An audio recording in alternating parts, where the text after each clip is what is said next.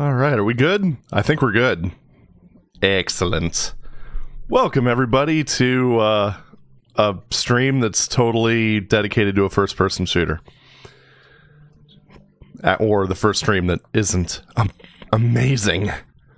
Also, yes, sandwich zoned. We have gotten sandwich zoned here.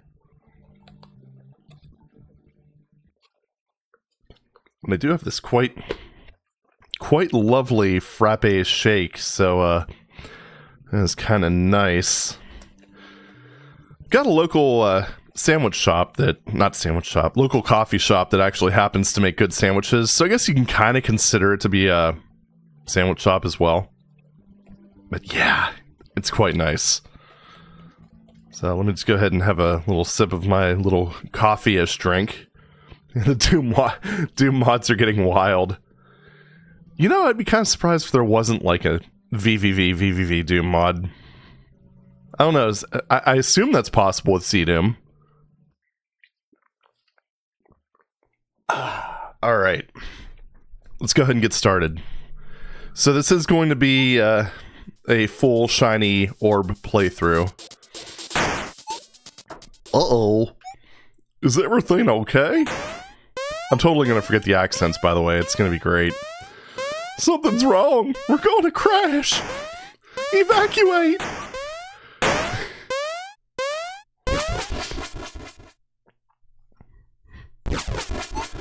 Whew, that was scary. At least we all escaped, right, guys? Guys? Just the random, like, frowny things just get me every time. Alright. I wonder why the ship teleported me here alone. It is a very wholesome story. Got a lot of humor, too. I hope everyone else got out okay. But pretty much the entire premise, for anyone who's not familiar, is it's a side-scroller where you, instead of jumping, you flip the gravity. It's pretty great. And this is the first shiny thing. Now these are, shiny trinkets. These are pretty much intended to be the game's, like, optional collectible. They're usually harder to get than like, your average thing. But, it unlocks some extra stuff in the endgame. Oh, man. Let's see if I am still okay at this game. Personal log. Almost everyone has been evacuated from the space station now. The rest of us are leaving in a couple of days, since our research has been completed. Oh, I'm totally collecting all the shiny things. These Caesar checkpoints, graphics are very Commodore 64 inspired. Violet, is that you? Captain, you're okay! Something has gone horribly wrong with the ship's teleporter. I think everyone has been teleported away randomly. They could be anywhere. Oh no! I'm on the ship. It's damaged badly, but it's still intact. Where are you, Captain? I'm on some sort of space station. It seems pretty modern. There seems to be some sort of interference in this dimension. I'm broadcasting the coordinates to you right now. Yeah, the music in this game is fucking incredible. So, that's another thing. So, pretty much, our goal right now is to get back to our ship. Gonna be great. As a Southerner, I don't know many people who talk like that. Dude, that's the thing that's so funny about the whole, like, extreme Texas accent. Like, whenever, like, a British show or something has to depict an American, they always end up, pulling the extreme Southern accent. And yeah, I know some... Whoops. First death. Get out of the way early, right? But, oh shoot, that's right. Sorry, I forgot this. How to do this screen. But, I know very, very few people who actually talk like that. I mean, people who were, like, born and raised in, like, the heart of Texas... And they just have, like, the typical boring American accent. It's so funny. But hey, stereotypes, am I right? When I was a little more confident with this game, I'd be able to just single cycle that pretty consistently. I just gotta get a feeling for everything again. It's, I used to play this game, like, pretty much obsessively when the Flash version was still a thing. So, it's like coming home. Just love it. The aesthetic, everything, so good. I have guesses emulating C64 stuff. Well, it's funny because they actually did a C64 demake. Did you ever do any no-hit runs? Nah, I don't have the patience for stuff like that. Whoops. Not paying attention. Oh, jeez, balls.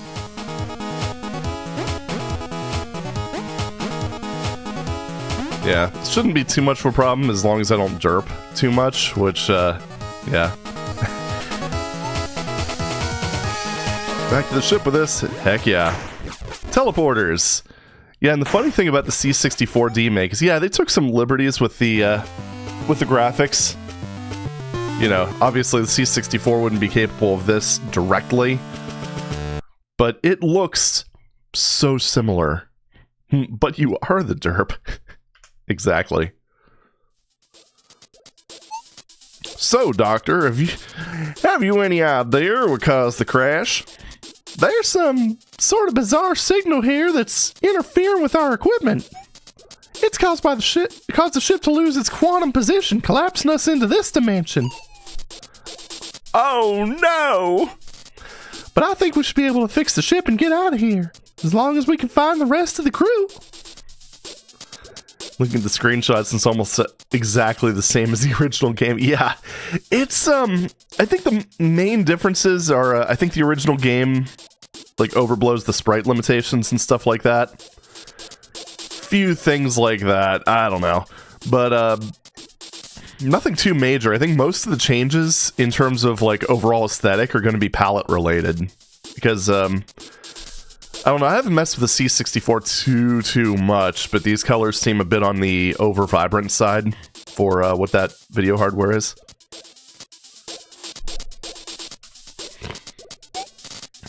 We don't really know anything about this place. Our friends could be anywhere. They could be lost or in danger. Imagine falling forever. That would suck.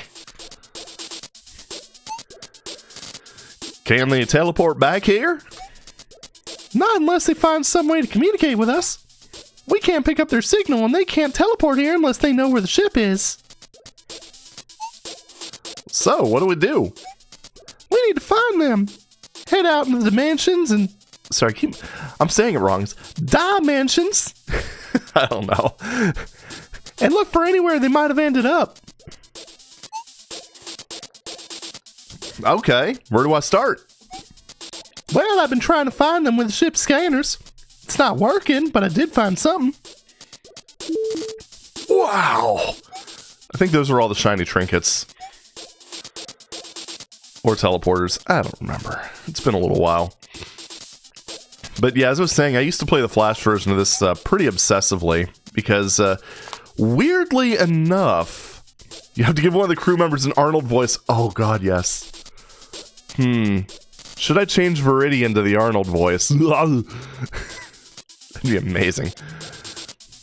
Everyone else has to be Georgian except one Arnold. Yeah, you know, I think it kind of makes sense. I mean, he's the headliner, right? Arnold's always the headliner. Oh, boy. I think these are all... Oh, no, these are... Yeah, okay. These are all basically the... Oh, God. Oh, no! What did I do? Oh, okay. There we go. So, yeah. These are where I store the shiny trinkets. I hope she's okay. Yeah. 1983. Yeah, barely older than me, too. You an 84, baby? Because I am. Alright, where should I go first? I don't remember the map So about the whole derpiness. I don't remember the map super well. I used to have it, like, more or less a speedrunner sort of path memorized. I'm gonna unlock as many teleporters as I can. I would like to also get 100% map exploration. I'm a November baby.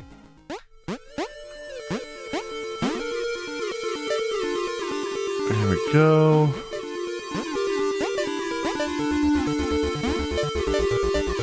Now, I guess the real question is, how many attempts is it going to take me to get VVVVVV? Fuck, I love the soundtrack. Oops, I shouldn't hit the button. I love the soundtrack of this so much. Hey, Jickus, welcome. .com. Oh, yeah. Weren't you born, like, I think your birthday is, like, right next to mine, pretty much. Oops. Some of these, the shiny trinkets get a little, nutty. Actually, kind of sounds like the, is the audio okay? It sounds like it might be actually a little bit loud, but I don't know. It's hard to say. I know it's loud in my headphones, so I'm going to turn that down a little bit. Here we go. Oops. Didn't wait long enough. Didn't flip. I was never particularly great at this section here. Oh, jeez. It's actually another thing that's worth listening to is they ended up making a metal version of the soundtrack too. Oh, balance is good? Cool, thank you. But they also made like a metal version of the soundtrack. The album's called, instead of VVVVVV, it's called MMMMMM. Oh my god, I need to pay more attention. Like I said, I was never particularly great at this whole flippy section here. So, there's that. Syntax error. Yeah. Oh, jeez, I keep hitting enter. Yeah, this is where, oops. Oh, jeez. I, for some reason, thought the terminal was a save point. Yeah, this is where you start, they kind of do this thing a lot, where, you have, like, a few screens where it'll kind of introduce you to the puzzle, it gets progressively harder, and then you have, jumping segments that span multiple screens. Kind of gives you a good opportunity to figure out the game. The game's balance is actually... Oh, jeez. I knew that was wrong and I still did it. Yeah, the game's balance... Oh, jeez. Game's balance is actually quite good. Man, I don't know why I'm... Okay. Let's try that again. Holy crap. Alright, so now it's kind of looking like VVVVV is going to be a double-digit affair. Unless I can... Oh, shit. Unless I can straighten myself out pretty quickly. The game did have its source code released, and it was a bit of an experience. It was kind of funny because everyone complained about the quality of the source code, and yeah, it's... Fuck. There's a little bit of hang time when you hit the line, but yeah, the quality of the code is not great, but at the same time, you know what? Dude released a freaking game. How many people can really claim that? For being completely honest. Alright. Oh, shoot, I should have hit the... Yeah, I'm gonna go back and do that. Because I want to go down here.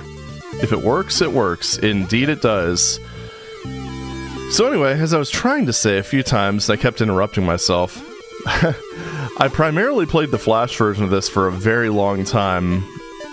Because, weirdly enough, the laptop I had when this game came out was an Inspiron 9300.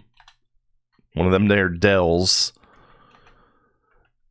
And, for whatever reason, the Flash version ran significantly better than the C++ version. I don't know why, because that seems to be completely counter to everybody else's experience. Alright. Wait for it. So, I don't know. Some weird quirk with that hardware. Maybe it's just a Pentium M thing. Who knows? You played the Flash version of Portal? Yes. That was quite...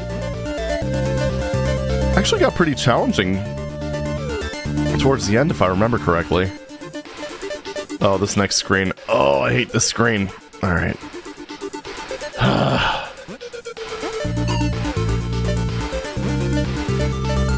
This is like the ultimate example of me being bad at these things. I just never could really quite get the rhythm down. There we go. That actually was way better than average. And this is where you get into gameplay that's a bit more puzzling, I guess. There we go. Diode! Yay. I smell ozone, why so blue? Oh no! Oh no, Captain, are you stuck here too? It's okay, I'm here to rescue you. Let me explain everything. What? I didn't understand any of that. Oh well, don't worry. Follow me, everything will be alright. Really? Okay then.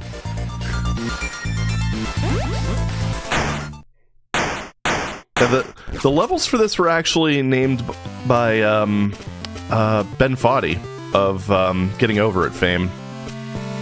Come with me if you want to live. Exactly.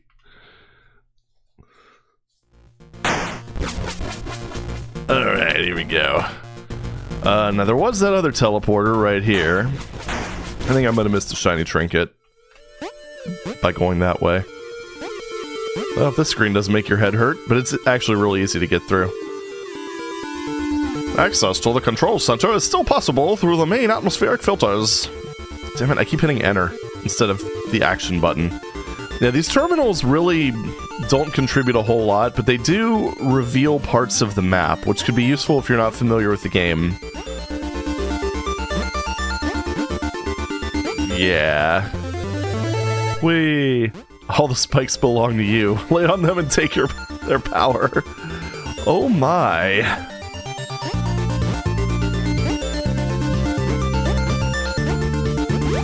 Alright, so, yeah, just head back to the ship. Keep meaning to try getting over it. Well, you know, if you don't normally rage at single-player games, it's probably one that will make you rage. Let's go towards this way. Oops.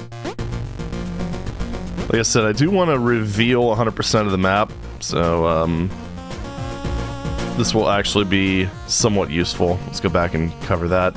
I'll take that challenge. Well, that's one thing that's kind of neat about that is, if you have a phone,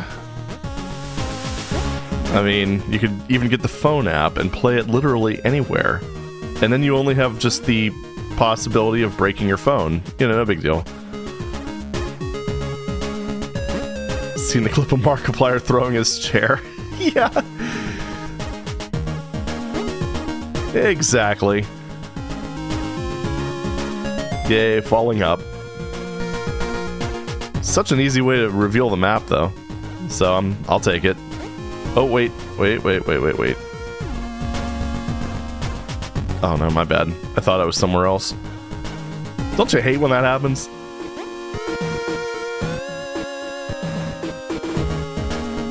And actually, that is one thing, too, Dave. If you're, I don't know what type of cell phone you use, but if you're on, if you're using an iPhone, it's free on Apple Arcade. If you're subscribed to that. So, that's also a thing. So that's the thing, you say they're more expensive than PCs, but at the same time, I've had PCs that were actually less powerful than my phone, so, yeah. Android, okay. It might be available on the whole Play Pass thing. I don't actually remember.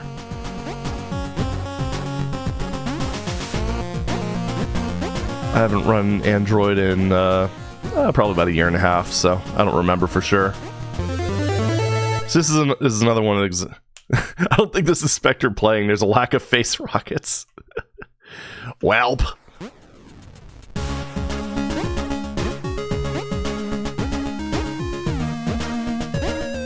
So it's my thing with phones. I tend to, because the storage on all of them is just grossly overpriced. So I tend to just leave most of my stuff in the cloud and get the cheapest, like, Cheapest phone with an excellent camera, if that makes sense. Actually, that probably makes a lot of sense. Ugh. Also worth noting that megapixels aren't everything. Ooh, for anyone who's still confused about that. Alright, so let's see. There we go. I found the sweet spot. Now, trying to do a no-hit run of this without any experience with the game. Yeah. Teleporters! Teleporters! And more teleporters.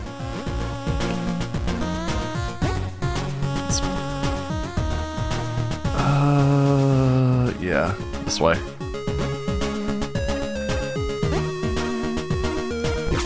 Alright. Teleporters. Yeah, you kind of get used to it. It's funny how this is not normally the route that I would normally end up picking. So, I mean, this kind of works out nicely. Take the more confusing routes and the ones that I'm a little bit less good at. Just, again, for map exploration. Yay. Dude, yeah, this game is absolutely legendary. Friend of mine actually has a, he has one of the mobile versions of it, and, he actually keeps the save right before the VVVVVV sequence, just in case he ever feels like playing it. Star Voyager on NES. Can't say I'm familiar with that one. Then again, I'm not really an NES kid, so that probably doesn't help. I was a PC gamer. Right. This is, I gotta say, in terms, like, I'm not the biggest fan of playing side-scrollers and such on mobile. Yeah, it's kind of an imprecise control set when you get right down to it.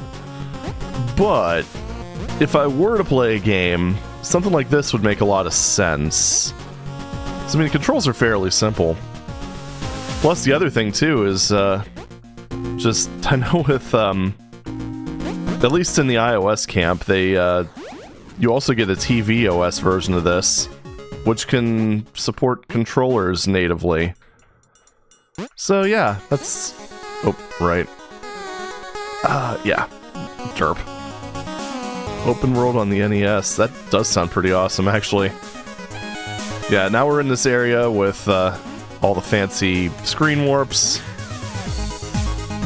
Good stuff. Only mildly confusing. Man, see that fancy footwork that I had there. What am I doing? What the fuck? Fancy footwork followed by fuck. Oh well. This is a Spectre stream after all. Survive like some major fight with 1% health and then blow myself up with a, I don't even know what, like a barrel. Ugh. Do not adjust your vertical hold. Obey. It was funny because, like, with this whole thing, not being super familiar with the C64 aesthetic, I kind of thought this was a bit ham-fisted originally. And then I actually saw some C64 games. I'm like, yeah, that pretty much checks out. Alright, so, gotta get around this obey, and then... There we go. Whee! Obey. No.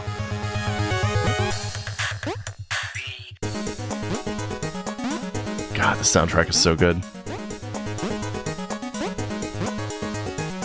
Nope. There we go.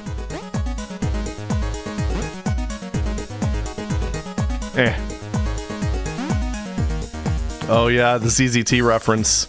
Sweeney's Maze. So for anyone who doesn't get that, or I should say anyone who hasn't played ZZT, they have these creatures called centipedes. Sorry, taking a quick drink break as well. And as the name implies, they're multiple character objects consisting of like a, well, a head and then a tail segment. And these use this boob, of course. But, yes, it consists of the same characters that these lovely little fellas do. Just absolutely love that reference. It's just a shame Tim Sweeney proved that he's just an absolute fucking tool. But, oh well. What you gonna do? Oh yeah, Edge games. And this is one of those examples of how they use the shiny trinkets. So right here, if you time it right, you just go straight up. NBD. Fuck! Oh. Well, I just played myself. Can I go back to a save? My previous save.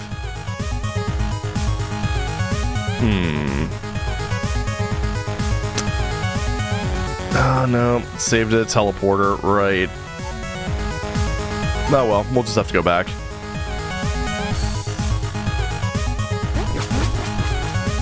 Ah, it dropped me right on top of a save point. Damn it. Womp womp, indeed. But yeah, it's an example of taking the harder path, gets you the shiny trinket. Taking the easier path gets you the, just regular progression. I always kind of like that dynamic. It's used all over the damn place here. There's one particular example that's really great, where, the only way to go through and actually get the trinket is to not get a save point. Because that just, oops, oh, headshot. That's just one of those things that kind of goes against any sort of, like, gamer sensibility you might have, and, oh, premature. Wrecked. Slaughtered. All that good stuff. I was gonna stop at that last one, because I always tend to play myself there for some reason, even though there's only one thing to dodge. Or, like, in that case, where I just forgot that there were multiple things to dodge. What am I doing? Alright. I did it again. What the hell? That's why I have to kill you. Oh, yeah. I haven't actually looked at the... Fuck. I haven't actually looked at the name of these stages for a while. I hit the wrong button. Lamau. Yeah, these things also move a little faster than you, so, that makes things interesting. There we go. Captain, I've been so worried. Chief, you're okay. I've been trying to get out, but I keep going around in circles. I've come from the ship. I'm here to teleport you back to it.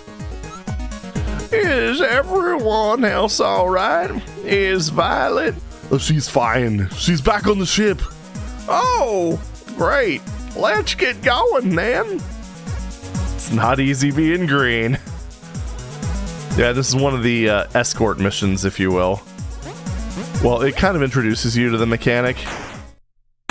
Things get worse. Much worse later on. Trust me. Alright.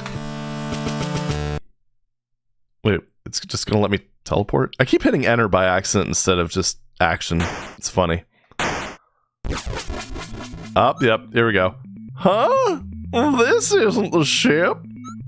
Captain, what's going on? I don't know. Where are we? Somebody talk to me. Give me answers. I'm going to kill you. Uh-oh, this isn't good. Something must have gone wrong with the teleporter. Oh, no need to panic. I'm here for you. Let's look for another teleporter. Alright, so the thing that's tricky about this is he will always follow a little bit behind me, no matter which direction I'm going. And there are ways of getting him killed. Let's go... Oh, sorry. Let's go this way. After you, Captain! When you're not standing on the floor, I'll stop and wait for you. That's it. But he always stays a few steps behind. You can't continue to the next room until he's safely across. So yeah, you basically have to just control his movement by inverting.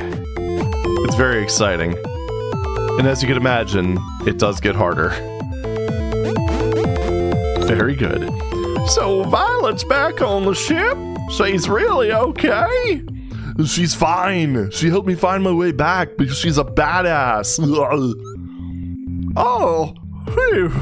I was worried about her. Captain. I have a secret. I really like Violet. Is that so? Oh, please promise you won't tell her. I don't remember that line of dialogue for some reason. Must I do everything for you? Now, welcome to the part where this gets a bit more interesting. Oops. I did that on purpose to demonstrate. So yeah, you have to go down, around, and upside down in order to just do basic navigation of this. But you have to be very careful about your timing, otherwise he's just going to slam into one of those tires. I wish most escort missions even gave you this much control over the person you're escorting. Exactly! Hey again! Hey! Are you doing okay? I think so! I really hope we can find a way back to the ship! Stay close to me, but not too close. See, that's one of those things where if you stay on the ground, he'll hit those spikes. Yeah. And it gets worse. Don't be afraid. And this one's just a YOLO moment. Oh, my bad. I had to move faster.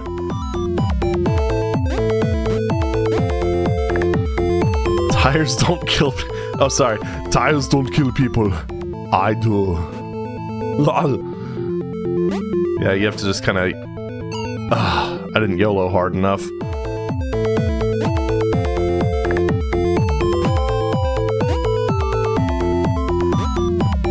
This one does take a little bit of finagling, if I remember correctly. Oops. Well then. At least you can do this, like, at least you could one cycle this. It's not too bad.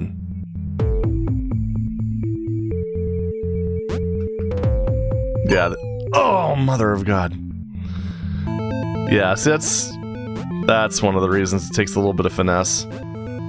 Yeah, that's the thing, the checkpoint being 2 screens back. Although it does get you really good at the basic movement. It's a good thing I didn't intend for this to be like a low hit run. That would have sucked. Hey, Aaron. Hey, Kaizen. Next thing I know, Oregon Trail will be streamed. Spectre, you died of dysentery. Well, you know, there's always the Oregon Trail. If you guys, if some of you guys want to do zombies. Man, streamer Oregon Trail. Just take like the first 4 people in the stream and just make them, well, zombie fodder, basically. Do you have any advice? Oh. Oh, Super Wagon Adventure is great. Yeah. You should be yourself and go ahead and pump some iron. Oh. Thanks, Captain.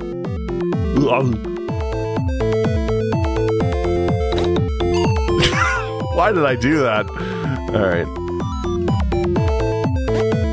Oh, balls, that's right. You gotta move kind of quickly upside down. Alright, I remember it now. It's fine. Ah.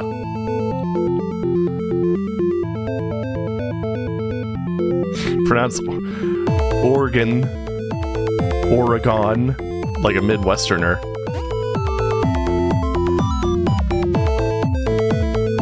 Or oregano. Ah, tits. Alright.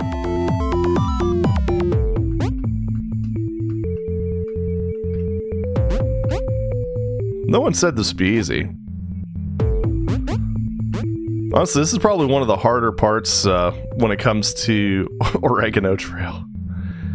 Yeah. This is probably one of the harder parts to actually just do normally, outside of just orb collection. Ugh. Thankfully, when you're doing it this way, you can't get beamed by the spikes.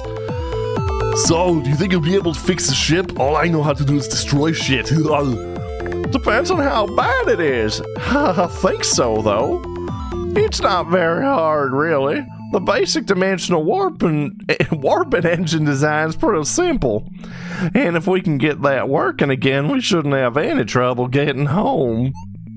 Oh, good. So I don't have to kill you. Do you try to keep up? Oh, oh man. Turns out I was the one that failed. I was so concerned with trying to... Oh, jeez. Alright. Just take it nice and... No! Don't stop there, you dumb something or another.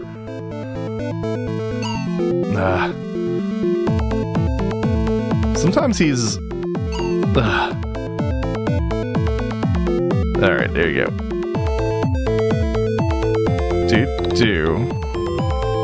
Alright, there we go. You also have to watch, because if you touch the side of the spikes, you die. So if you time this jump wrong, or if that happens, oops. Don't fall, Lamau.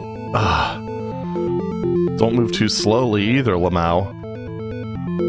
Yeah, this escort mission, I actually think is legitimately probably the hardest non-orb thing in the game.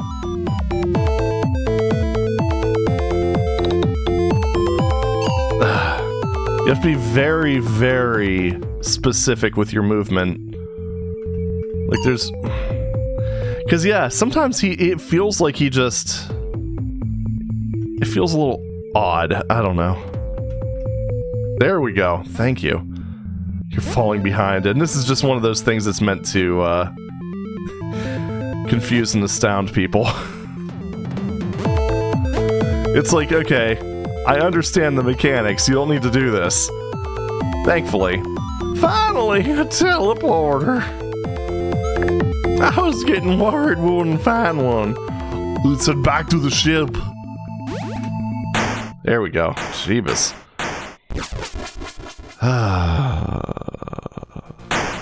Alright, well that section's over. It's intermission and the Gravitron. Oh, fuck the Gravitron. Yeah. Yeah, the Gravitron probably is the worst section, now that you mention it. Alright, so there's that one room that I need to go back to. Since I was trying to demonstrate things and I kind of ended up, as I said before, playing myself. So I think it's over... yeah.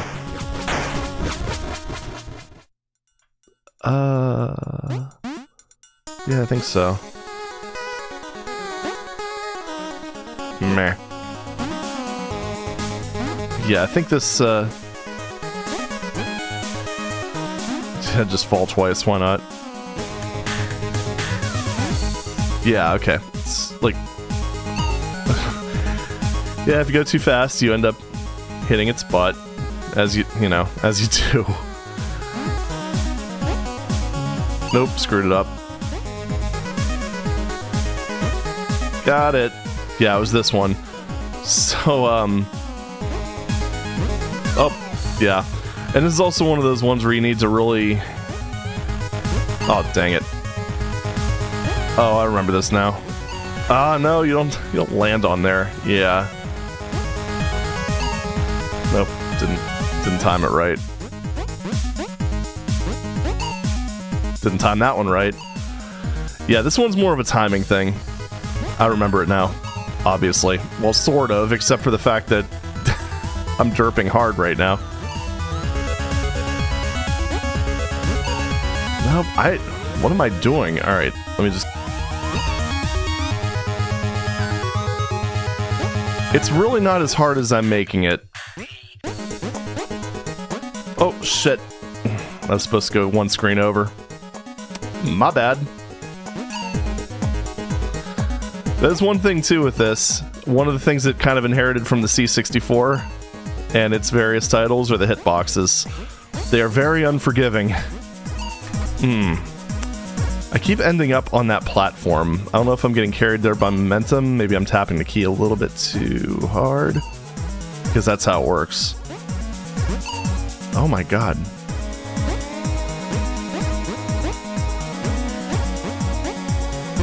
There we go. And now I can just do that, and awesome, we're fine. Yay, that was easy. Alright. So now we just kind of go through this again, and because we rescued Mr. Green, we're good.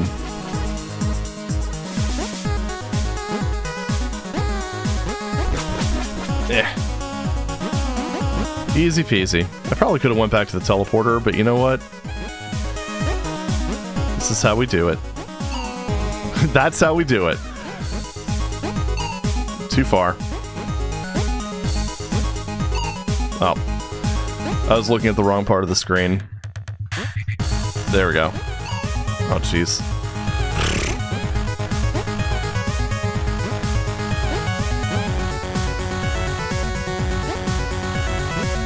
Okay. Again, making things way too hard to, or way harder on myself than they should be. Miso, excellent. Why did I do... Okay, maybe that last one's kind of just deceptive. Well, no, it's not really deceptive. I think it's just, again, you get overly confident since there's only one obstacle left. Then there's this room, which is just kind of, honestly, kind of wild.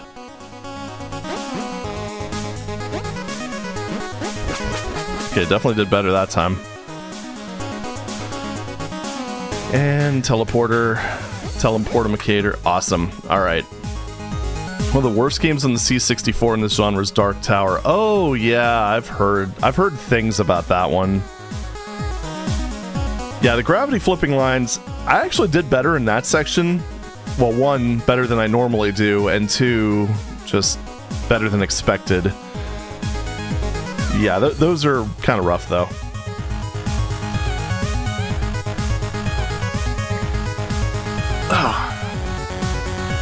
Hey, Bobbius. What's up, man? Ah, nice. Alright, well, hey, Aaron. Thanks for popping in. Have fun, and I'll see you around.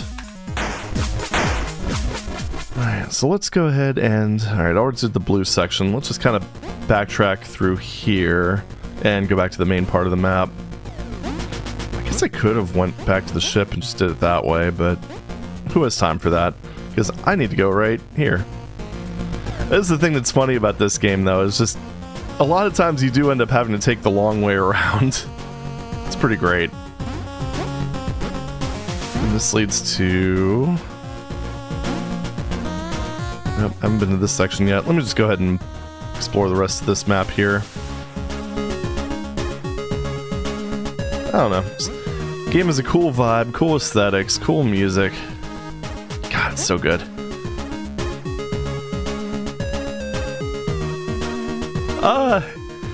Is that the right number of V's? It's close enough.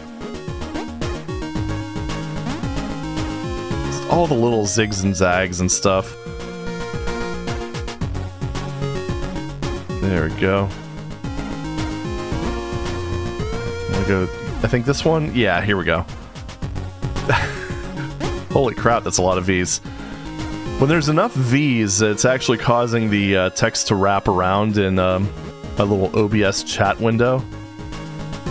That might be too many V's. Just throwing that out there. Target. Can you imagine if they literally named all of these screens out here? That might be a little excessive. Alright, so we got that down here. Continuing down here. I think this just... Didn't I go to this one? No, I didn't. Alright. Oh, yes. The tower. I freaking love the tower. I say that with full knowledge that I'm going to screw it up. So, there's that. If you go too high, you get spiked. If you go too low, you get spiked. And yes, this is an auto-scroller. I can't believe I fucked that up.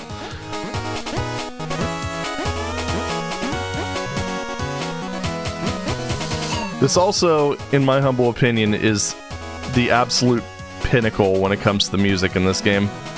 This is easily my favorite track. Nope, fucked up the shiny thing. Ah, dang it. Took me a few extra seconds to figure that out. Nope, not quite. Alright, there we go. No, not enter. I didn't want to hit enter. Okay. And that's one of those cases where getting a shiny trinket prevents you from getting the save point. Run, run, run. Fast as you can. Can't catch me. I'm the man. Nope. Ran too hard.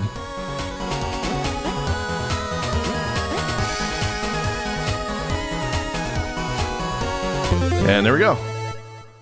Whew. I do like how this makes you wait, though. You also have little subtle environmental cues, like that arrow there. And a save point right before it. This game is actually really generous when it comes to the save points. Or checkpoints, I guess. They're not really save points.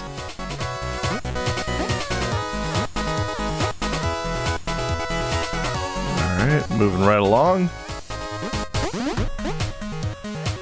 Barely made that one. Oh, man. Yeah, next thing you guys know, I'm going to become a Geometry Dash streamer.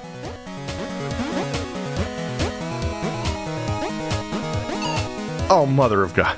See what I mean about the very, very precise collision? And by precise, I mean it's very, very precisely made of boxes.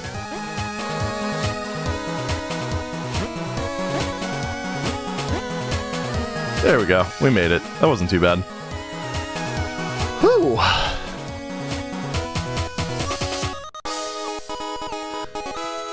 Yeah, the track for the tower is... Oh, God. Chef's kiss. Mwah. It's so fucking good. Captain, am I ever glad to see you? I thought I was the only one who escaped the ship. Vermilion, I knew you'd be okay. So, what's the situation? I see. Well, we better get back then. There's a teleporter in the next room. Wow, convenient. The levels are hard, but it feels like the game does a bunch of subtle things to give you a chance. Absolutely. One remains. See, that's the thing. If you just go for the crew members, this is a fast game. Uh-oh. Alright. Not again! Vermilion, where are you? Way! Hang on, I'll save you! Come with me if you want to live. Whiz down the shaft, oh no. And that is another thing that the game does very masterfully, is that it, oh no! Fuck! Okay, well, here's my kryptonite. To be fair, this isn't nearly as bad as, like, the Super Gravitron, for obvious reasons, since that's meant to be a... Since that's meant to be, like, a bonus thing. With this one, you could very much brute force your way past it. But, ugh, I literally ate that one.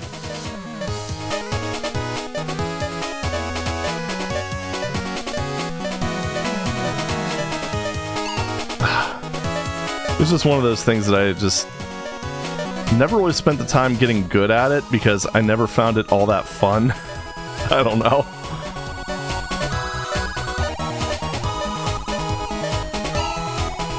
It is very much pattern-based, so I mean, I imagine it's just one of those deals where after you kind of get used to the patterns, it's not so bad.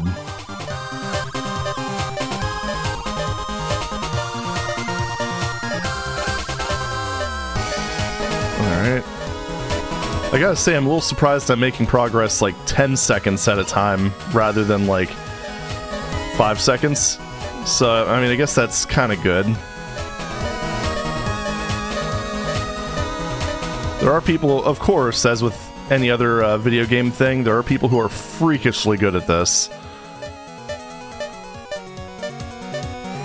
So, kudos to them. Yep, there we go. Whew. That was probably one of the best Super Gravitron, regular Gravitron ones. Getting vibes from the Muffet fight on Undertale in this part.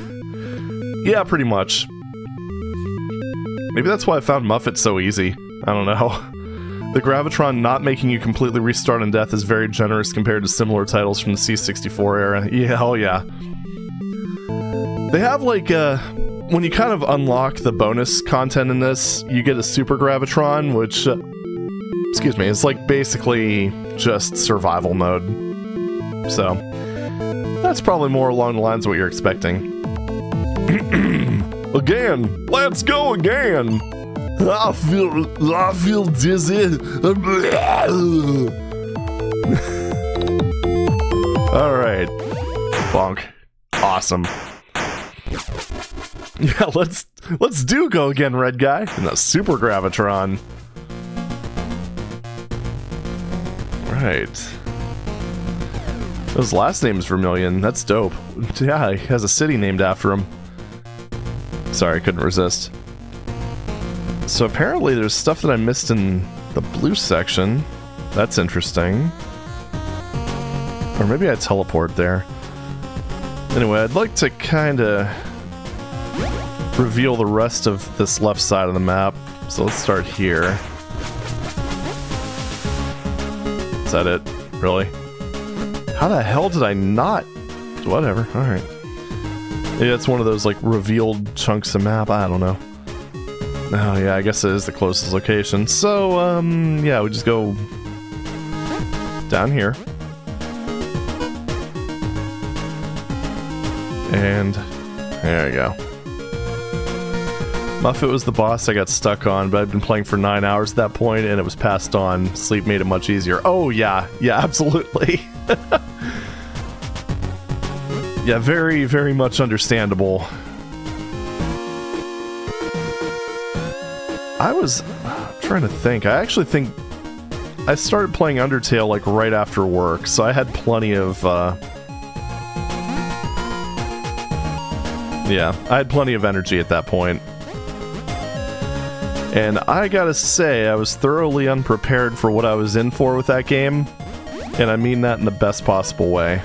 Oops. With just a small modification to the usual parameters, we're able to stabilize an infinite tunnel. Oh, I've already found this because I'm a badass, and I'm pretty much the best explorer this planet's ever seen. Alright.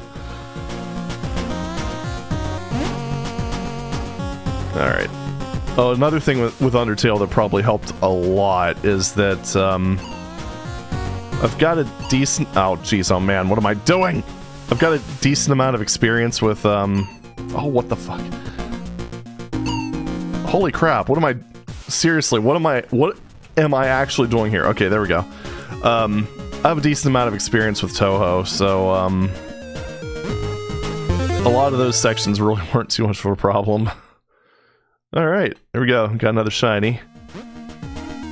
Also, did you see that Toby Fox is actually doing a collab with, like, the creator of Toho? Like a musical one, of course. Which is, like, the most badass thing I could think of. Alright. Let's see. Go ahead and do this one. I haven't really played too much Toho recently. Oh, shoot, that's right. Diode. Very clever, very clever. So I have to actually go through the blue section again to get to that other area. So let's go here.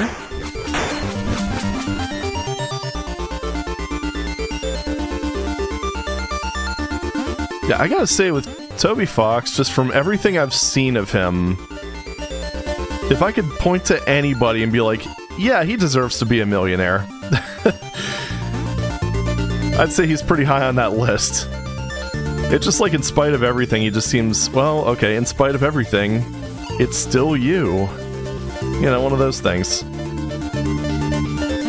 And if he ever ends up doing anything that will, I don't know.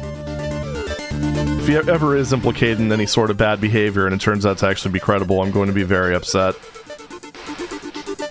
Oh, God, what am I doing?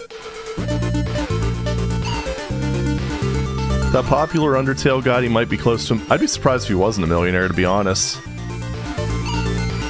I mean, he's actually at the point now where, I mean, he's got like a staff working under him for Deltarune. Oh, great. I gotta do this again. Shite! Oh! Hell yeah!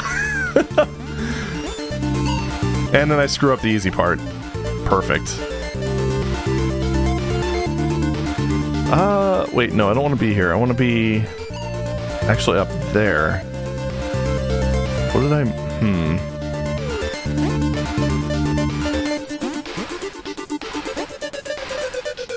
There's a way to get up there.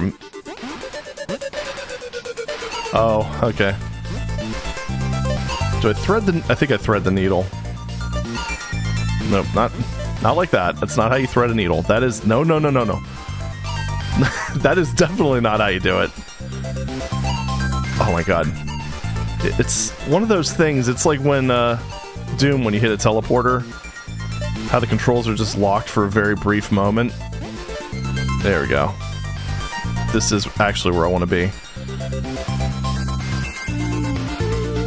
Needle stabby, very much so. Anomaly. The Phobos Anomaly? Purest unobtainium. Oh, jeez. I skip over it. Awesome. 12 out of 20.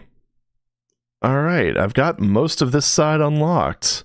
There's only that one little piece there, third one up from the far left side, which I believe you warp around to that from the right side. And then the area that you drop into, which that's simple enough. Oops. 12 out of 20. And we only have one dude left to rescue. And, this one, yeah. Well, close enough.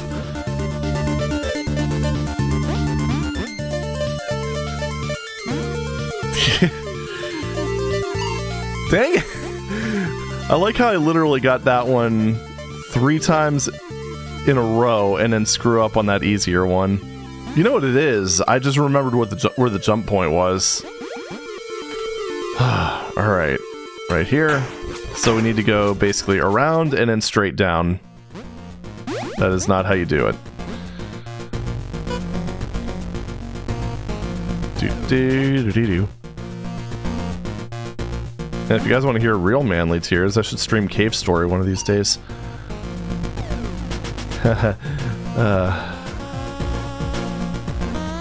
Let's be honest, Oh, okay. Yeah, right. That just loops around.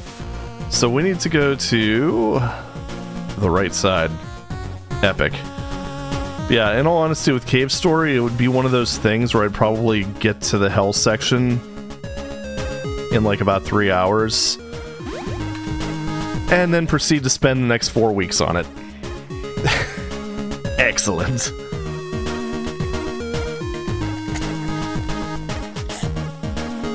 I'm not really good enough at that game to cheese the final boss. So, that's a bit of an issue. Right, so let's go here. What do we have here? Right, this is the starting area. I need to go to the other section. Let me thonk for a second. Okay. Alright, I remember. I remember now. Cave Story is great.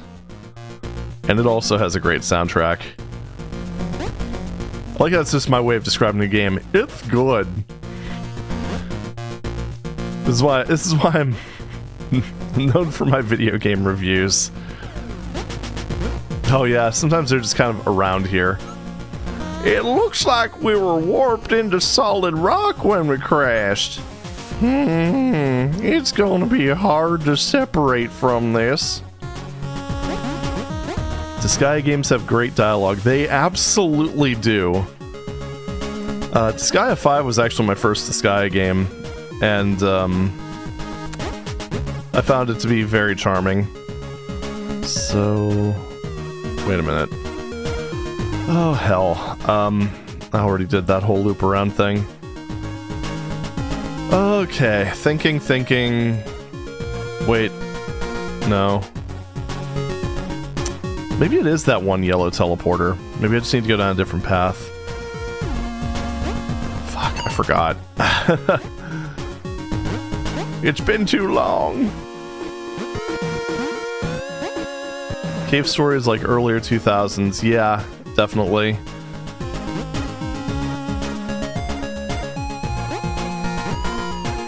Definitely checks out. And then they, of course, they came out with like some of the remakes of it, or not remakes, but I guess it'd be fair to call it a remaster. The Nicalis ones. You know, for better or for worse. I will say Cave Story Plus for the I almost said the Wii, what the hell? Cave Story Plus for the Switch is pretty cool because it actually has two-player co-op, where essentially one person will play as Quote and the other person will play as Curly. You know, I don't think... Yeah, I have to go a different way to get to the bottom of this. So I need to... What am I missing here? What is wrong with me? Oh, I see it. Never mind. Never mind. There was like a big gap over on the left side there. Doy. If you go to this teleporter, go down, and then far to the left. That's the thing. Yeah, it's, oh, silly mistake. And just keep going this way. No, not up there. Down here. Yeah, there we go. That's it. And this just cuts around, yeah.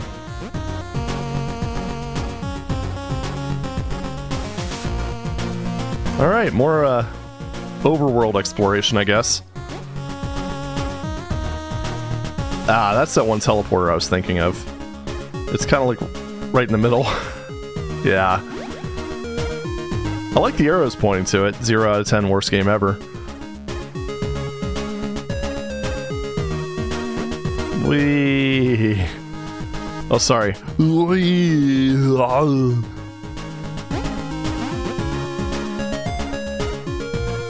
Oh, man. They're trying to make a Genesis port of Cave Story? That's awesome, dude. I'll have to look into that. 'Cause I really appreciate those kind of D-makes like that. You know, Sky was my first... 5 was my first game in the series, too. Okay. Yeah, the only issue I have with Disgaea 5 is that when you get to the Switch version, it gives you, so, like, all the not pre-order, but all, like, the bonus DLC content from the PS4 version. So it's like, if you don't realize that you're getting a bunch of overpowered characters, it can really kind of affect your experience a bit.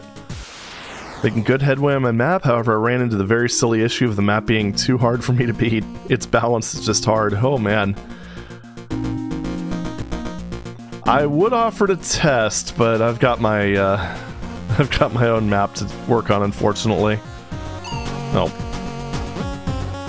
Well, that was just a lack of coordination right there.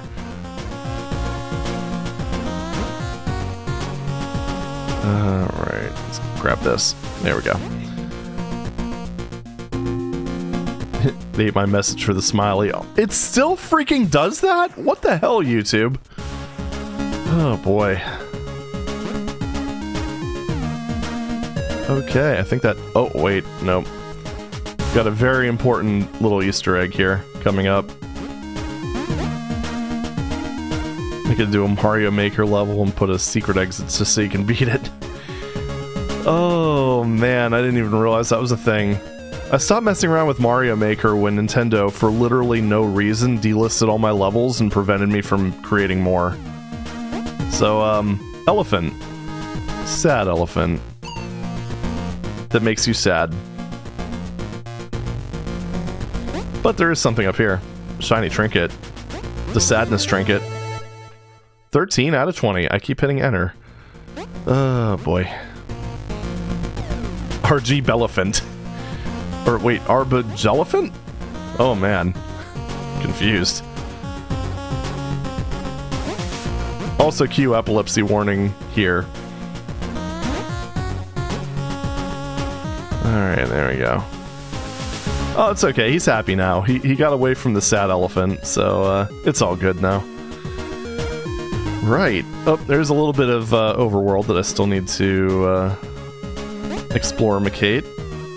That would be... Alright. A little over the right. You know, I gotta say, for everything that he's been through, he's pretty chill about all this. Right, so we go this way. Another teleporter. And, yeah, all the rest of this stuff is just kind of in normal level things. Alright, let's continue. Let's not do that again.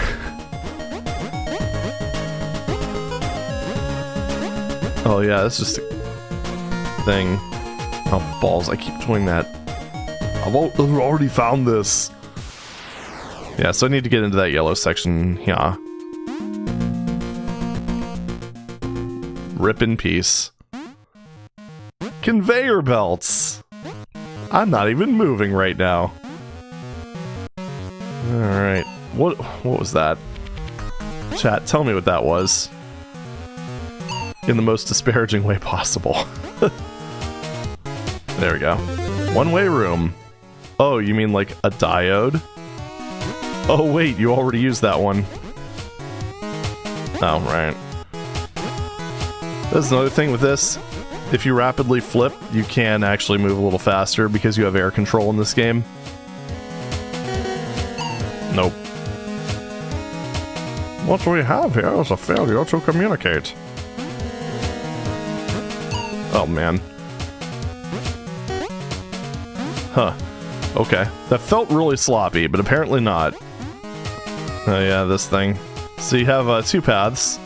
One that's faster with things, and don't worry, that you chose poorly thing, that's just the name of the board. That happens regardless. Oh yeah, I think I actually have to go up that way. Yeah, this is also my other favorite OST track. Fuck. Of course I grabbed a checkpoint right after this screen.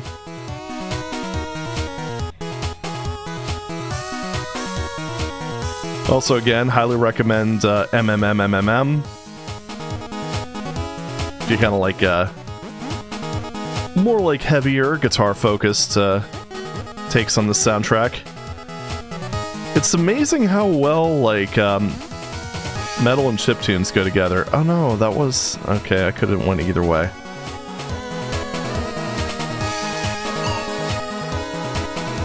Balls. Oh well. I guess the exit on this one's simpler, because on the other one you have to run across there and then onto that block. So, timing. Easy peasy. You just keep coming back. I'm a glutton for punishment, sir. Oh. Damn you, momentum. I got as well. I actually didn't intend for that, but that's okay. Anyway, it's good to see that you are, oh, piss. It's good to, it's good to see that you are piss. Man. Strimmer is angry today. Oh yeah, you gotta, now you have to do this for realsies. Not just for the backtrackings. Ah, yeah.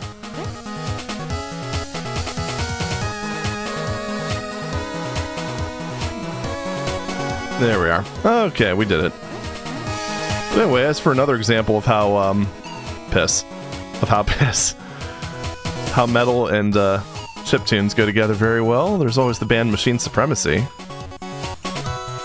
Oh my god, what am I doing? I'm literally doing the same thing every time. Do you know what the definition of insanity is? Oh my god. We need Voss over here. Just to... What? What am I doing? How to... Okay, I need to... I just need to take a moment.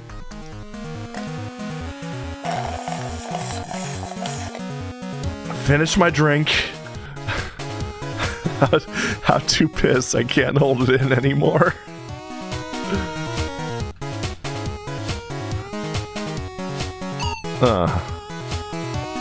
Hold up, wait a minute. This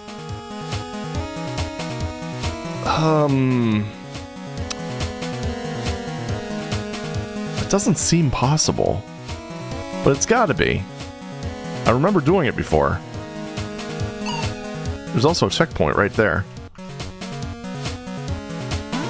Yeah, okay. Oh, this game's physics are a little weird, but charming.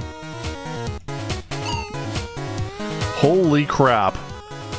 How am I gonna have, like, my most deaths on this stupid screen? Okay, there we go. Oh, fuck. It's like I completely forgot that there was something else coming up.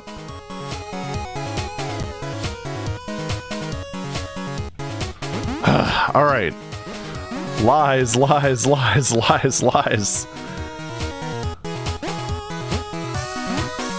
I just love little stuff like this. The timing on this section's a lot more tricky, but it's fine. Alright. The solution is dilution. Isn't it always, though?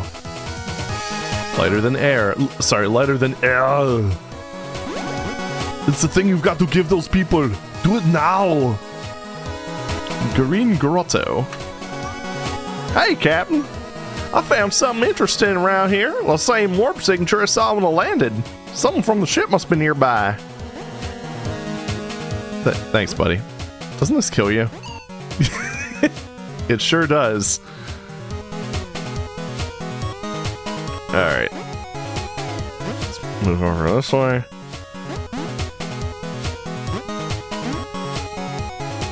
Alright, cool.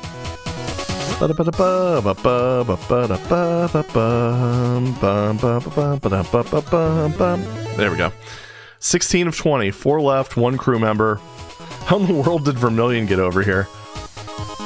He got good at movement? I don't really have an answer for you. Sorry.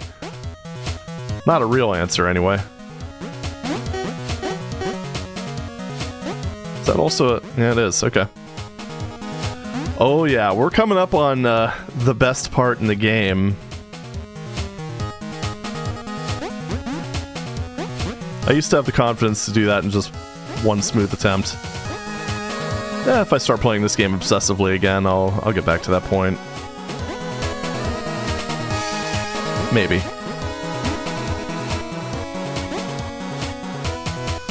There we go. Veni Vidi Vici, exactly. Spinning or seeing dollar signs. Alright, let's see if I can still pull this off. I mean, it's simple, but it's a fun little bypass. The warning. Alright, here it is. So take a look to the right. That is a multi-screen board that completely... So, okay, in a normal side-scroller, I would just be able to jump over this. And you see that title, Doing Things the Hard Way? Okay, how many attempts do we think this is going to take me? I'm going to go with maybe a couple. Alright. Here we go. I forgot the first screen. I literally thought one screen ahead. Oh my god. 7? Nah, I think we're going to need to go higher than that at this rate.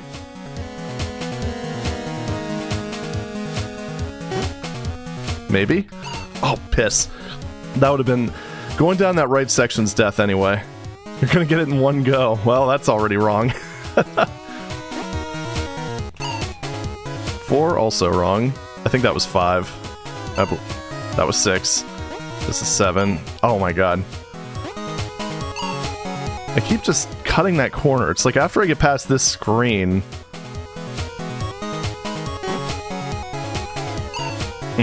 Not far enough. So it is definitely double digit. I actually completely lost count, so, don't mind me. I was riding way too close to those spikes.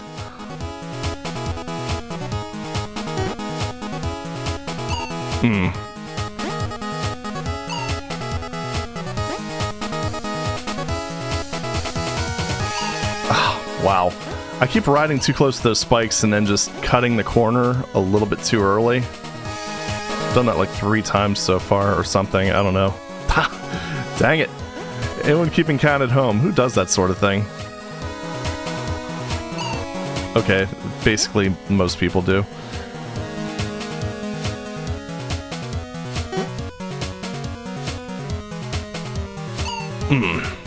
That's the other one. Wonder if the don't die Lamau strategy might work here. Oh yeah, funny story about this one. So the first time I ever actually got through the whole thing, guess where I landed? It was literally like, because I got so excited and then just ended up dropping straight down right frickin' here.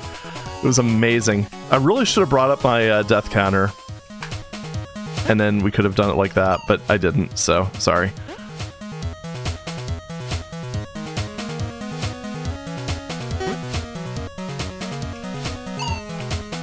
I again forgot about that screen. I was like 1 screen ahead of where I actually was.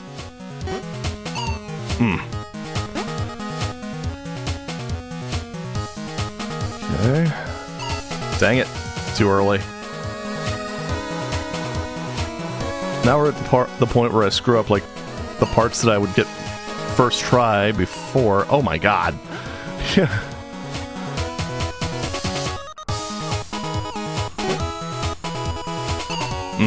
Nope.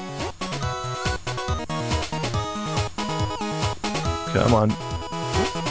That'd be nice if there was just a screen that counted VVVVVV deaths. Sadly, there is not. Okay. Butthole.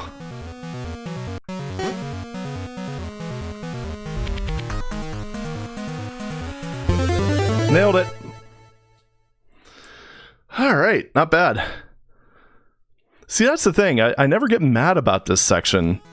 It's just, it's so short and sweet. It's like the perfect degree of challenge. Is it gaming time? I believe it's gaming time. I don't even want to consider how many times that took me on my first go. It was a lot. Alright, so, we got that. Does this look familiar? It should. Okay. Whoa, that was close. Oh, what? Just looking at the bus as it slams into me. Oh, God. Okay, here's the other one. Prize for the Reckless. So you'll notice that there's a little orb there. You're probably thinking, how in the hell are you supposed to get it? There's all those spikes. Well, the thing is, that little platform, the solid platform above me, is a lift. Now, one of the little quirks about this game that you might have noticed already is that when you end up going back to the checkpoint, if the checkpoint is on the same screen, the screen doesn't reset. Now, if you look at this screen, this is again one of those cases where the easy path isn't too bad. You get a checkpoint there, you get a checkpoint up here. Easy stuff. Well, the problem is if you go around, you'll find yourself here. And, yeah. The thing here is if you notice, that platform here, it's blocked by a little block there. You have to actually kill yourself on this screen using those spikes and resurrect at this checkpoint. If you get any checkpoint along the way, you can't get this orb. It's impossible. So you have to go through this screen taking the hard path on just one solid attempt. Nope, didn't flip. That was bad. Okay. Well, the thing is, I mean, you can go back a screen, but the problem is the screen resets when you go off screen and back. So, like, all those platforms there, you essentially have to go down there break those 3 platforms just by standing on them and then hit those spikes. And then you would teleport back here. The lift, or that little platform would be going across. You would have to jump on it over here, and then you could just drop down onto the ball. Yeah, that's why it's called Prize for the Reckless. Because you literally, there's no way to get it other than going the hard route and not getting any checkpoints. And there's multiple screens of this. And again, like I said, you have to avoid the checkpoints. So like right up there, another thing to notice is that the checkpoints are also the easy path. It is significantly harder to, well, not significantly, oh my god, maybe if you're me. But it is notably harder to piss. Notably harder to piss. That's why I need my how to piss guide. But it's notably harder to take the route that doesn't involve getting checkpoints. Oh, what was that? Oh, 29 deaths on VVVVVV. That's actually less than I was kind of anticipating. I was thinking, given how rusty I am, probably closer to 50. What was that? Does not help that I'm just screwing up really stupid stuff. And you do have to do the, you do have to flip between these. Wait, hold on a second. Bottom, top, bottom. Bottom, okay. Missed it. Oh well.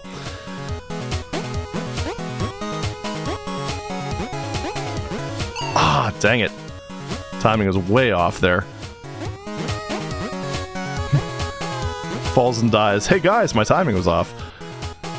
Actually, can I just, you know, I think I can just run a... Wait a minute. Maybe not. I don't know. Let's see.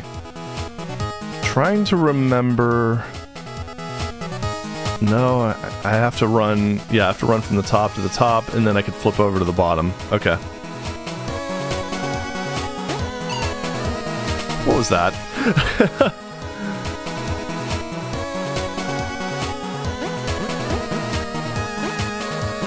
At least I'm getting that more consistently. Oh, what? Get a breather on the second fourth, yeah. I mean, the game isn't absolutely merciless. There's ways that it could have been made a lot harder. Oh, come on. There is that momentum to keep in mind now. Oh my goodness. And now I'm screwing up the screen. Alright. Yeah. Yeah, those spikes... Nasty. Oh. Jumped the gun a little bit too much there. No, what am I doing? I actually do legitimately think that this section is a harder sequence than VVVVVV.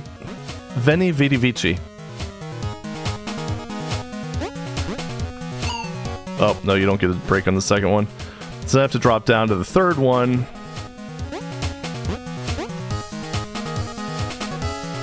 Oh, okay. Am I going to be able to... No, I can't do that. Wait, maybe I can. Okay, okay. I remember things now. There we are. Oh, God. Oh. Fuck. This one is so easy to screw up. Not so much the first one, but definitely the second one. Oh, God. I was hammering the button. Yeah, that one there, that third screen is just deceptively difficult. Especially since by that point your nerves are already kind of, well, shot, more or less.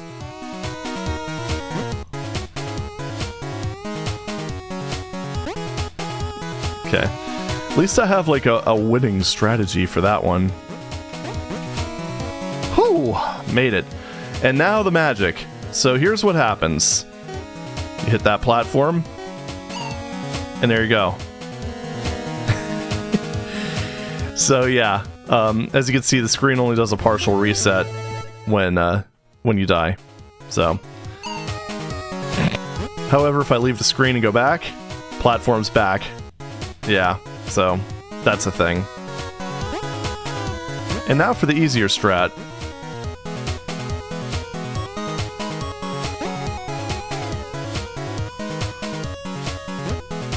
Somewhat easier. So you can flip every time in that one. Yeah, it's so much easier when you don't have to do that. Which voice there? Viridian, you got off the ship all right too. Okay, why Cleveland? Oh well, I'll just stick with it. It's good to see you're alright, Professor. Is the ship okay? It's badly damaged, but Violet's been working on fixing it. We could really use your help. I vote Stallone. Oh, that's a good one too. Let's see if I can manage that.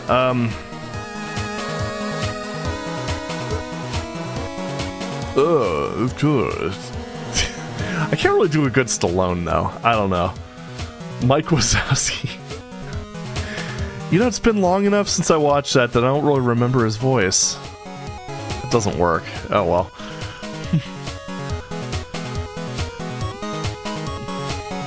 Alright.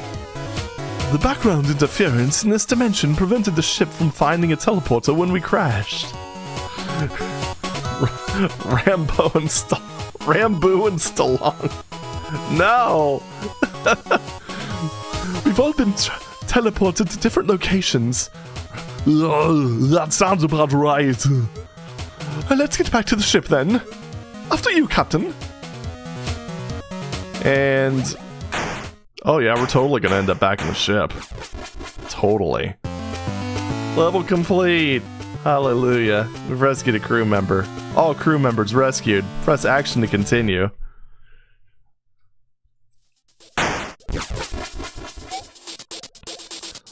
Welcome back! Bubs from Homestar Runner. Oh boy. Well, there's always Coach Z! Hey, strong dad. Wait, what? Oh, jeez. Oh, man. Where's Captain Viridian? Sad. Hello? Is anyone there? And this is where the game kind of goes into, full-on remix mode. Oh, no! You're doing a great job there, Spectre! And this literally combines everything that you've learned. Oh. Including getting a spike directly to the face hole. In a really cool music track, too. Yes, yes, yes, yes. Please enjoy these repeats. Very nice. Ugh.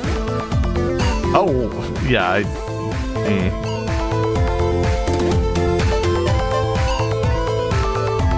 oh yeah, don't have to do like... there we go.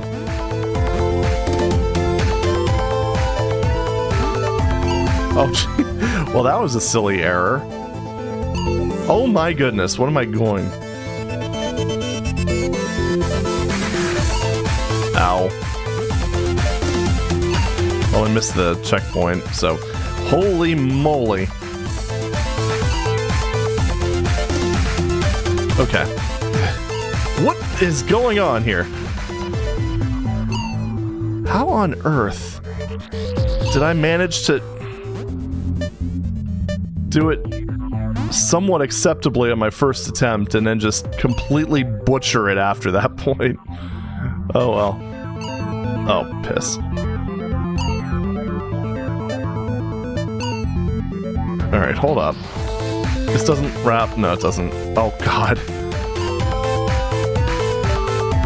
These things have a very awkward speed. I will say that much. Oh, gee. All right, hold up.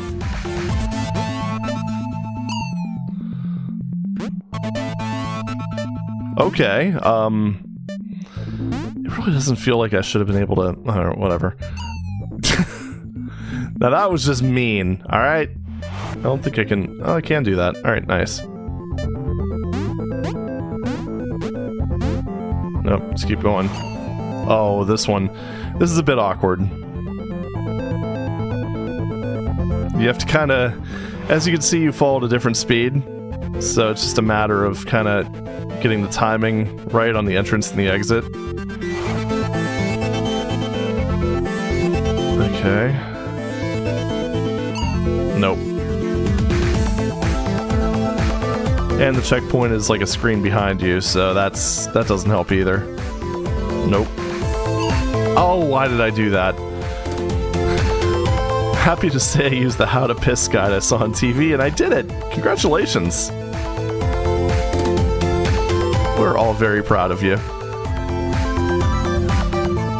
Alright, so you need to wait until you're just past this first one, and oh... And then don't get jabbed by the spike, because I kind of forgot to consider that. But you know what? That just means we get to listen to this music for a little longer, and, seems like a win to me, right? There we go. Okay.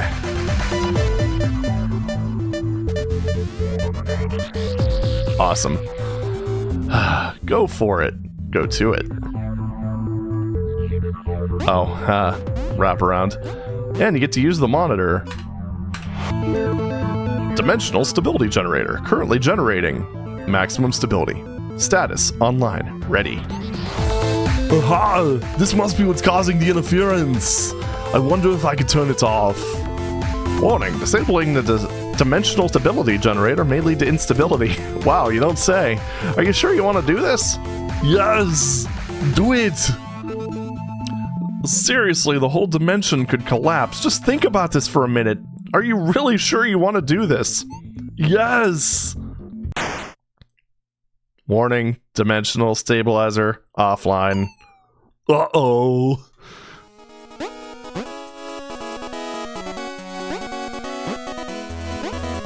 So trippy. Ugh.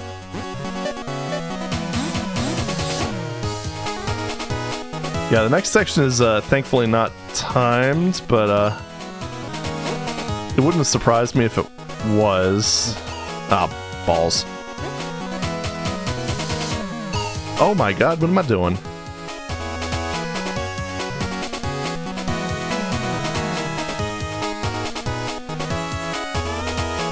These conveyors are pretty aggressive, by the way, as you can probably tell.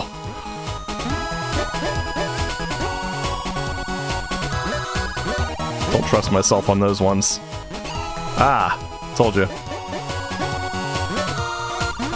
And don't worry, there's a reprise of the tower. Oh my god. I do remember this being a pain in the ass. Ugh. Come on. Alright, a little forward, a little more aggressive, a little less aggressive at the end. Like I said, a little less aggressive at the end. There we go.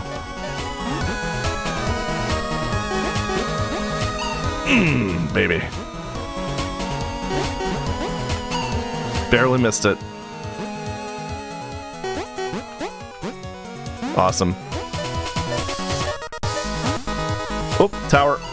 Tower redux. Or panic room. That works too. Ah. Okay. There's also a, interestingly enough, a mandatory orb along this route as well. How many do I have? 18? 18. I think there might be one optional one and then one mandatory one. So I think we're actually on the route to maybe getting all of them. Or I missed one in the overworld. Either way, not a huge deal. We got all the hard ones, so... Ah, well... Forgot that I had to manually flip on that one. Haha.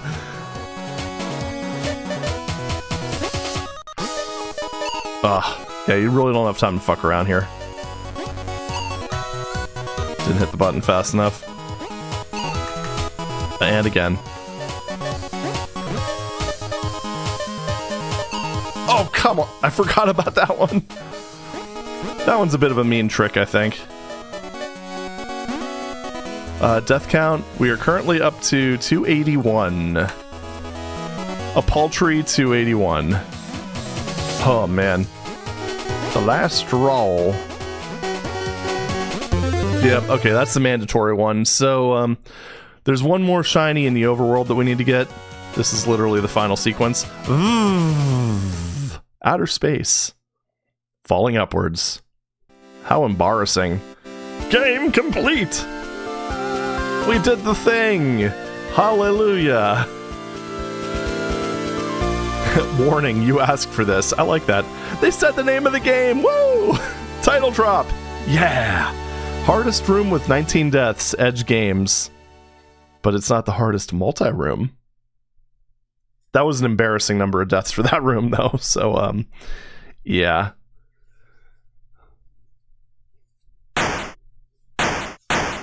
They found us.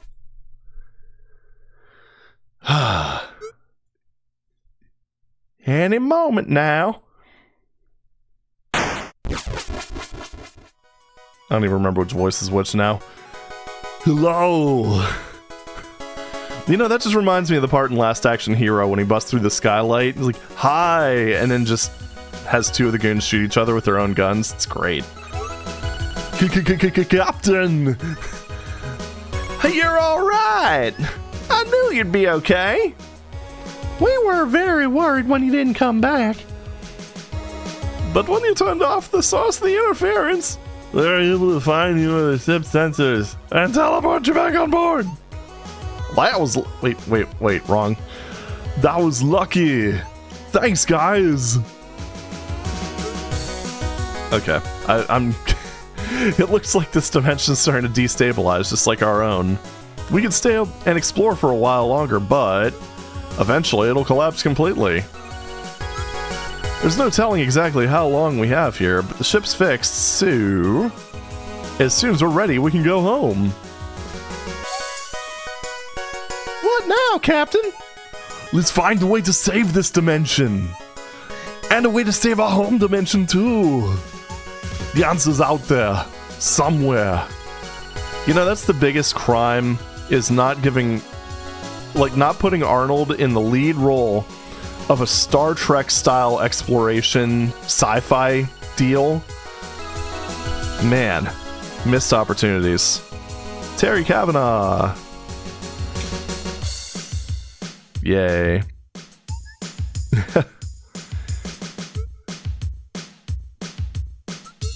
Oh yeah, patrons. Forgot about that whole thing. Bennett Foddy. Man, back when the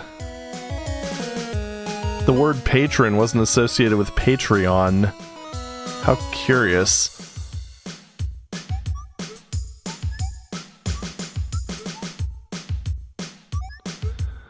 Hi. Man, suddenly, just suddenly reminded that I actually did end up getting all the, beating all the stages on Super Hexagon. Yeah. I mean, he couldn't have torn up the Delta Quadrant as badly as Voyager. Oh, man. Do the bonus challenge. Gotta get the last, thing first. I don't even remember. I mean, I know there's a few bonus challenges, but I think there were some. I think most of them were just involved with minimizing deaths on boards, if I remember correctly.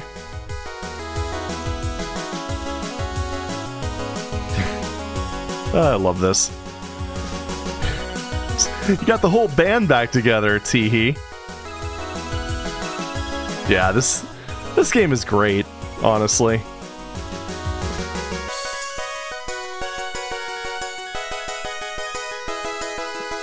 I'm old-fashioned, but I do love a thanks for playing at the end of the credits. Oh yeah, definitely. I don't think I was ever able to get 60 seconds in the Super Gravitron. Oh boy. I have no idea how many... I don't remember what my record was. If you want to keep exploring the game, do the continue thing. Super... I'm so bad at Gravitron, though.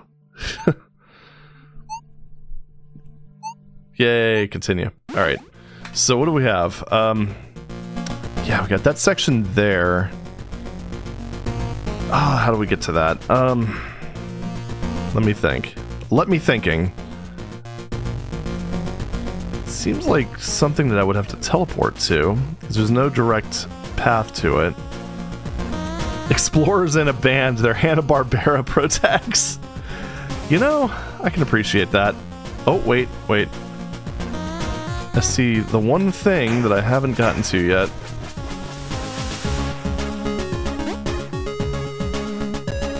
And I just missed it. I think this is... Oh, hell. Really? You're gonna do that to me? Terrible.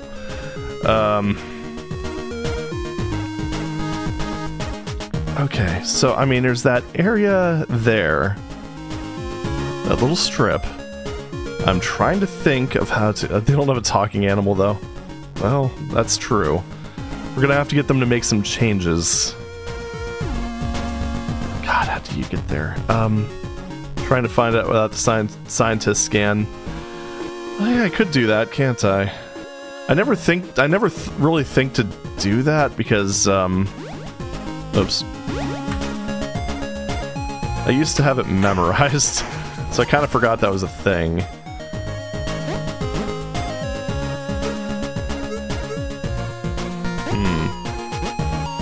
Man, look at all those shinies. One more. Oh.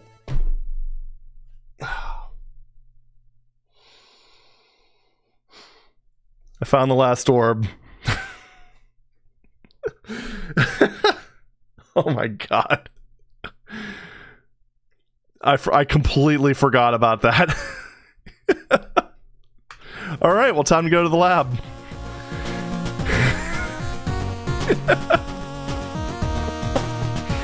Alright, seemed to be giving off a weird energy reading, so I analyzed it. And they're related. They're all part of something bigger. Oh, really? Yeah, there seem to be 20 variations of the fundamental energy signature. Wait.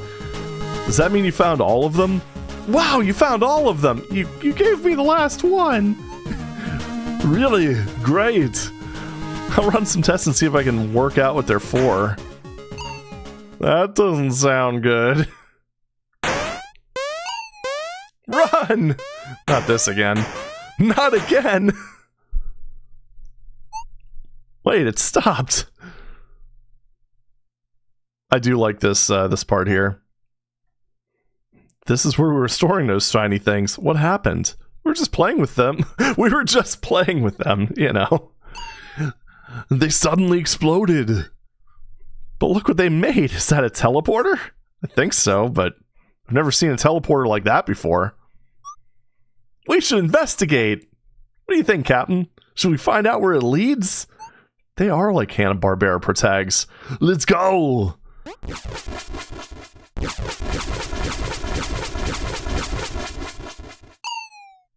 Oh no, we're trapped. Oh dear. How should we get out of this? This part's great. Combine! Why?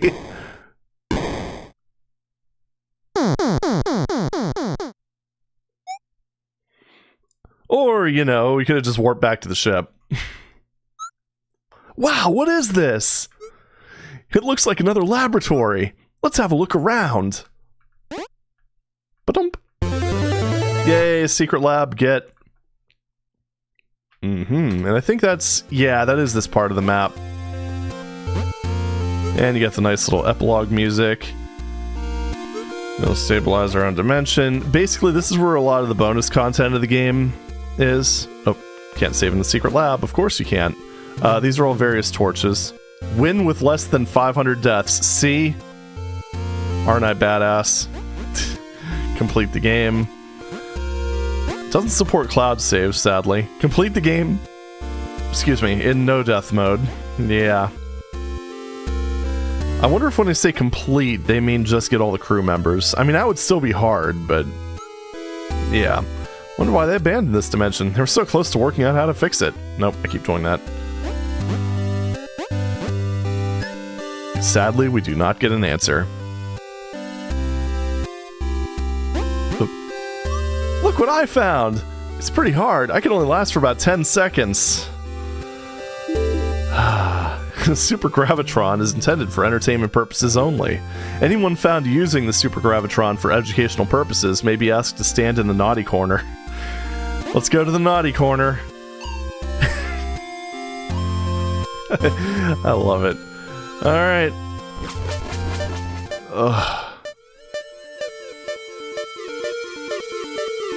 This is gonna suck.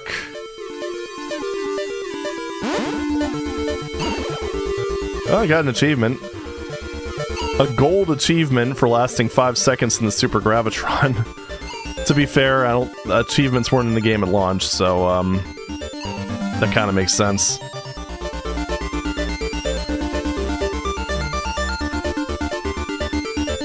Ah, piss.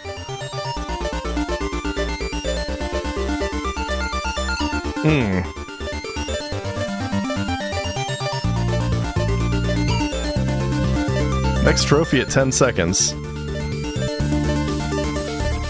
Yeah, it's funny because in most games that would not be considered trophy worthy.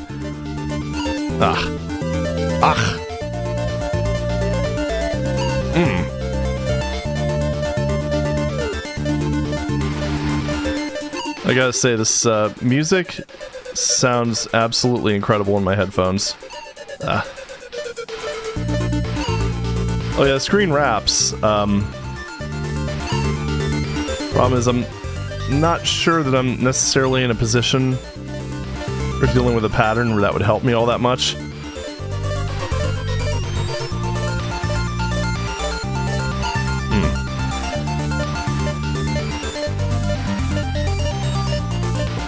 Oh, maybe there. That probably would have helped. These may be the hardest 10 seconds of your life. Oh, I was reading chat. That's my excuse anyway. It's always the other side. Right when you start to feel... it's like right when you start to get sort of a sense of comfort, then something ends up hitting you from the other side. Pretty much guaranteed. Yeah.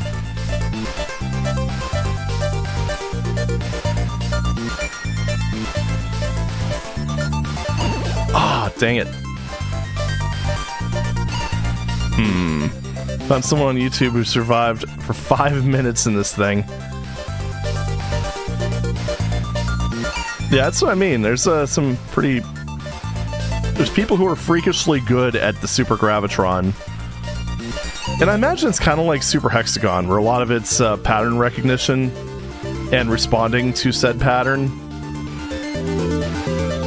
But yeah, it's, nobody said it was easy. I would like to get 10 seconds, though.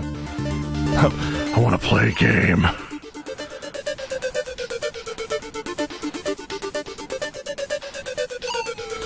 Captain Viridian, you've lived a trite and insignificant life. I don't know. I don't even know.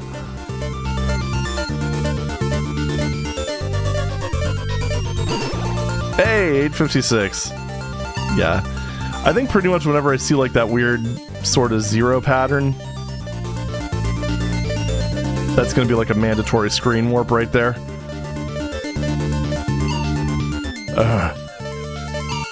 What? I really don't know what happened there. I guess the thing was like spawning from off screen while I was warping to the other side. That was weird. Too far to the right. In case that wasn't obvious. Okay.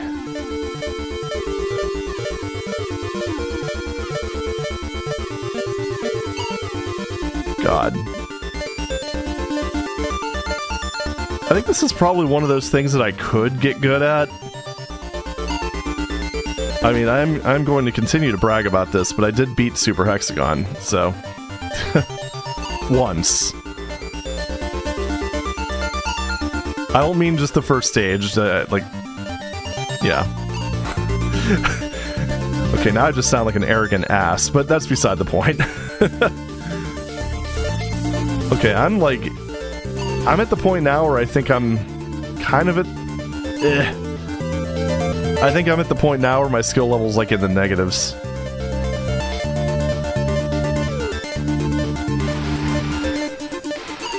Ah, shit.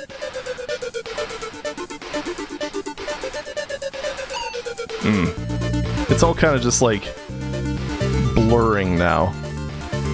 And my attention keeps shifting like away from the actual game. Probably not ideal, although it seems like I'm getting... never mind.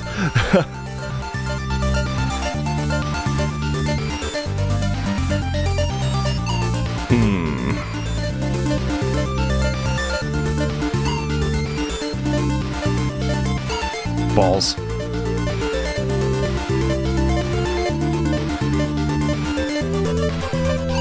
That pattern really messes with me for some reason. I don't really know why. Ooh, almost got that.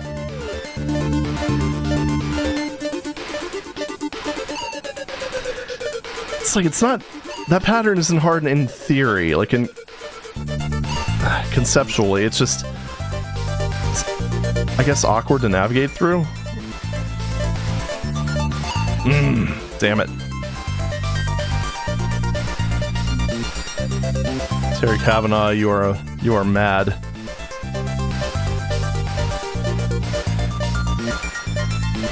Ah, piss.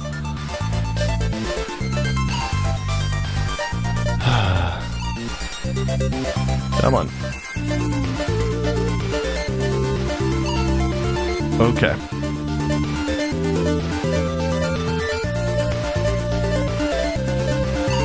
Dang it! It always gets me. Press IDDQT. Oh, if only. Nothing can save me now.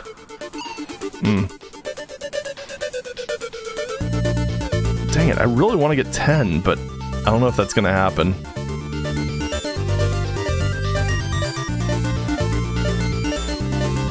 Ah, jeez. Wow, what am I doing? Yeah, id clip. Just go through the top and bottom lines, no big deal. Just go into the 5th dimension. Oh, jeez.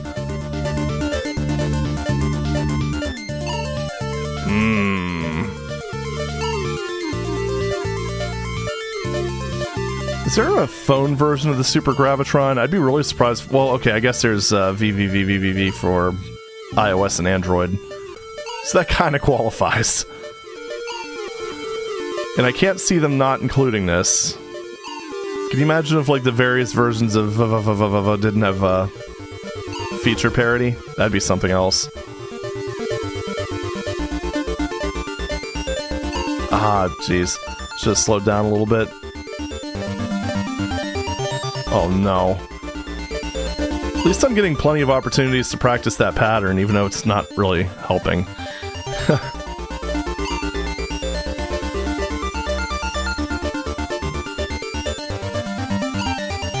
Ah, headshot.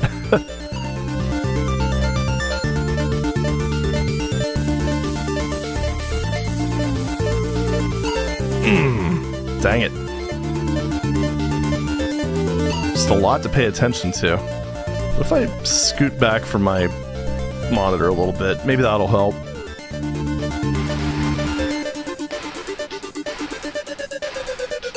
Nope.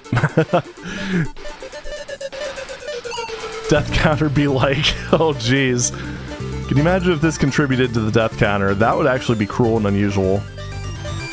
Ah, dang it.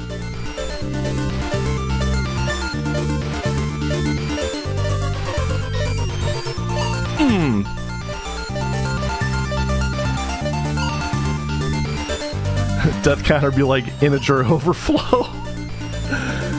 Accurate. Holy shit, 15 minutes of this? I can almost understand 5, but that's just madness. Hey! Made it!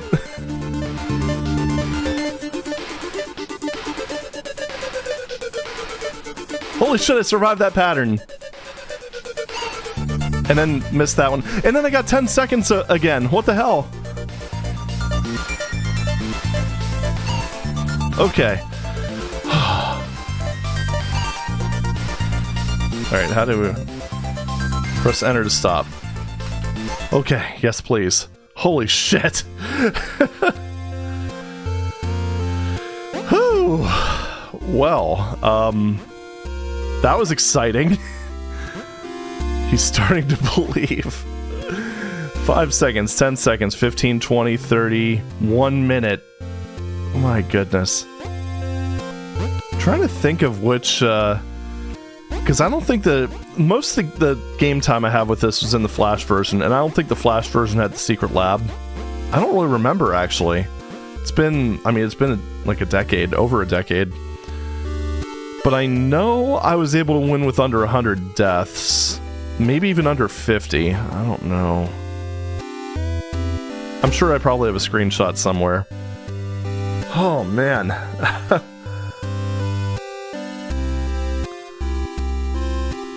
Let's see. Let's take a look at chat. I was able to see like some glimpses between attempts. This really illustrates the best way to do a hard game. You want the player going, I almost had it, one more try when they die. Yeah, pretty much.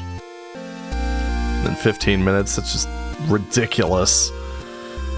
Whew. Normal Gravitron on no death must be terrible. Just a tiny bit. Oh, man.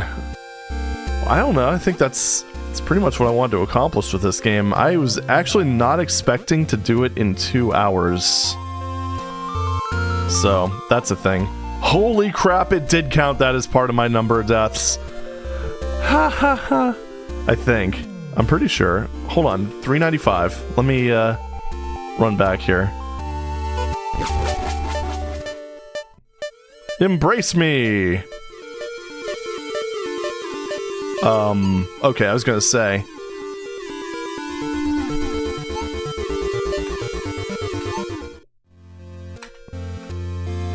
Oh yeah, it totally counts. That's awesome. Yeah, see, that's the thing. I knew it was a short game, but I was fully expecting, just because of the amount of time that it's been since I last played it, that it would take a little longer than that. But, I don't know. Still a lot that you remember, I guess, from previous... Excuse me, from previous attempts. Oh, time trials. Yeah. That's a thing.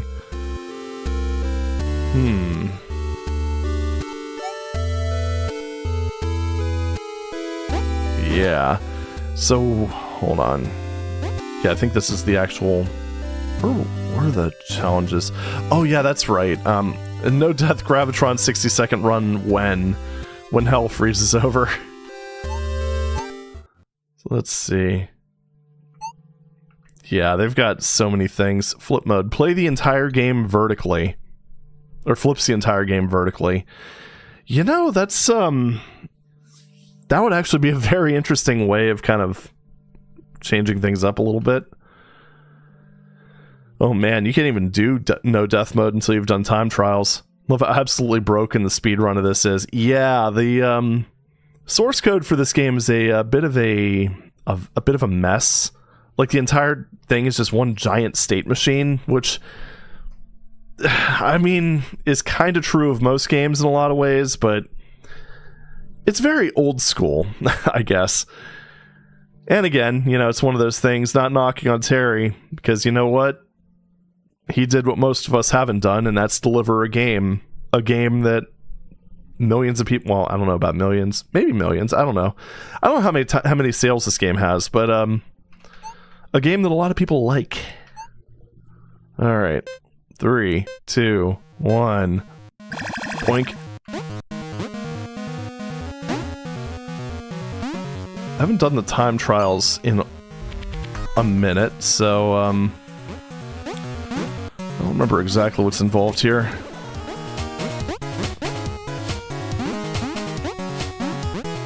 How well do you think I can do on these?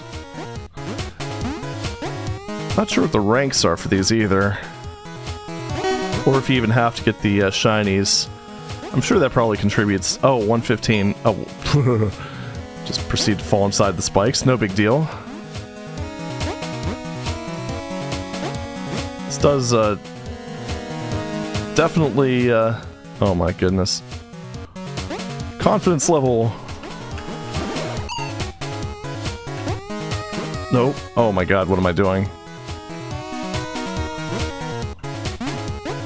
Oh, I guess you have to make it to the teleporter. Wow.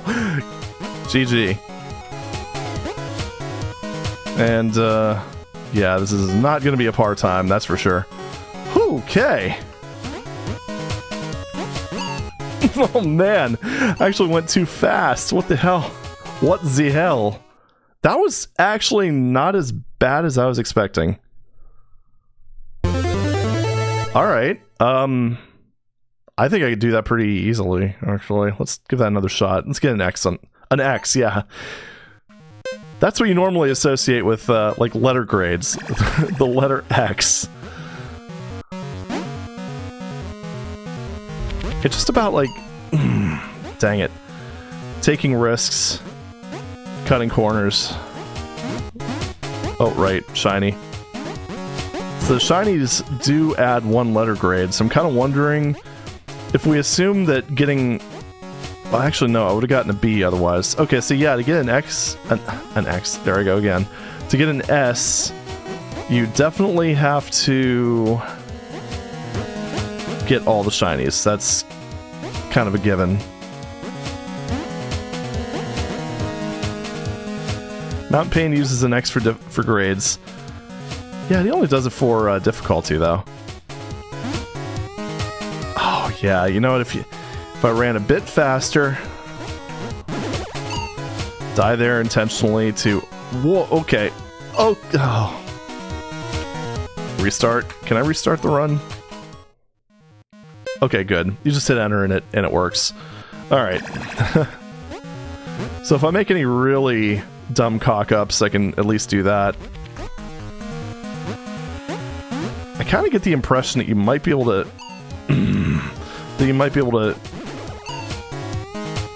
Oh, right, I got the checkpoint there. Joke's on me. But you might be able to get past that 3rd stop sign if your movement is, like, really optimized. This is me kind of forgetting a bunch of things.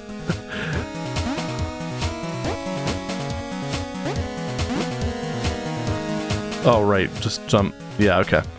There we go. Nope, you can't make that, so that's good to know. Wonder if there's any bonuses for, like, getting no deaths on these.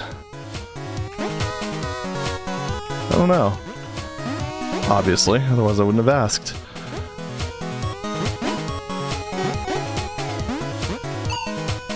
Really? Wow. That's, like, being precise in exactly the wrong way. Nope. That's a dud.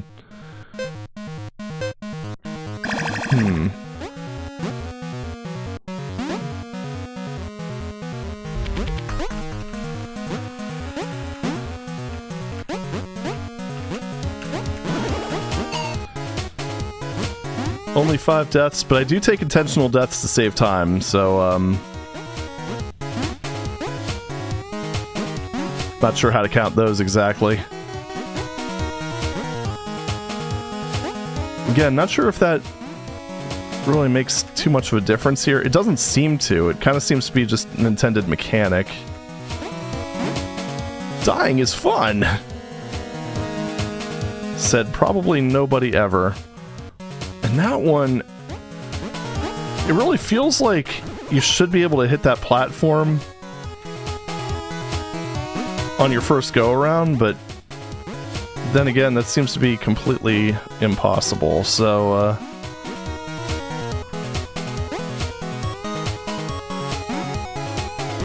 I think this will be within par time. Oh my god. Or it would have been. Oh man. Fuck. Alright. Come on. Let's do this.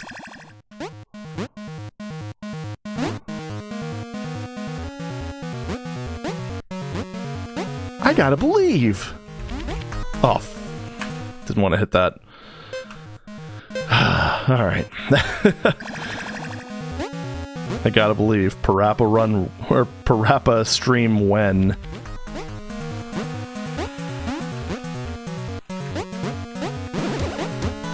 Wow. I managed to miss the spikes that I was trying to intentionally hit. That's, a special kind of skill, I gotta say.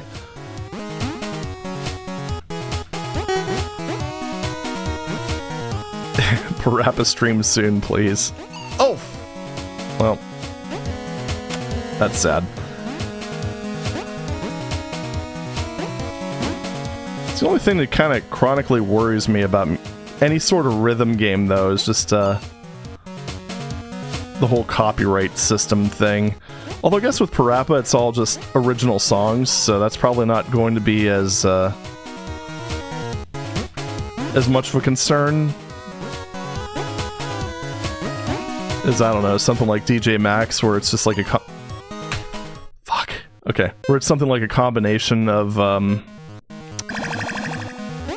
yeah. Oh, beating par plus deaths, or plus no deaths, plus all shinies equals V rank. Oh my goodness. Well, that just sounds exciting. But, what the hell was that? But yeah, anyway.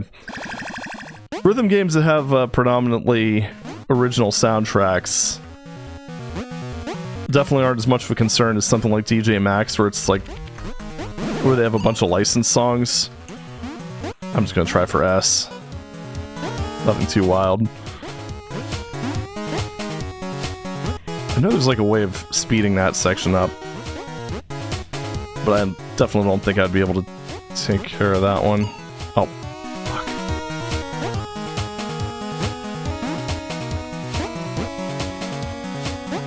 Okay. Gotta wait for a second cycle on this. Oh my god, I'm making really dumb mistakes. Oh boy. Oh, S rank is any 2, A is any 1, B is getting none of them.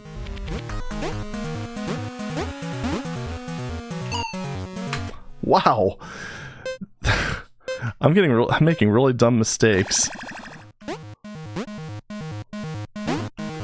Yeah, it's always been like one of the impediments I've had when it comes to just screwed that up.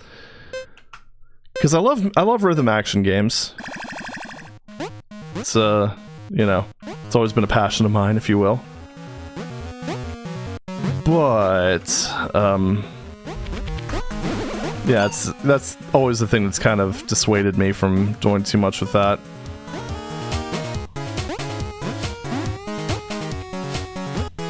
Okay. Here we go. That plus the, I mean, my skill level is kind of like on the upper end of average when it comes to that, so, I don't know. Be kind of a good chill stream, I suppose, but, definitely wouldn't be a skill showcase.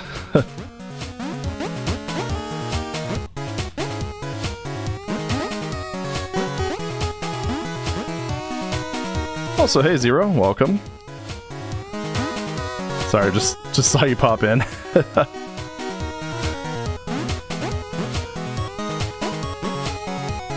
There we go. All right. Oh, man. Whew. Oh, well, thank you. Glad you enjoy them. It's I guess a bit of a departure for you know, from Doom for this stream at least, but yeah. I normally stream FPS games. I don't know, I just kind of felt like branching out this week. Maybe it's because I've been just too busy with the NaNoWADMo stuff.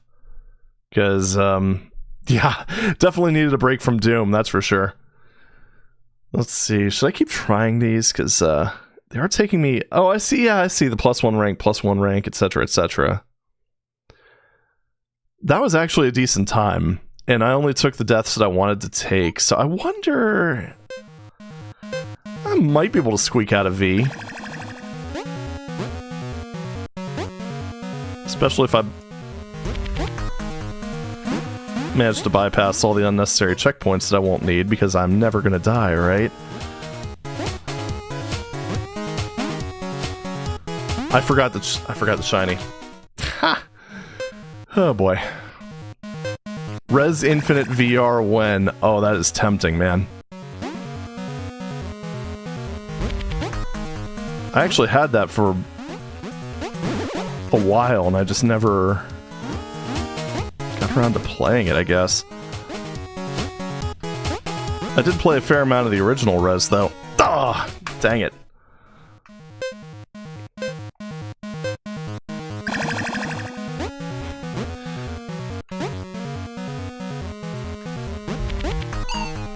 Piss. Alright. Whew.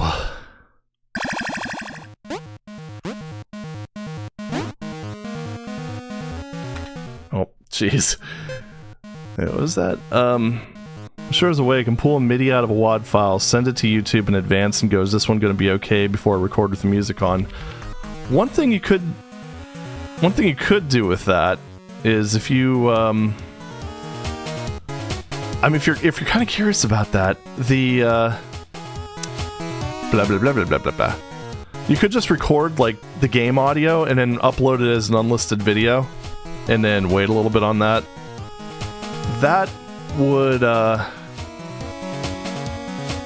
yeah, that should work. Then if it doesn't bring up any copyright claims within, like, pretty much after it's done processing, because it's really quick about picking that stuff out. And, yeah, that should do it. Stumbling over my words. It's too much Oh, screwed that up. I really need to one-cycle those stop signs. That's something that I never thought I'd say, but hey, you know. What the hell is that? Video games! But yeah, YouTube's copyright bots will... Yeah, they will catch your naughty copyright infringement on unlisted videos. I never, unfortunately, think to do that, and I end up in certain situations. It's like at the end of the Titanfall 2 stream, that one song that I was kind of thought sounded kind of very like IDM-ish was actually in the content ID system. So it's like, for less than a minute, they wanted to claim my entire stream. I'm like, fuck you. No. Alright. I'm just gonna go ahead and do the next one. But yeah, that's the thing that I think drives me nuts about that, because I mean, if it's like let's say Nightwish. If I'm playing a level that's using a Nightwish MIDI, and the entire level is using a Nightwish MIDI, I'll begrudgingly accept that, yeah, okay, revenue sharing is fair here. This is using copyrighted work. Oh, yep, Symphony X, that's another example. And yeah, I mean, even if it's just the melody, which I think is a little bit borderline, you know, sure, whatever. But when I have a 5-hour live stream, and it picks up less than a minute of a copyrighted, no, it's not fair use. That's not fair use at all. Fair use is for critique. It's not just background music. But yeah, when literally less than a minute of a 5-hour stream is copyrighted material, then that's just bullshit. Honestly, I mean, if they want to take like a fraction of a penny of the fraction of a penny that I'm already earning on it, then that's one thing. But yeah, it's like just, oh yeah, we get the full like 50% split. Yeah, no, that's ridiculous. Entirety experience is handcrafted, being experienced in a new creative way. That's sketchy. Really sketchy. The custom mini thing. Oh yeah, the monetization thing. Or the ad thing. Yeah, that's the other problem too. Because then you're making literally 0%. At least with me in the partners program, I'm making something usually. But no, I mean you can't just lift a song wholesale. And just make it with different instruments, or sequence it or whatever. I mean,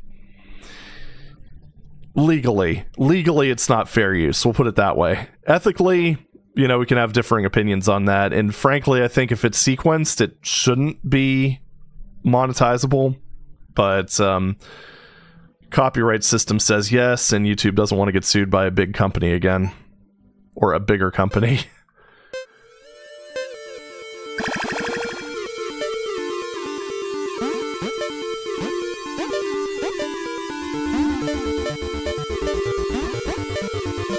Alright, so the laboratory. Oh, jeez. It just occurred to me that I'm... Oh, no. Oh, no. No, I don't want to do that one.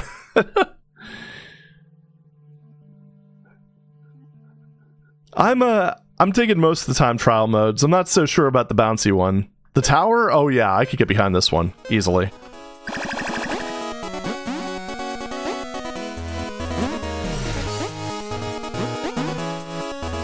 Okay. Easy does it.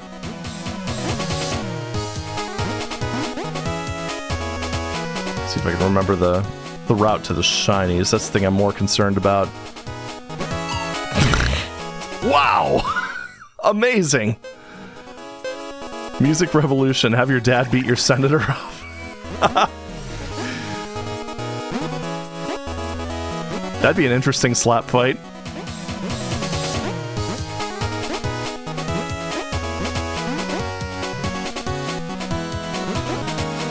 Ah, dang it. Ah! I know I don't have to restart on every death, but this is the tower sequence. I should be good at this. I've done this like 14 bajillion times because I love this section. And this one should theoretically be pretty viable, if you will. Kind of wondering how this is like a time trial. It seems to me like it'd be more of a, oh no, I screwed up. Boy, I'll tell you what.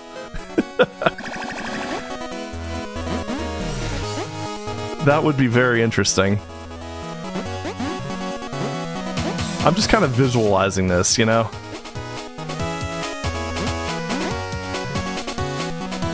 just there holding my cell phone up just to, Ooh, I did not expect to make that, actually.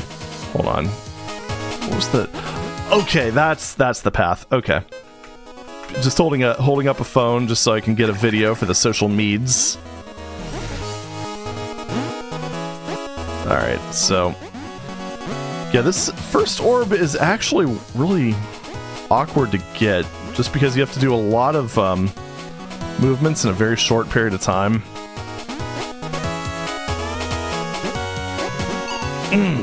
Dang it. Come on, let's do it! Wish you could bypass the 3, 2, 1. I don't know why, that stuff, it's like... It's such a... I mean, it's actually kind of a good thing for splitting up your runs. But it always drives me crazy. I just want to get right into it,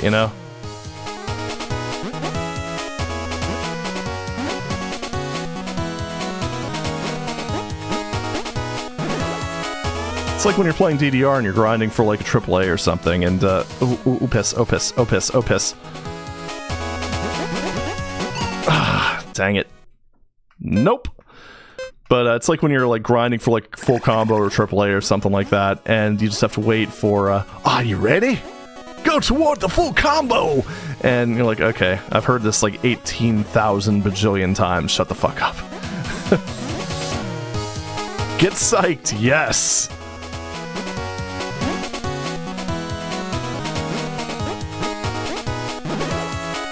Oh, mama. Yeah, this part is just a little on the mean side, but it's doable. No! Ah. Okay. Come on. Come on!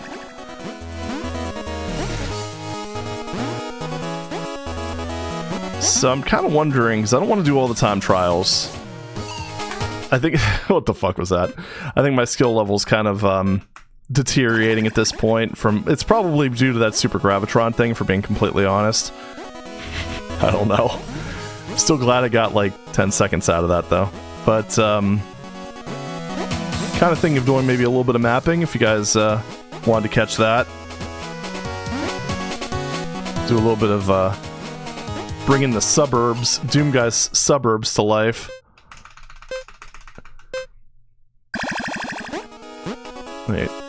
These three had a crazy long intro, and if you forgot to save before going into the first level and died, you'd have to watch all 5 minutes of it again. Holy moly.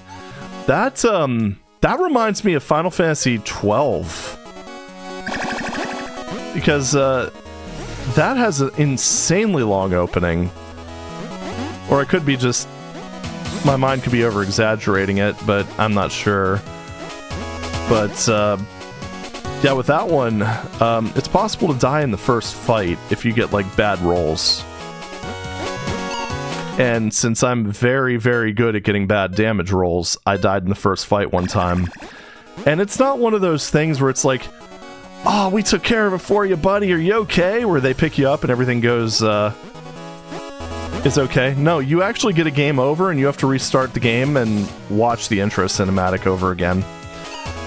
It sucked. And there's no way to skip it. There's no way to speed it up. Because it's an FMV. It was great. And it's especially funny when you consider what actually happens at the end of the intro in Final Fantasy XII. I'm not going to spoil it in case anyone hasn't played it, but yeah. If you know, you know. Yeah, see, I'm making really dumb mistakes at this point.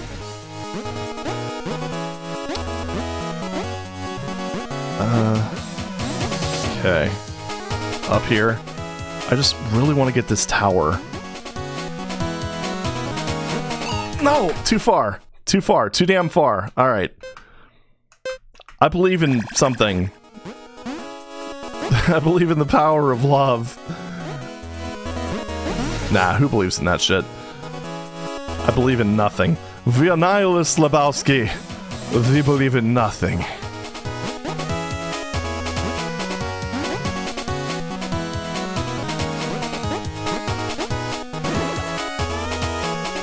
Okay. Come on, baby. Come on, baby. No! Ah!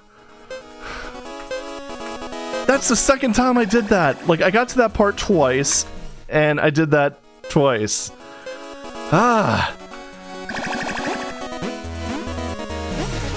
I might eventually make this just an, standard okay deaths run. I don't know. Oh man, that's so upsetting.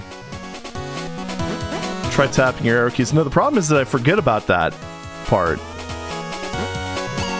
So it's like, yeah, I know what I have to do. It's just I have this false sense of security. Brutal Wolfenstein when? I have actually been planning on playing that at some point. I know Zio's put a lot of work into that, and what he has looks pretty damn promising, so would love to check it out.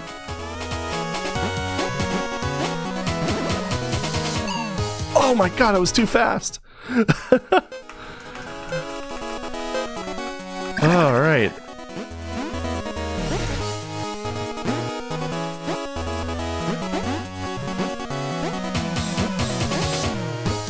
Okay, let's breathe. I actually need to remind myself to blink, that's the problem. Oh, man. It's on 7.0. I haven't played since 1.3. Wow. Well, it's cool that it's under active development.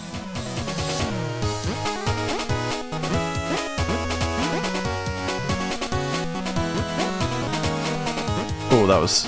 I thought that was going to be a death right there. Well, I don't disappoint. Oh, man. Alright. I think I just need to calm down. I think that's kind of the key thing here, because I'm making stupid mistakes. Not exactly a, one of them there speedrunners or experts. Okay, there we go.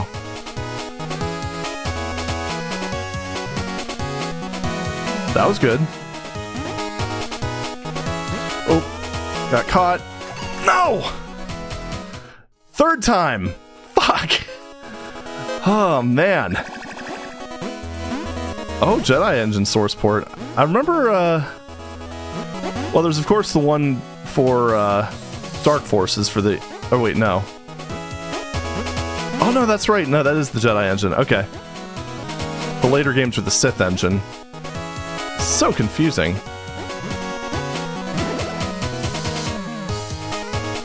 Man, this... Honestly, I like how this part does force your speed. It forcibly limits your speed.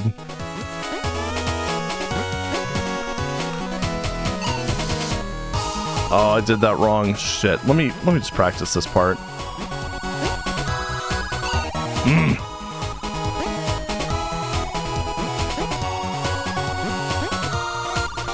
There we go. Okay, well, that's as good as it's gonna get, I think. Let's give it a shot. Never actually played Outlaws. Well, I played the demo of it. I never actually played the full thing. Although Civi's video definitely made me interested and intrigued and all that good stuff. Ah, piss. A little too far to the left there.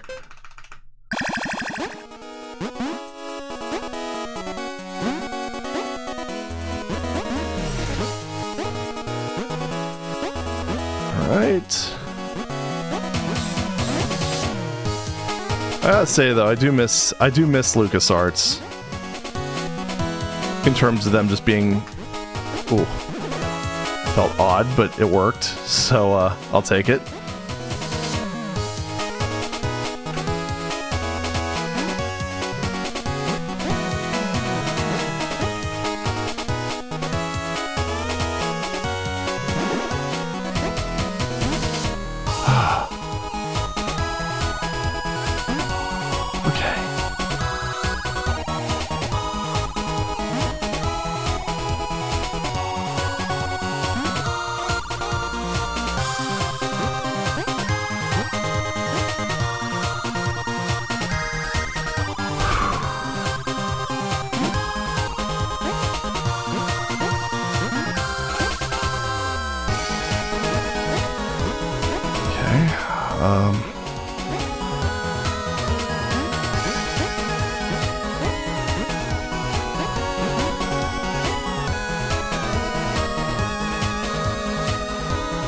God, that was close.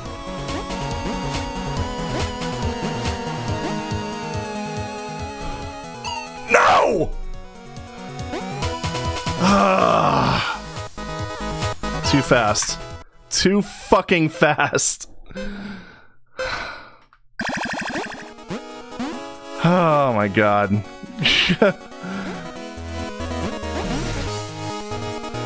Alright, well if I did that once, I can do it again.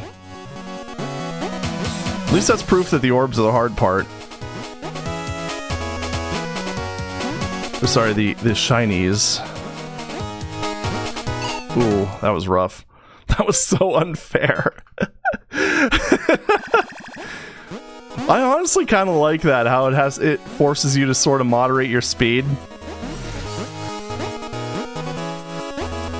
I mean, it's just, I don't know. Because in most auto-scrollers, it's like, you could just kind of... You know, you don't really have to care about how fast you advance, just as long as you're not too slow. I don't know, it's kind of a nice way of changing it up, I think.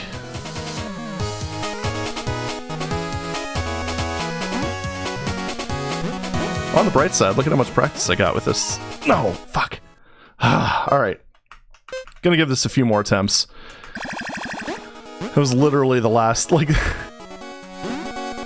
in that, like, most successful attempt, that was literally... I was, like, literally right at the end. Right at the end. Like, that section that I died in, that I jumped the gun, that was the last platform.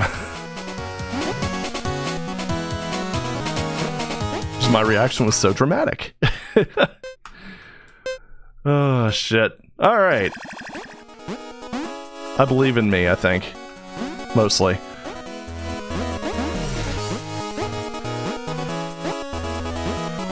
Okay, oh. Keep going up. Going up. Go on up.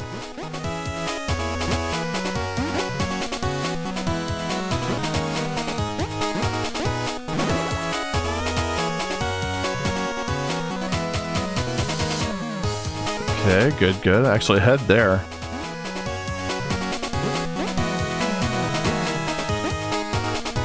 No, fuck. Not far enough that time. Castlevania 3 had a few sections like that where the screen scrolled down. You would die if you went too fast. Oh, okay. Probably a direct inspiration, really.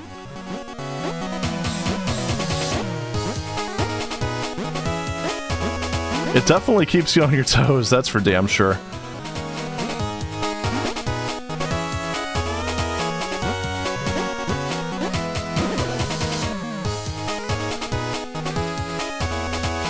There we go, okay. Whew. I just want to get one V rank, that's like kind of my thing. Oh, that was, oh. Baby! I do like how the spikes are kind of visible, like when you get a little close to them. Just like being super menacing. Kind of a nice little touch.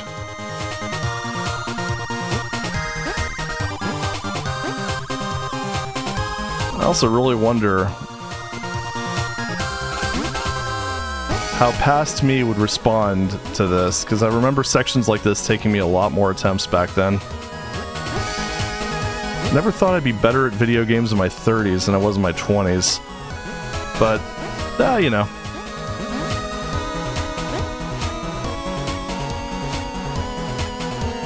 No! Fuck!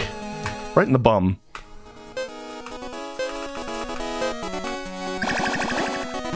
Jeez, oh man, who would have thought I'd be grinding this out, of all things? Actually, one of those things too that I was kind of thinking of doing at some point. Revisiting some old Doom levels that I played like earlier in my YouTuber career, or I can't really call it a career, can I? I haven't even got my first paycheck from them, but my YouTube journey. Oh man, yeah, fuck. Forced it too much, but yeah, I was kind of thinking just maybe one of these days just like streaming, like, I don't know, like Sunlust, Speed of Doom, something like that. One of those things that I played kind of early on, just to kind of see how my approach changes, because I mean, when you really look at it, I was fairly green when I did my Sunlust playthrough. And, I don't know, I haven't really played it since then.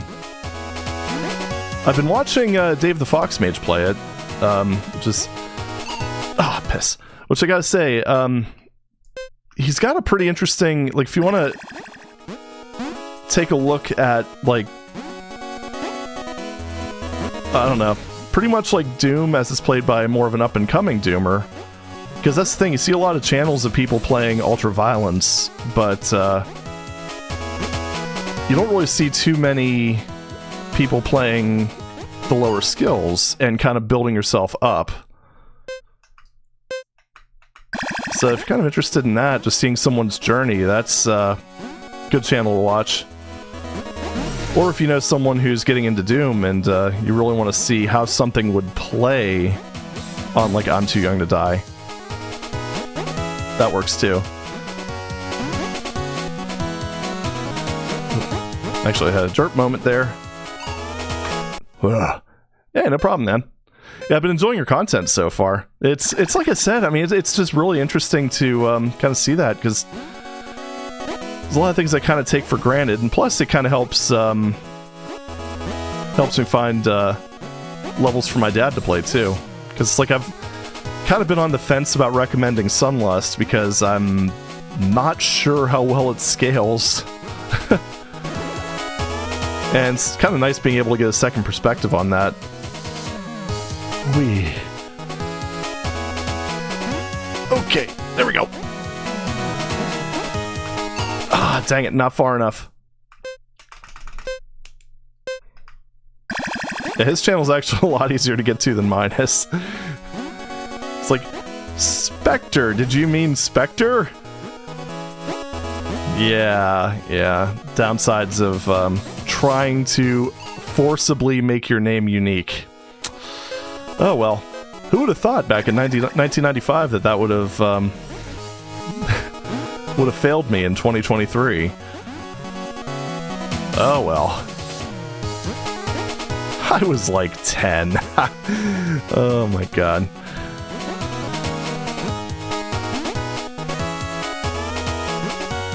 Nope. Ooh, pulled that out of my ass. Out of my ass. All right.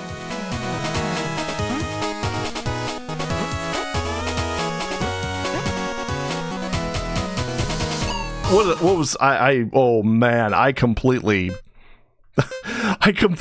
freaking just blanked right there. Oh wow. It's a shame because like I had that clutch moment. Maybe I was just blinded by my own hubris. I'm like, yeah, I got this. I don't need to move anymore.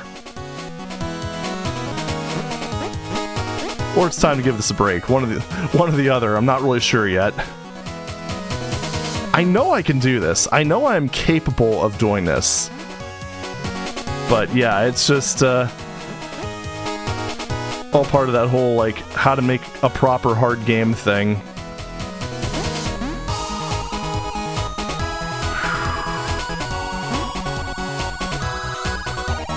Okay, there we go. Easy does it.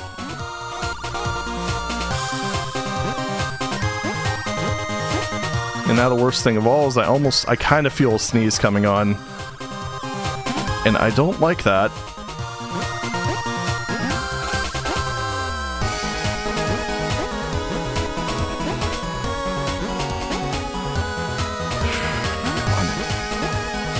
Come on, baby.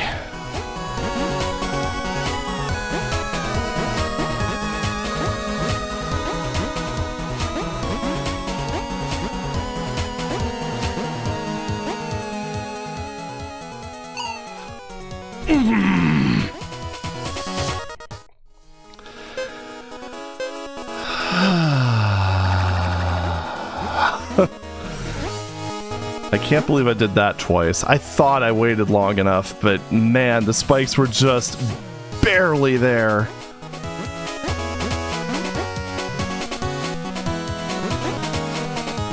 Then we can get on to mapping after this. Because I think by that point I'll definitely need a break from this. Although I'm not having a bad time, I'll say that much.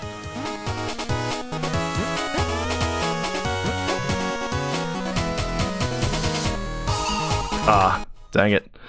Whew!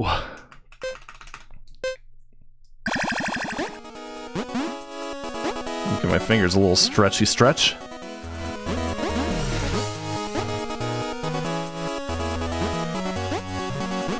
Right. Ah, slipped. Fractured worlds. Yeah, that was a, that looked like a trip. I haven't watched Vitan's videos on that one yet, just because I want to experience it for myself in some capacity before I do that.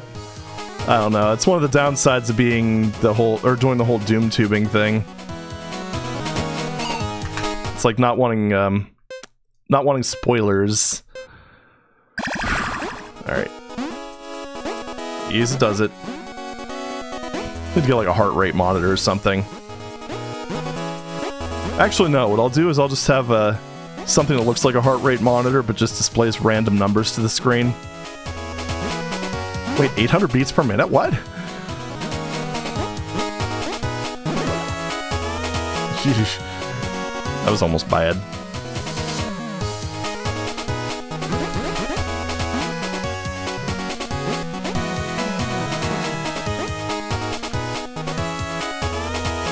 Okay, there we go. Hard-ish part done. Now I just need to not screw up the easy-ish part. Which is, funny enough, really, really freaking easy to do.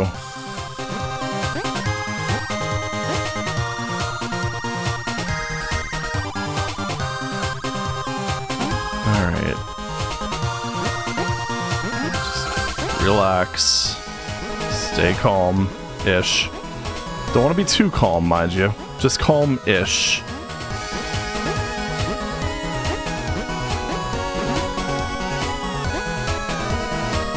Thankfully, this area looks a lot worse than I think it is. Aside from that final jump to the end, that's very easy to screw up. Yes! I'm a man!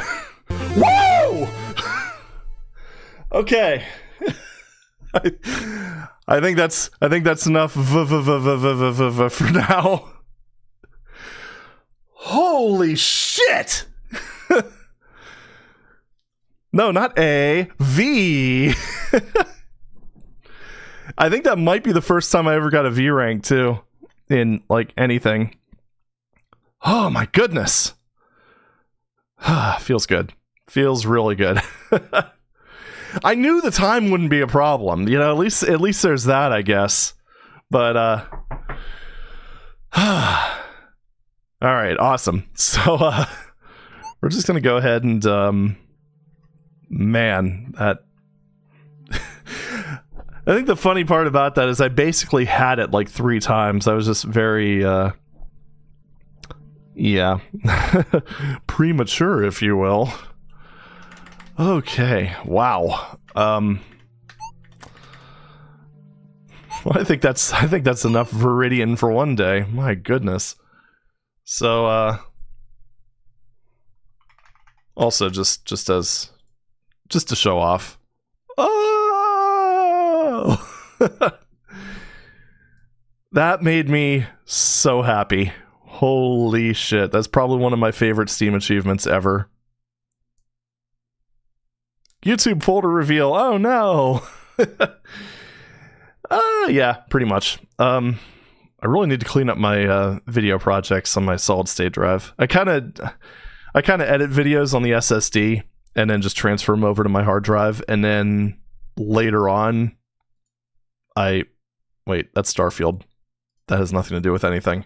And then like later on I move them over to a NAS. Good stuff. Good stuff. So yeah, that was Super Hexagon. Also, pro tip, I think I showed this off before, but one thing I highly recommend doing, especially if you do daily videos, keep track of everything. It makes things so much easier. Starfield owner unsubscribed. You know, the best part about my copy? I didn't pay a dime for it. I got it like I got it as like an AMD bundle with a framework laptop. I'm like, might as well, right? I've actually been enjoying it. It's not bad. Let's see, do I have anything okay. Nothing too crazy open here. Oh man, it's been a busy week, but things are coming along. I've got my over-designed oh, you know what? Let me actually bring OBS over to this monitor. That way I can actually see chat. That might be a good idea. And my studio window. Or not this desktop, rather. Okay. Where am I? Well, hey, there's my studio thing. Yay! Alright, so here's my over-designed monster closet. Yeah. I gotta say, though, it works very well. I did cut down the number of imps, though, because that was a little bit silly. But pretty much the concept is they go over to this line def, get teleported here, and then if they hit that, they get teleported up there. If they hit that, they get teleported over there. Because one of the issues I've kind of historically had was just them bypassing the line. It's only about 180 something. No big deal. But, yeah. Let's make it sound 186, that's it. This map is technically completable. This is the first little template house that I ended up making. Took me a while to come up with a design that I really liked. So, yeah, double garage door. It's actually a really small house when you look at it. I should probably cut the garage door size in half. But yeah. Windows and stuff.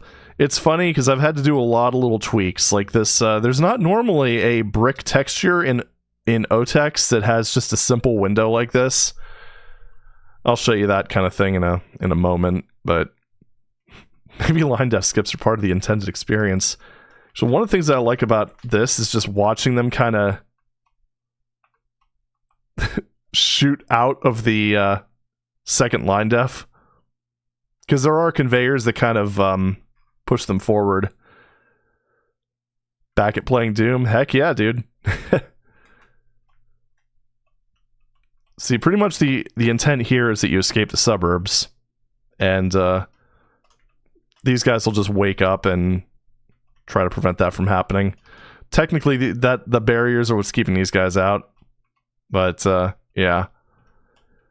I'm thinking of doing a little bit of weapon rebalancing here because I kind of feel that the shotgun should probably do more damage and fire slower. Cypec kind of ended up making a comment on one of my NaNoWADMo update videos, kind of alluding to the fact that this is probably a little too close to the other automatics. And yeah, you know, after testing it a little bit more, I tend to agree. So probably going to go ahead and change that around a little bit. The other thing too, because like I want this to be more of a Hell Knight killer, not so much a versatile. Okay, that sounds a little bit wrong, but I want it to be a little bit less of just a something to mow down crowds. I want these two weapons to be for that, because I mean, seriously, look at that. And similarly with this, I kind of want it to be able to have a little bit more crowd penetration power. So I'm thinking of just making it so that the bullets do half the damage they currently do and have two of them. That way, if they end up killing something, they'll just go through and go to the next target. And then this weapon actually feels pretty good, I think. Just the basic rifle, the starting weapon, and then there's the pistol. Love it.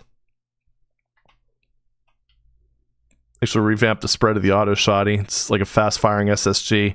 That's one of the things that's really nice about MBF 21. Let me bring up my fancy schmancy code window here. So, this is kind of my project folder here. I have a lovely little thing. Well, first of all, these are all like the little modified OTEX textures I've done, plus the glass texture from Ancient Aliens, because why not? Actually move... Oh, okay, that's right. And then this is just the definition for all the OTEX stuff. Oh, cool. Well, thank you muchly. Figured I might as well do some NaNoWADMo stuff. But one of the things that's kind of nice about... because I'm using Mtrop's Doom Make, and as well as his suite of Doom tools. And one of the things that's kind of nice about that is he has a decorate-like language that kind of allows you to make more of a portable dehack type of thing instead of having to directly modify states. So, for example, let's see, weapons, auto shotgun. I can actually set up the states like this, and it'll set up all the numeric values for me. Like, it'll generate... do I have my build folder here? No, I don't.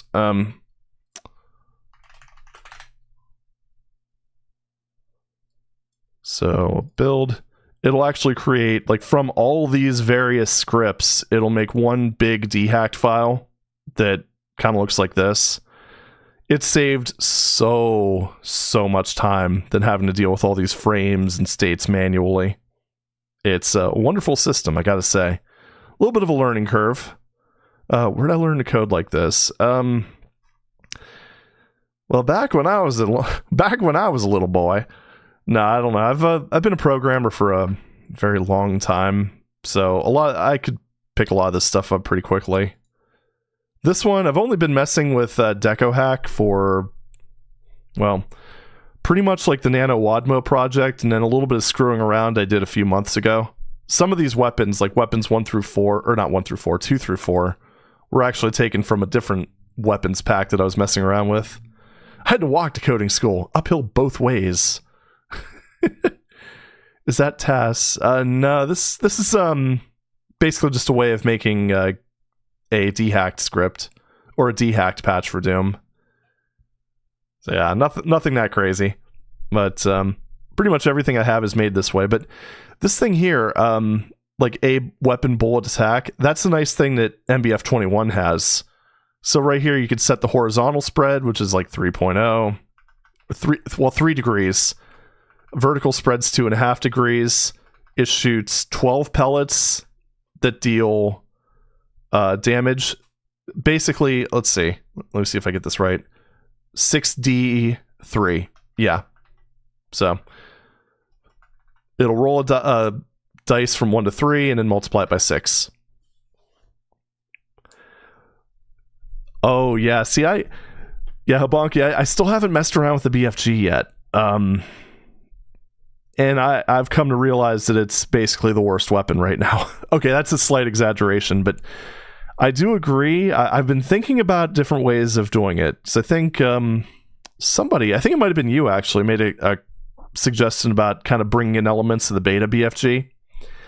And I have been actually thinking about doing that because it just sounds like a lot of fun. I don't know. Modern computers obviously wouldn't have a hard time handling it at all. But the thing is, I'm kind of debating at this point, do I want to make it so that it requires like an absolutely obscene amount of ammo, but it'll clear out like an entire arena? That's kind of what I'm leaning towards, honestly. But I don't know. I haven't had a chance to really look into balancing it in any sort of meaningful way or developing that.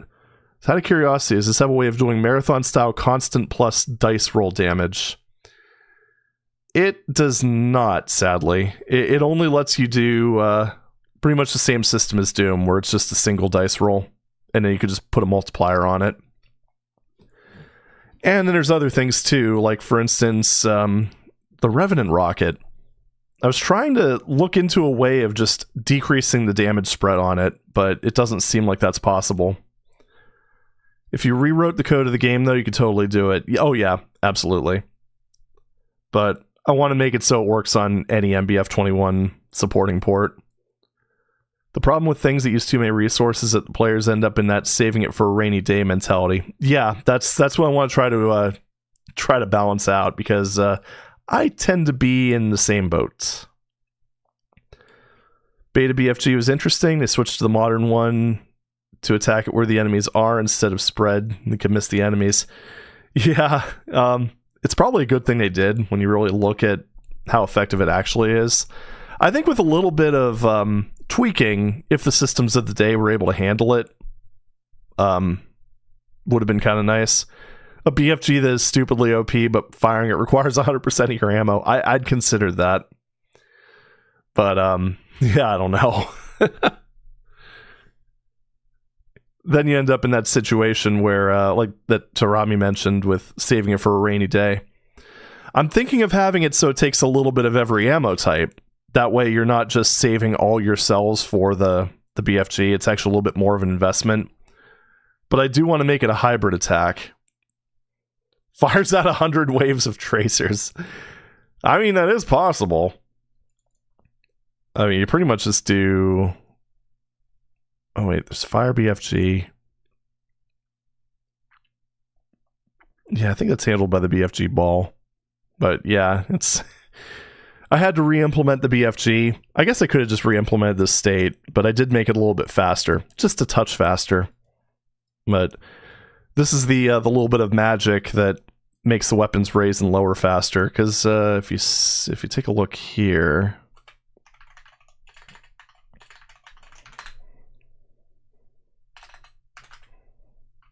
I don't know how well I showed this off, but see how much faster the weapons come up? Yeah, makes a pretty big difference. The BFG is only a few frames faster, so it's hardly noticeable with everything else being as excessive as it is. I doubt it'd be possible, but it'd be fun with an ultimate weapon that was kind of a lightning gun that jumped between enemies and dealt more damage the farther apart they were, up to a max range. I made something like that in Quake, actually, and it was a lot of fun. Because I remember one of the things in Quake that was originally sort of thrown about was the chain lightning gun. So I kind of implemented like my version of that, and it was a lot of fun. It was kind of like a room clearing thing. It just used a lot of cells. Don't think I have that anymore, sadly. Wish normal Doom switch weapons that fast. Oh, I know the feeling. Trust me. See, I think... Yeah, I do want to make this garage door like half length because this house is kind of a little bit on the small side. Chain lightning gun did get implemented in Quake 4 though. That's true, yeah. Let's see, I think about half of these. Join those together. Collapse the vertices. And drag all of this up here. That's a bit better. That's a bit more reasonable. This is going to be a... Well, probably not going to use it very often because it's a bit big for most of the lots. I kind of separated all these out. I don't know. Maybe I might make fewer plots. I'm not sure yet. Since you have several crowd mowers, I'm thinking it would be something that works better on sparse crowds than those do. True. Well, it's oh, I don't mind the backseat designing, although that's kind of a harsh way of putting it. Because really at this point, I'm not 100% sure right now what I want it to be. So I like hearing the suggestions. I will say one thing with that is if I did also make that a crowd mower, boy oh boy, there would be it would be the best crowd mower. I think that's kind of the other thing too. Weapon from Q-Zone called the HFG, which when it shot or when it hit the enemy, it caused them to bounce up and down increasingly more violently until they jibbed. That is amazing. Should add a little park in the center of the neighborhood. I was thinking about adding a park somewhere. I do agree that would be cute. Center would probably, yeah, now you mentioned it, center would probably be the best part. Maybe I could just use like this area here. Yeah, that'll be good. All right, old side scroller that had an ultimate weapon like that. UN Squadron cleared anything on the screen, but was crazy expensive, and even the best plane could only carry a max of 2. Yeah. The Serene Park with a brutal ambush. You know, now that you mention that, maybe that's where I want to put the blue key. Although then again, that's a little bit too close to this area here, I think. I don't know. Something like a dog park, only it's pinkies. I like that idea. Oh, that is another thing too, is because this is kind of just this big, wide open space, I put in a few sound zones. So like, there's a bunch of little line defs here that block sound now. Pretty nice. Still need to detail all this stuff. I think I showed it off in the latest video, but the garage door can be opened. I added co-op starts for the hell of it. Player 4 is washing the dishes, and player 2 and 3 are watching exciting TV. BFG with no tracers, just a giga damage ball. You know, on top of that, you can also... There's another thing with MBF as well. The RIP property. Let me see if I can show that off. Actually, yeah, I can. Quite easily. let me go ahead over into my weapons thing. Let me just go ahead and add it to my plasma gun. I thought it was... Oh, plus, right. My bad.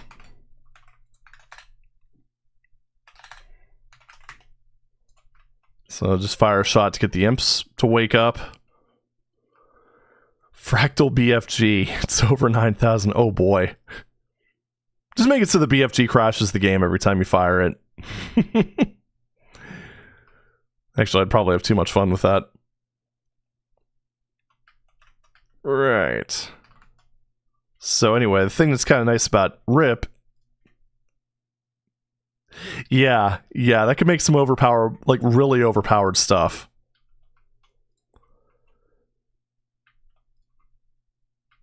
So I mean, that's an idea for the BFG. Make it some sort of like Ripper cannon that just uses a lot of ammo, does heavy damage.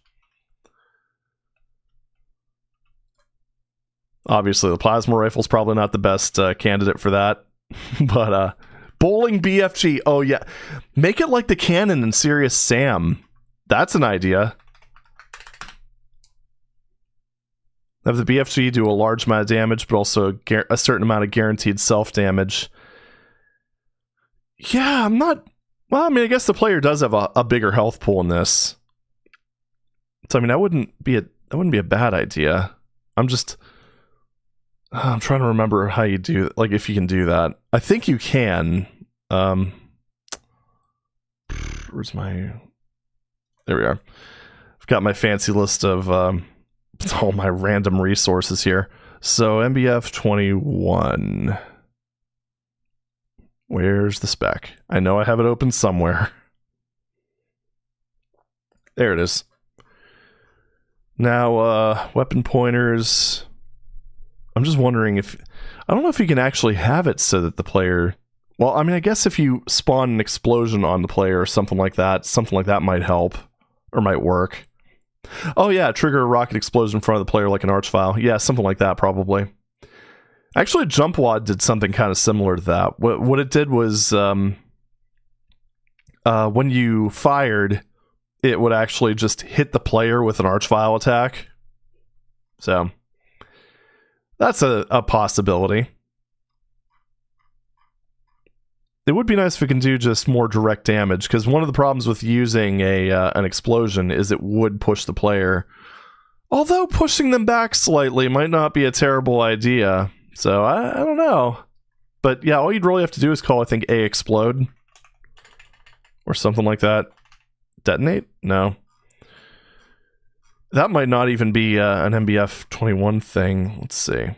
Where's my... Deco hack, point of reference.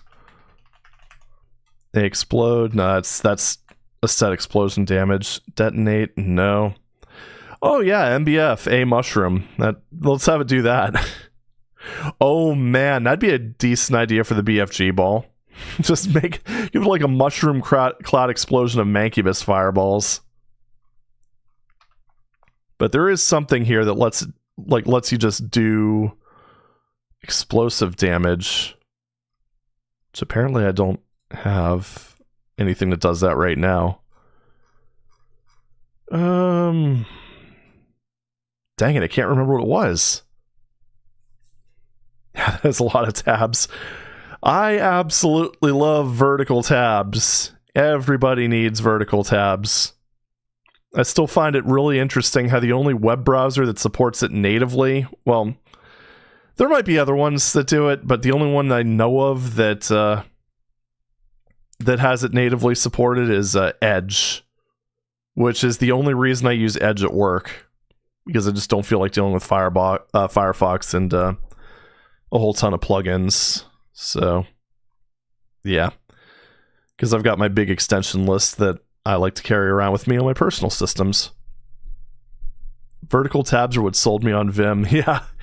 Visual Studio has them now too, which is kind of nifty. I still use Sublime for my general text editing, but yeah, it's just one of those things where I can just do like that. It's really really convenient. But, ooh, you know, I'm going to need to make sure of something. Noise alert. I need to make sure that that's actually working on the custom weapons. Actually, no, it totally is, because I've been using the rifle to do that. Vertical tabs might be a good idea for monitors that are taller than they are wide. I would go the opposite direction, honestly. Because I mean, if you're using a widescreen monitor, you have less, or you have more horizontal space and less, well, not less vertical space, but an equal amount of it. All right, what was I looking at? Oh yeah, you can impact the. Yeah, you do have the A scratch thing. Finally, want to live the dream of an ultra-wide monitor with 5 chapter files of a story up at once. Oh man, I mean, we're kind of getting there. Is it possible to make a bouncing, exploding projectile like Blood's napalm launcher's secondary fire? I don't think so. I don't think gravity is really a thing that you can do. Not even in MBF21. I could be wrong. I haven't really explored it as much as I probably should, but I haven't seen very much that actually covers height. And, oh yeah, okay, here it is. That's the one I was looking for. A radius damage. Generic radius damage attack. So yeah, monster melee. That's the one nice thing about MBF21 is it does have the whole base and dice. The previous versions generally just had, you know, I'm gonna have to actually look at that. Where's the? Yeah, see, that's the thing is I don't see anything for projectile damage. That all just uses the normal Doom calculations. It's kind of unfortunate. MEDB. Oh yeah, that's right. I'll have to look into that at some point. It's also a possibility that could be MBF as well. Because MBF added some really weird stuff like a mushroom. So you never know.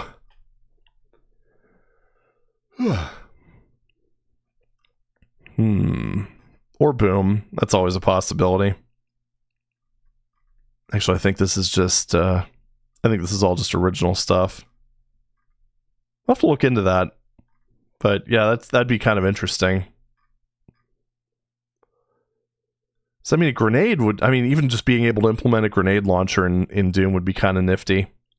Because that's honestly one of the things that I really miss from Quake. If you go really wide, you need some kind of split. You kind of need to split it into 2 logical monitors. There's some software means of doing that, but the biggest problem is that generally doesn't work with games. There is one ultra-wide monitor that I've been kind of looking into. It's what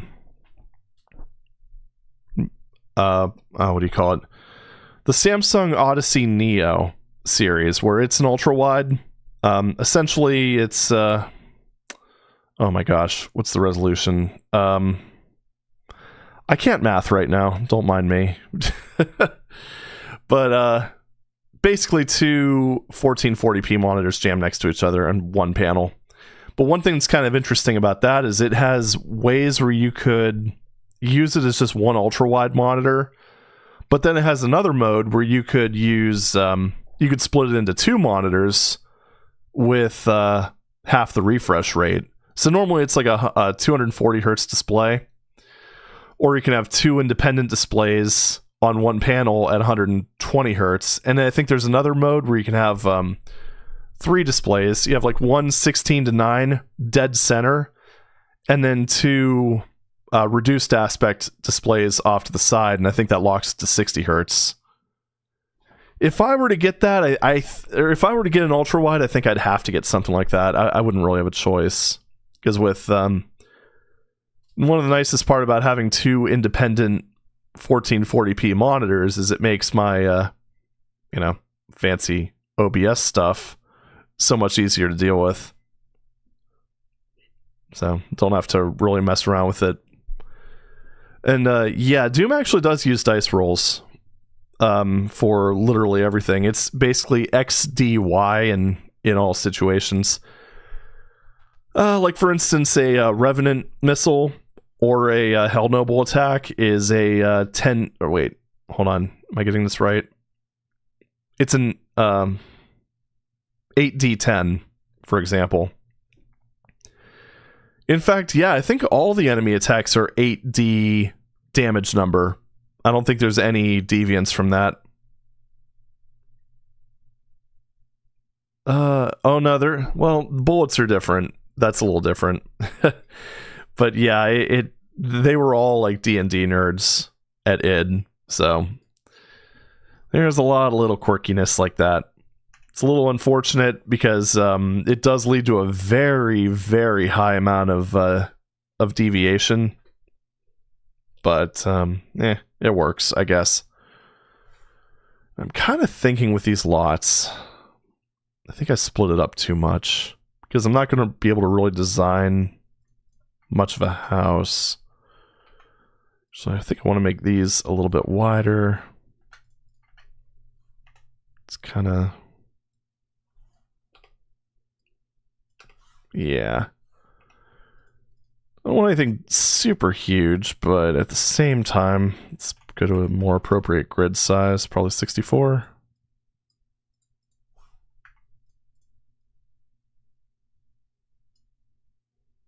Oh, one more. Yeah, I think that...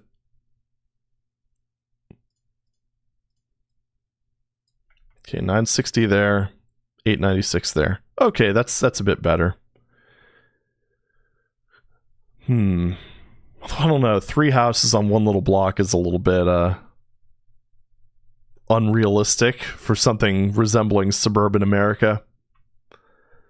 You could have houses with basement entrances. You could use silent teleporters to go inside of. I have considered that. I'm probably going to keep it limited though, because just due to time constraints. That might be something that I flesh out more in like a final version though.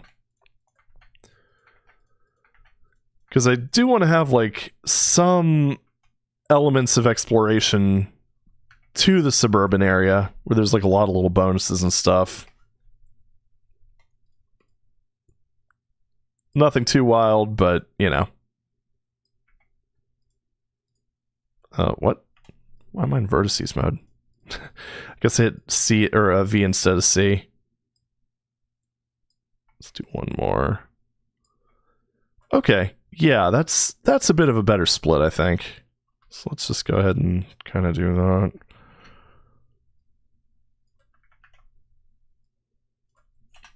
Yeah, buddy. Yeah, that lot size is a bit better. Let's do the same thing here and here. Whoop. Oh, those lots are smaller. Damn it. Well,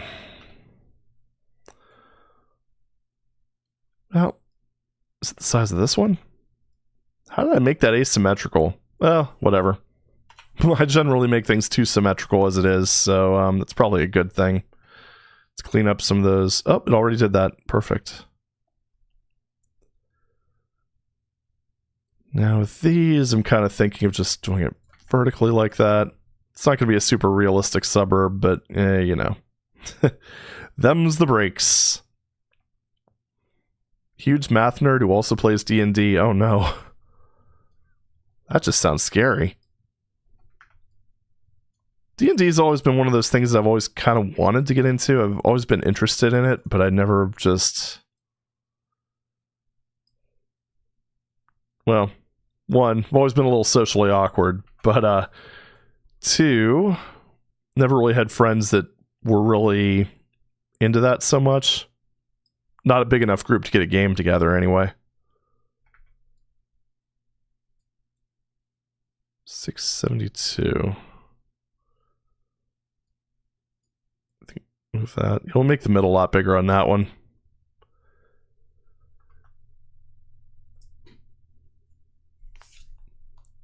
Too symmetrical. It's a really hard thing to break, honestly.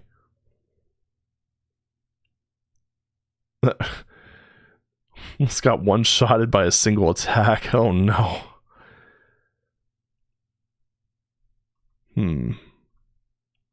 Oh yeah, that's the other thing too, is that I tend to be more of a sci-fi nerd. Everyone I know tends to be more of a fantasy or like Warhammer, stuff like that. Just gonna doing quick texture alignment pass since I'm sure that got knocked off a little bit. Kind of wonder if I should make those bars higher, because right now it just looks like the imps should be able to climb over them. Yeah, we'll raise them a little bit. I'm also kind of wondering if maybe instead of having like 5 thick bars with 2 C's, should just have like more smaller bars. We'll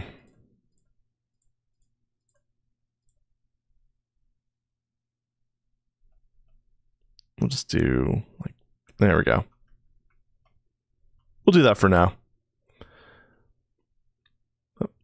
Alrighty.com, thanks for stopping in. Hope you have a good night. Draw a banana. It's the best way to break the symmetry habit. Okay, well.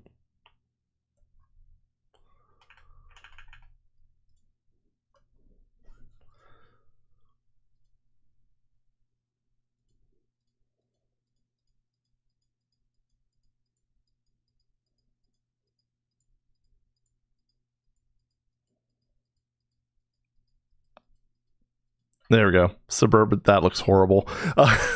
Suburban banana. No, we're not. No. Okay. It's honestly not a bad idea, though. Any sort of organic shape.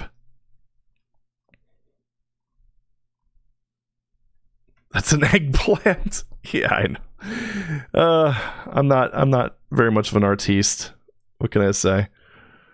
All right. So anyway, I need to design a few homes right now. Welcome to Banana Park. Whatever you're thinking about doing here, no. Banana Park. Who would go to a place called Banana Park? Or more like, who wouldn't go to a place called Banana Park? So, garage door is 128 units wide for a single. What kind of alignment do I have here? So that's 64. I do want to make one with a detached garage, since all the other ones I've made are attached. Let's move that back a little bit. Square house. Start off simple. Let's bring it back that way a little bit. Need about a little bit of extra padding to the side of the garage here. 32 units should be enough. Little driveway. That is one sorry garage, but you know what? It'll fit a car, I guess. Welcome to Banana Park. Don't stare at the monkeys. Or do. You can't stop me.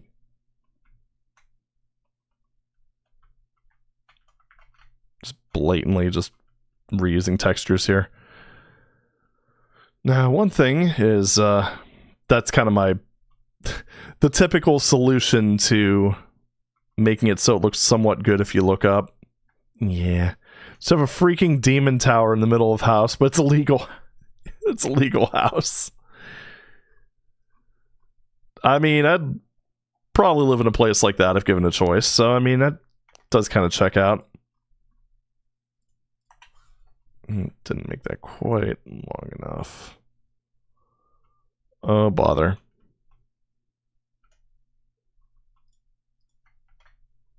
I think I need to make that 16, because I definitely plan to just copy this. Like thusly. Yeah, that was 16. Perfect. Oh, it's a little bit too tall.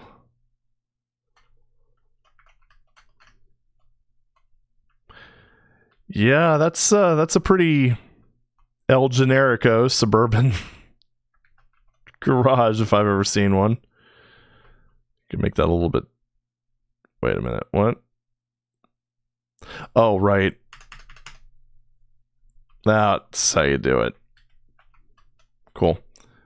Why don't you make a banana park sign texture you can use? Oh no. What have we started? Nothing good, clearly. Right, so... Just trying to think, kind of keep everything as generic as possible. Little do you know, I stashed my Mazda in that garage. Oh no! Poor Mazda. I don't know. I mean, if it's like an old MX-5, it'd fit in there pretty nicely. I don't know. Little roadster. Always had kind of a thing for the MX-5. Those are just very cute cars. Just Miata, you know, it just has such a nice kind of casual name to it too. Ah, my car, man. My bad. Alright. Just kind of keeping it. Actually, I think that was, what, 8? Just at this point, I kind of want to finish this area. Have some sort of nice little thing. And then I figure, like, if I want to elaborate on it later, I could. The Miata has always been on my someday list. Yeah, I know what you mean. I did end up getting a car that I'm quite happy with, though. And I figure, considering we're probably seeing the end of internal combustion engines, I'm going out with like a minor hurrah.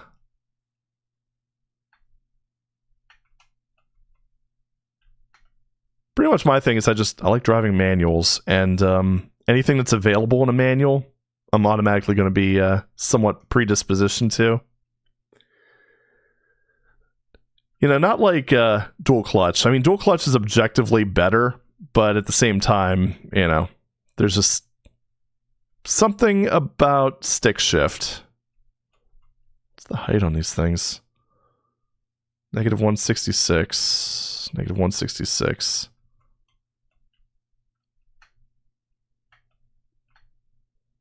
See, maybe I'm just basic, but I'd say my dream car would probably be a Corvette. The new ones are quite good. And, I don't know. Probably the only Chevys that I'm... that I really respect. Although then again, considering it's a Corvette, you can barely call the thing a Chevy. So there's that.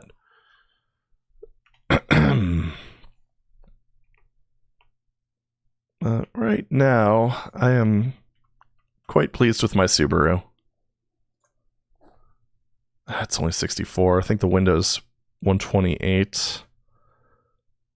Yeah, see, that's the thing, like with Otex, if you go into the mansion set, you've got these kind of, you know, more normal-ish type walls, but all the ones that have windows on it have the little, you know, crosshatches and stuff like that. They don't have, like, basic window textures, so I just pretty much just put a patch together for it. Excuse me. Easy peasy. Lemon squeezy. Just totally make the tallest pitch roof for one of the houses. Oh, man. That'd be a lot easier with Z-Doom, that's for sure. Alright, it's the problem is that it didn't give myself, weirdly enough, in this huge area, I didn't give myself enough room. My Yaris is way more fun than it has any right to be. Kind of felt that way about my Civic. Especially when you start getting into like the turbo ones. I'd say the biggest issue I had with my my last car, which was a 2019 Civic, was just the CVT. It was very inconsistent. It's like sometimes it would just serve the, you know, just match very nicely with the turbo. You'd get some very nice boost. You would go zoom zoom and be happy. And other times it was just like, yeah, I don't feel like it. I don't know. Automatics, am I right? Although then again, my parents drive a 2019 Kia Forte, and that one also has a CVT. And I've never really had a problem with the way that car handles. So I mean, it's all probably just like software / ECU type stuff. But my current car, if I want to go into 6th, I just shift into 6th. So, makes me happy. Alrighty, Tamari. Thank you for stopping by, and hope you have a good evening. See you next time. Do I want to show the... Because this garage door texture has that little thing. I think I want to show that. There we go. I think the big thing is predictability. I just want to know if I do this, the car will do that. Yeah.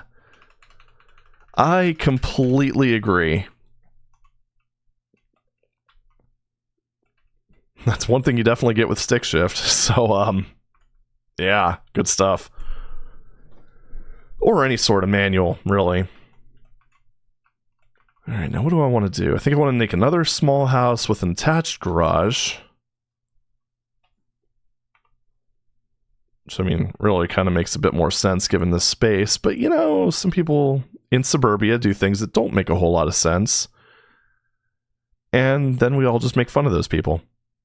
Isn't that right? Let's do one that's a little bit more shapely, if you will.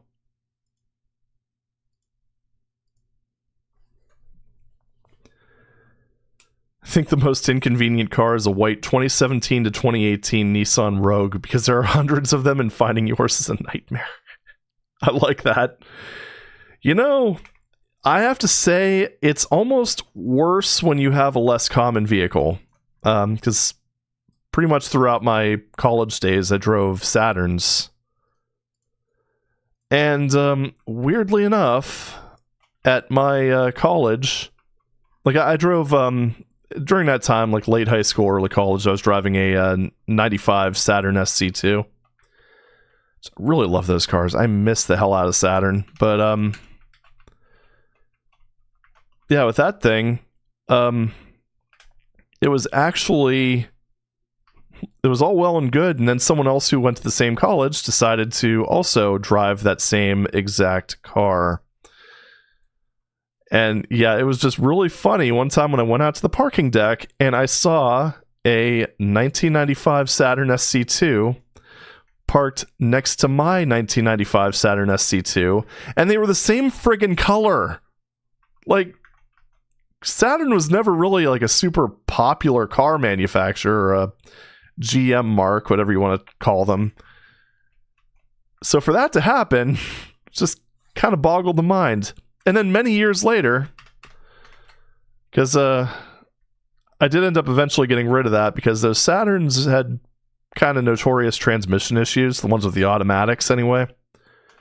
So I went with a 98 wagon, a 98 SW2 wagon with a manual transmission, which my dad still drives. That's his daily. Car kicks ass and keeps on taking names. But then I end up getting one of those, also in gold. Less than a week later, I run into another one driving around. Same basic model. Manual transmission. Like, it's like, really? It's like I'm destined to end up running into another car that's identical to mine. I don't think I've run into another blue WRX, thankfully. Not in this area, anyway. Although I did see one in a very interesting position.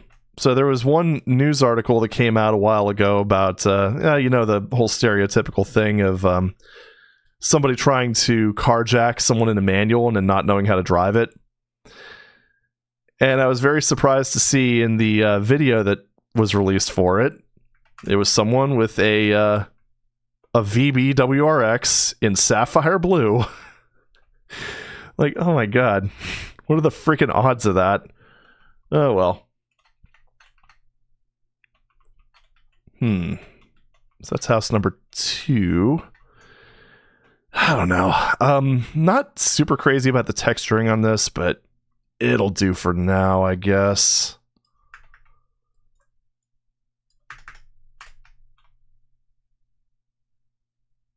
'93 Nissan Sentra. You know, I'm not sure I've even seen any of those. Oddly enough. Let's do 2 windows on the side for this one. And then maybe just one on the back.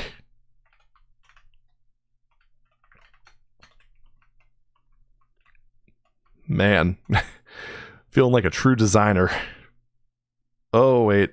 That line went slightly astray. There we go.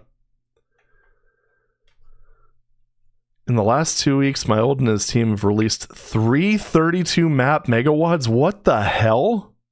How? My God, I'm like lucky if I could release a map in 2 weeks. Let alone, well, I mean, you did say team, but still.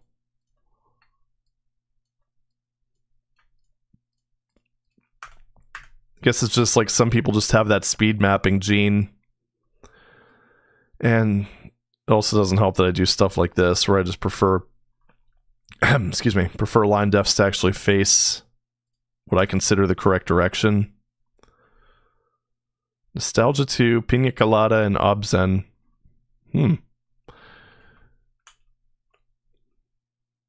So how many Meshuggah midis are in the are in Obzen? Just out of curiosity. I don't know. I know it's a general term, but you know, can't help but do some association. So I think the most important part with designing these houses is to make it so that the ones that are all next to each other look somewhat distinct. Then you kind of scatter them around the neighborhood. So that's 704 wide. Most of these are going to be 832 or larger. It's kind of nice. Oh yeah, that's another good question. How big is the team?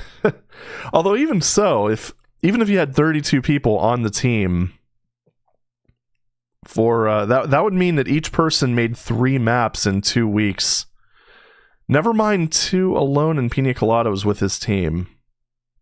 Oh geez. That's impressive. Holy crap. Glass is empty. Time to make the long trek to the beer fridge. Hell yeah, brother. What do I want for this design?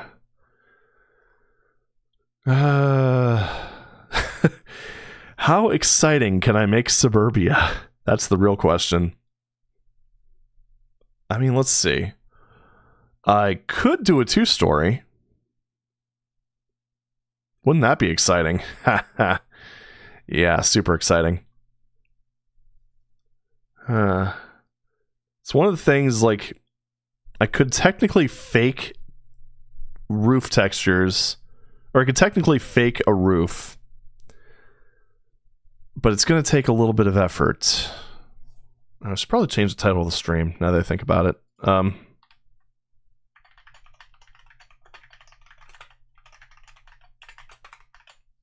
There we go.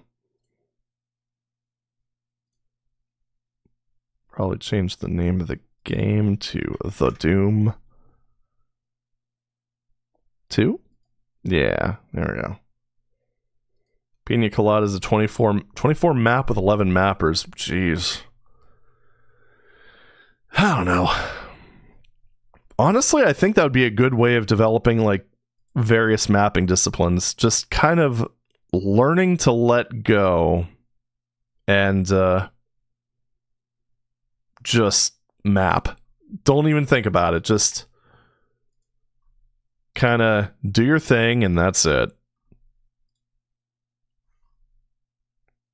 Do this one here. Because the hardest part is letting go. Right, there we go. My Holden's got talent. No kidding. Put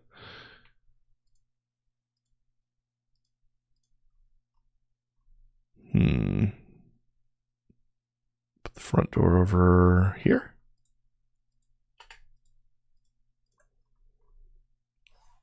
I could detail it out with flower breads and stuff. Flower bread, yeah. Flower beds later on.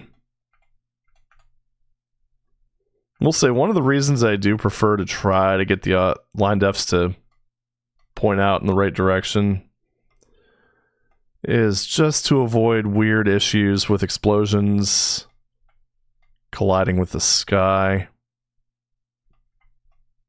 Or going, you know, just disappearing. Stuff like that. Thought I had all these facing the right direction. Maybe when I did my whole little copy-paste venture, they got a little goofy. I don't know. Alright, so, negative 144. Again. Or 166.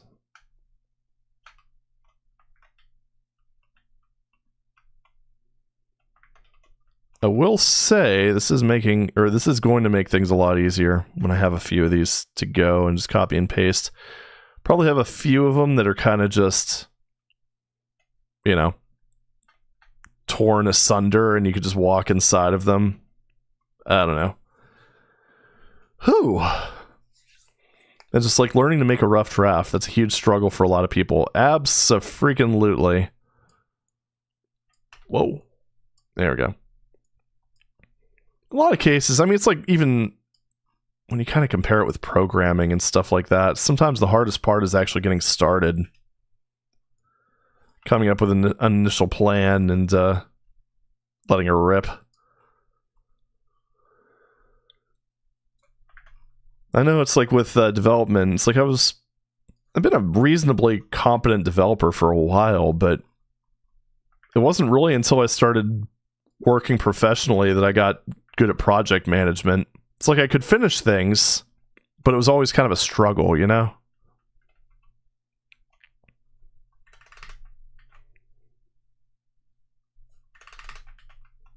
Okay, there we go.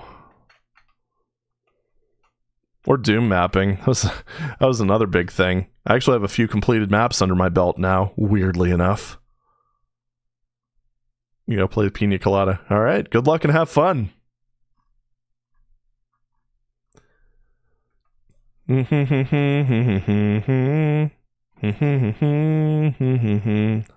got a window on the garage door there, or on the garage, rather. Let's do a little front window. And maybe one to the side, one in the back. There we go.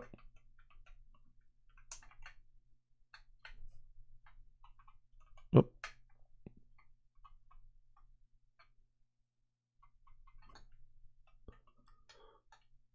Right.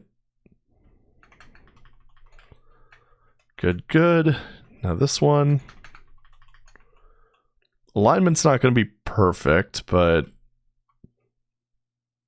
all we're looking at right now is good enough.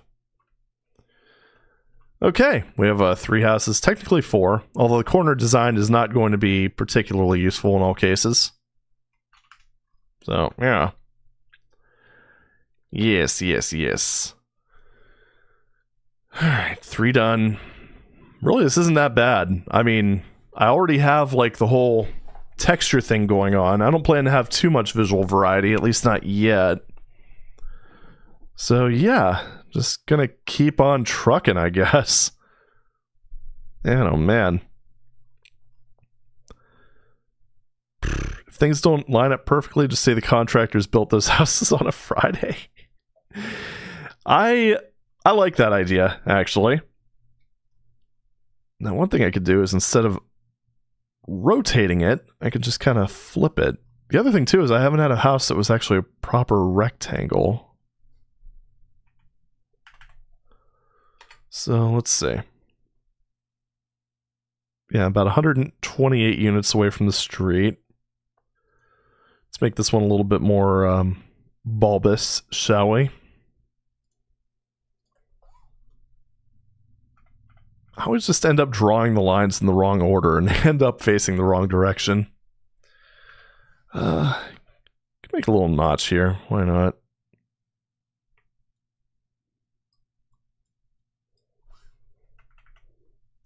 No, you know what? I'll put it on the other side. I'm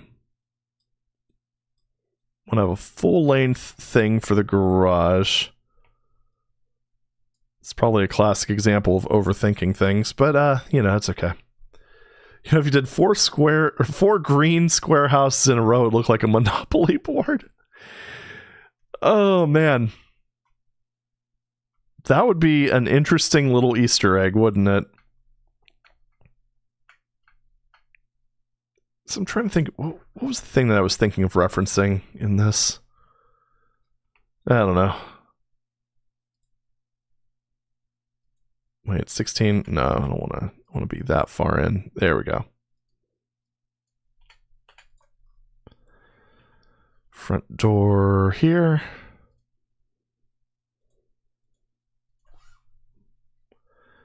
Man, oh man, and think, the next area I want to do is a downtown. I think I might have to do one of those things where I just sort of switch over to doing like the health section for a little bit, because I think I could squeeze a lot more visual variety out of that, just so I don't go absolutely mad. You know, it's kind of funny though when I draw lines inside of other sectors and just remember how much of a pain in the ass stuff like that. What the fuck? Okay. Oh, I know what happened. Just remember how much of a pain in the ass stuff like that was to do on map editors like Do and DCK. Yeah, I'm glad we don't live in those days anymore.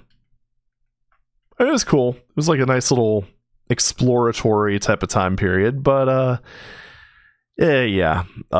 No.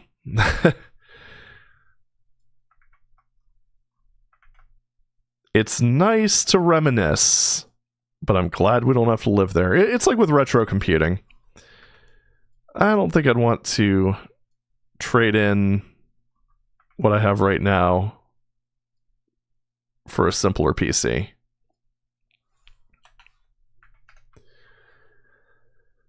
I mean, hell, just the fact that I can store an absolutely ridiculous amount of data on my current computer is enough for me to want to keep it. And if not that, my server in the basement, yeah, good stuff. Right, another house done. Actually, no, not done yet. Need the windows. I'm just happy the old R tape load error message is just a memory now. Oh yeah. Man, it's sometimes amazing that we were able to get stuff done on those systems. Magnetic media and all that. I mean, granted, the for the time, the information density was pretty much unmatched. And then there's other things too, like my dad finding the invoice for a 340 megabyte hard drive that we bought in. Well, I can't say I wasn't exactly contributing at the time, but a 340 meg hard drive that he ended up buying in 1993. Back when it was more than a dollar per megabyte. Yeah, 1993, a 340 meg hard drive would net you about, or would cost you about $500. Yeah, good freaking stuff.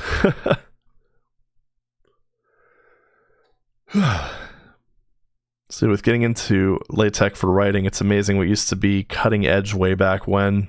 Yeah. Well, and then the other thing that was always funny too in that era, because there was like the amount of software was so kind of, I mean, you know, you had like the more, I guess, quote unquote neckbeardy stuff like LaTeX and things like that, but generally speaking, it's like 9 times out of 10 you'd look at the book acknowledgments, and even if it was like a book for a Windows thing, it'd be like, oh yeah, we just made this with FrameMaker on a Macintosh. Like, that's kind of adorable. But it makes sense, you know, just different times and what have you. Alright, let's do one with a detached garage. And can you imagine being a suburb planner, city planner, whatever? No, thank you.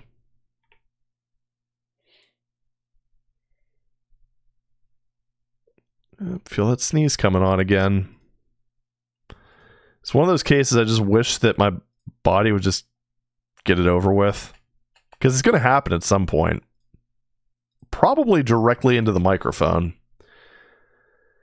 And not only is it going to be quite a shock for me, but also you fellas. And then I'm going to have to basically completely sanitize my my mic filter, my windscreen. Yeah, good stuff. Don't remember the whole Mac Windows rivalry being a thing until the mid to late 90s. I really want to say it was kind of orchestrated by the whole Windows 95 thing. I don't know. Good times. And, I mean, it's honestly kind of amazing how big of a thing it still is. Like, it's actually, I think, kind of bizarre. But, you know, what you gonna do?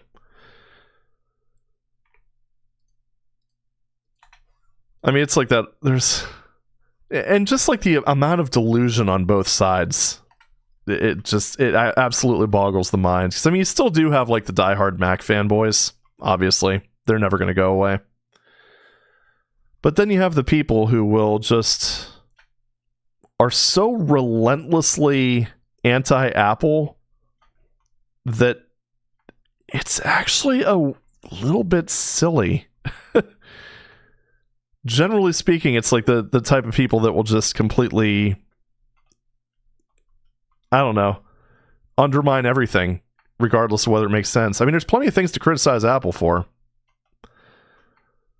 But, I mean, when you're just pulling stuff out of your ass, like trying to say that the M1 isn't a good processor, there have been people who tried to claim that. It just kind of makes you wonder where in the hell they're coming from. It's obviously not a good faith argument at that point. A lot of my coworkers at this point are, I've got an iPhone, a Windows machine, and my kid has a MacBook, so a lot of my social circle is over it. Hell yes. That is really good to see. Because, I don't know. That's kind of how my workplace is, too, now that I think about it. Because, I mean, most of, like, one of my coworkers is he primarily uses a MacBook. One of them primarily uses a Windows machine. The iPhone to Android ratio is about 50-50. You know, it feels like a normal workplace. I don't know. We never fight about it. We're never like, oh, look what my phone can do. Just, I don't know. Basic maturity, I guess. It's like I remember seeing one forum, and it might have been NeoGAF, which might have been pretty much the reason for all this, but one of the new things is like the iPhone 15 can run, or the iPhone 15 Pro? I don't remember which one, but it could run Resident Evil Village, and it actually looks pretty damn good. And then it's like right when it comes out that it's running at 30 FPS, it's like, well, the Steam Deck could do better. I'm like, are you comparing an actively cooled device to a cell phone? What? Are you actually being serious right now? It's just circles of delusion. But whatever. Pretty much the worst we get is, okay, I don't know how to do that on an iPhone. Let me get Bob real quick. Yeah, that's kind of how it is with my place too, thankfully. Like, we had a recent issue where,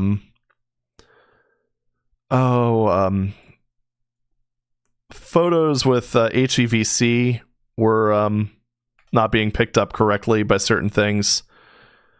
So we pretty much had to put out instructions on how to disable that on insert phone here.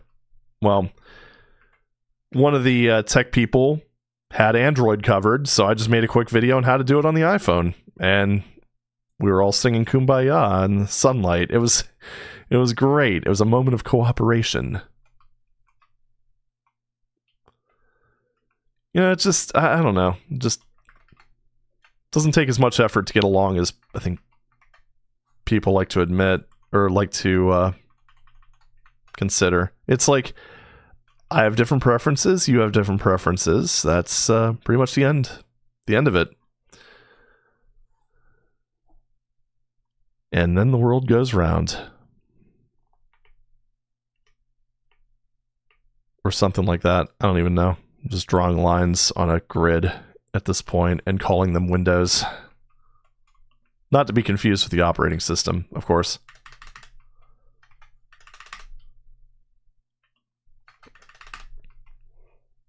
Okay. I'm talking about Linux. All you get is an alright, it's a bit beyond me, but what we were talking about sounds cool.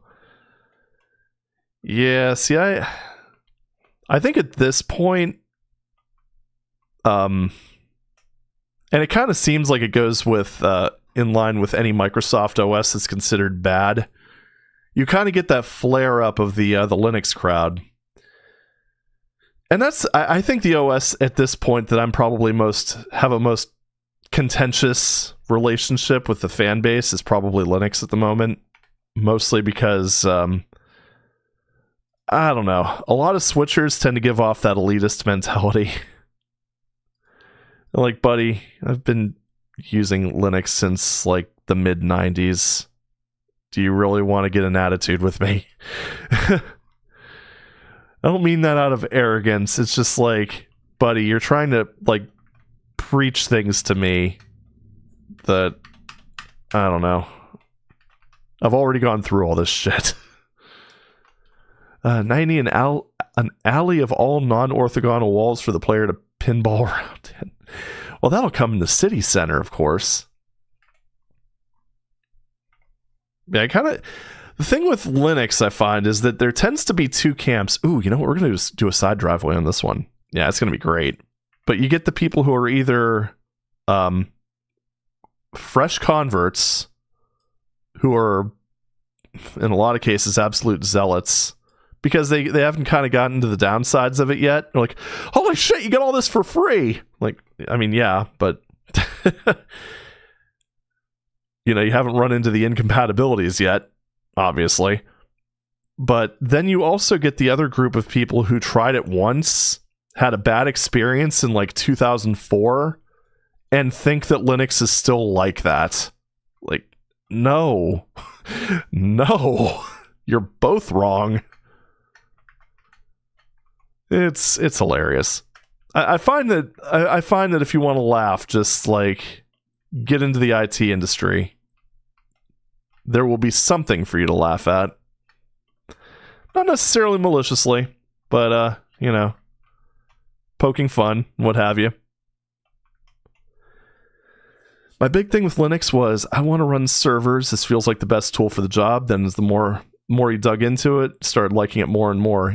Yeah, that's pretty accurate, I'd say. I used it originally as kind of like a desktop OS. Unfortunately, I always had Win modems back in the day because that was kind of the common thing, unfortunately. And so I was never really able to get online with it or anything productive like that. If I had to download anything, I would have to actually download it from my Windows partition and just read it. But, you know, I always thought it was kind of cool that there was an alternative, and even back then it was neat that you can even just do that with a free OS. But then I kind of got into it for servers, like used it as like pretty much a router, more or less. I think that's probably one of the first, like, Babby's first Linux projects that a lot of people get into. Really enjoyed it for that. And it just kind of evolved from there. I don't know. I really like it as an OS. I mean, I'm actually in the process of putting together a dedicated Linux workstation because, I don't know. Dual booting's a pain in the ass. And it'd be nice to just have a desk that I could sit at. It's actually right next to a window. Gives me a view out onto the road in front of my house. And, you know, just nice, bright front room where I can be productive. It's great. Because right now, most of my experience is sitting on the using a laptop sitting on my couch, and it's not necessarily the most comfortable position to be in for hours on end, so yeah. Just do a quick texture check on these since I let a few of them slip. Oh yeah, I guess it was originally like that. Oh well. It was eye-opening experience seeing how the same hardware behaved on Windows versus Linux. That was actually one of the things I miss about my, one of the few things I miss about my last job, is I tended to have a bit of freedom when it came to, because I was pretty much not only the developer that had the most and most substantial check-ins, but I also helped out like the internal IT staff. So they turned a blind eye to my shenanigans. And at one point in time, I got really sick and frickin' tired of running Linux on a Dell laptop that could barely run Linux. A laptop that cost almost twice as much as what I paid for my MacBook. I feel the need to, point that out. So I ended up like just dropping Linux on it, and my productivity skyrocketed from that point because the thing could actually run reliably under it. A weird concept. I find it's mostly when you start getting into... what texture did I use for this thing? Mostly when you get into like virus scanners and stuff like that. Holy moly, it's amazing how much of your CPU just ends up... CPU, I/O time, and everything just directly goes to that. Yeah. Been working on speccing out a Linux writing machine. I actually ended up putting something like that together. The biggest problem with it, because I had this laptop that I affectionately refer to as the donkey, which is quite literally the cheapest Dell Inspiron that I was able to get my hands on. And that thing, it's nothing special. It's like an i3 with 8 gigs of RAM, pretty much casual level systems. But I dropped an Arch install on it, Sway as the window manager, and then just put a markdown text editor on it. And it's just like a nice little like note-taking / writing machine. I just use pretty much just Git to sync it up with my other PCs. It's quite nice. And yes, that is a happy little tree. I'll do a couple planners in front of these windows, these big ones here.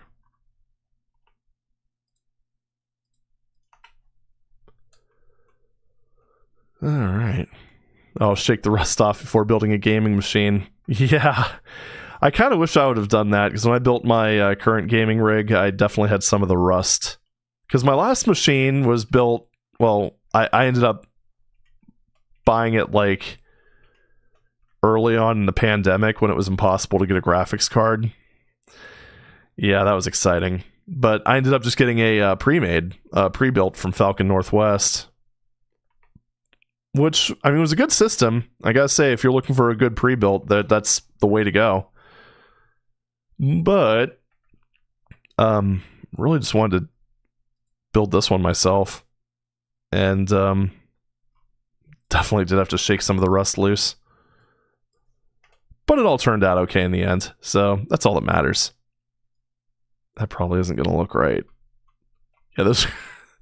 I wish I had something between the two, but I don't know. If I find another resource, I will probably use that. If I use this one and it's flanking the other bush...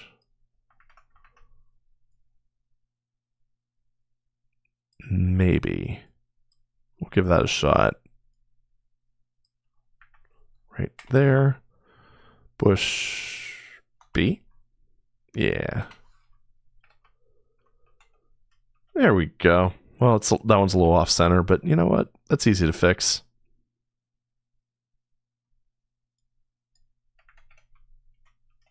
Yeah, there we go. Look, I love looking out of my window. Oh, god damn it, who put this entire tree here? Oh, shit. Yeah, fun times.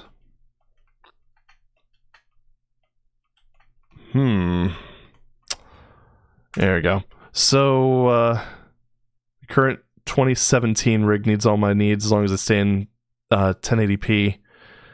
I gotta say, it's my dad's using a rig I built probably around that same time. I don't remember, actually. It was either 2017 or 2018. But, using a GeForce 1080 Ti that is still an amazing graphics card.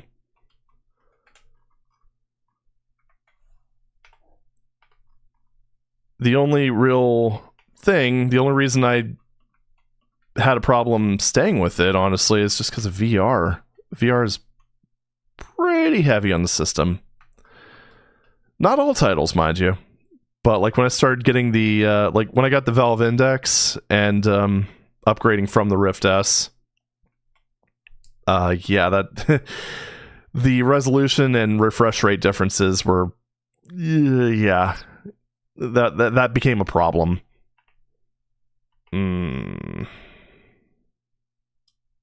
What's the whole thing there? 160.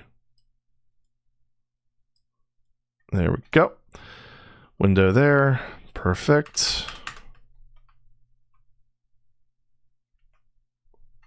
And nope, I accidentally reset.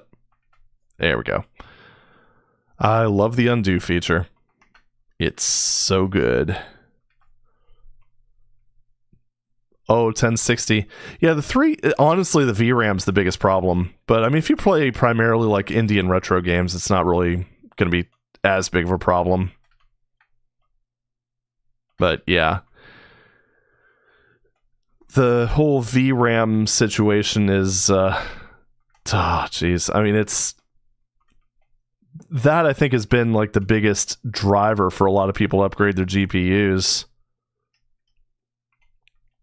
Because yeah, it's it's kind of rough. That's like man, like I had like a 1080, or not a 1080, but before I went up to the 1080, I had a couple 980s. And that one, I mean, it's like, it was one of those cases where computationally, the card was able to perform, but the biggest problem with it was it only had 4 gigs of VRAM. So yeah, that was a little bad. Actually, now that I think about it, that was the first VR video card I used, was a 980. Which, in all honesty, it's probably pretty appropriate for VR, given that generally speaking, it's not quite as high fidelity, just because you have to keep the frame rate so high. But yeah, also that was like Oculus Rift CV1 era, so resolution was fairly low. Alright, well that's one block done, and I think I could probably just scatter these houses around kind of willy-nilly. So, yeah. Yeah, look at how well that works. Drop one of those there. Oh yeah. The houses are invading. This thing is, I won't be getting a new case for the new gaming machine. Oh yeah, that's always good. Cases are expensive, and well, they're definitely expensive to ship, that's for sure. But yeah, that's pretty much ideal, I think. I did end up going with a new case because with the Falcon Northwest, I mean, obviously it's a standard case. It's actually a pretty well-designed case, I gotta say. But yeah, the thing with that one is that it was a mid-tower, and I wanted to go back to a full tower. So, nothing too profound. Plus, I'm using the system as my Linux workstation, so kind of makes sense to just keep it in the case. Just turned an old Manila Dell case into a sleeper for my little brother. Awesome. I love seeing stuff like that. I mean, it's, well, especially from the era, that very brief, shining era when Dell actually made, like, industry standard parts. Yeah, I miss those days. Let's go and combine those together. I think I'm just going to combine all these lots together, actually. Doesn't make sense to keep them separate now.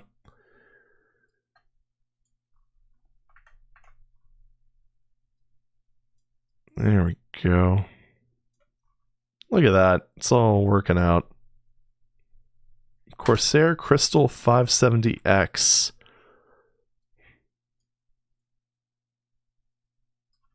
Well, now I gotta look it up. Alright, time to do a little bit of case shaming, or not.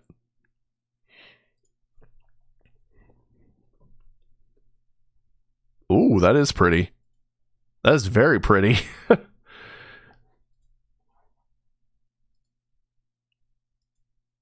Yeah, I can dig it. I like how it's like white frosted glass. Like, you don't see that well, assuming you went with the white one. But it's like I don't really see that very often. Usually it's one of those cases where the you know, even on white cases they would use like black frosted tempered glass. Oh, okay, the black one. So this one. Oh, okay. It still looks like it has kind of like a white frosted glass. That's nifty.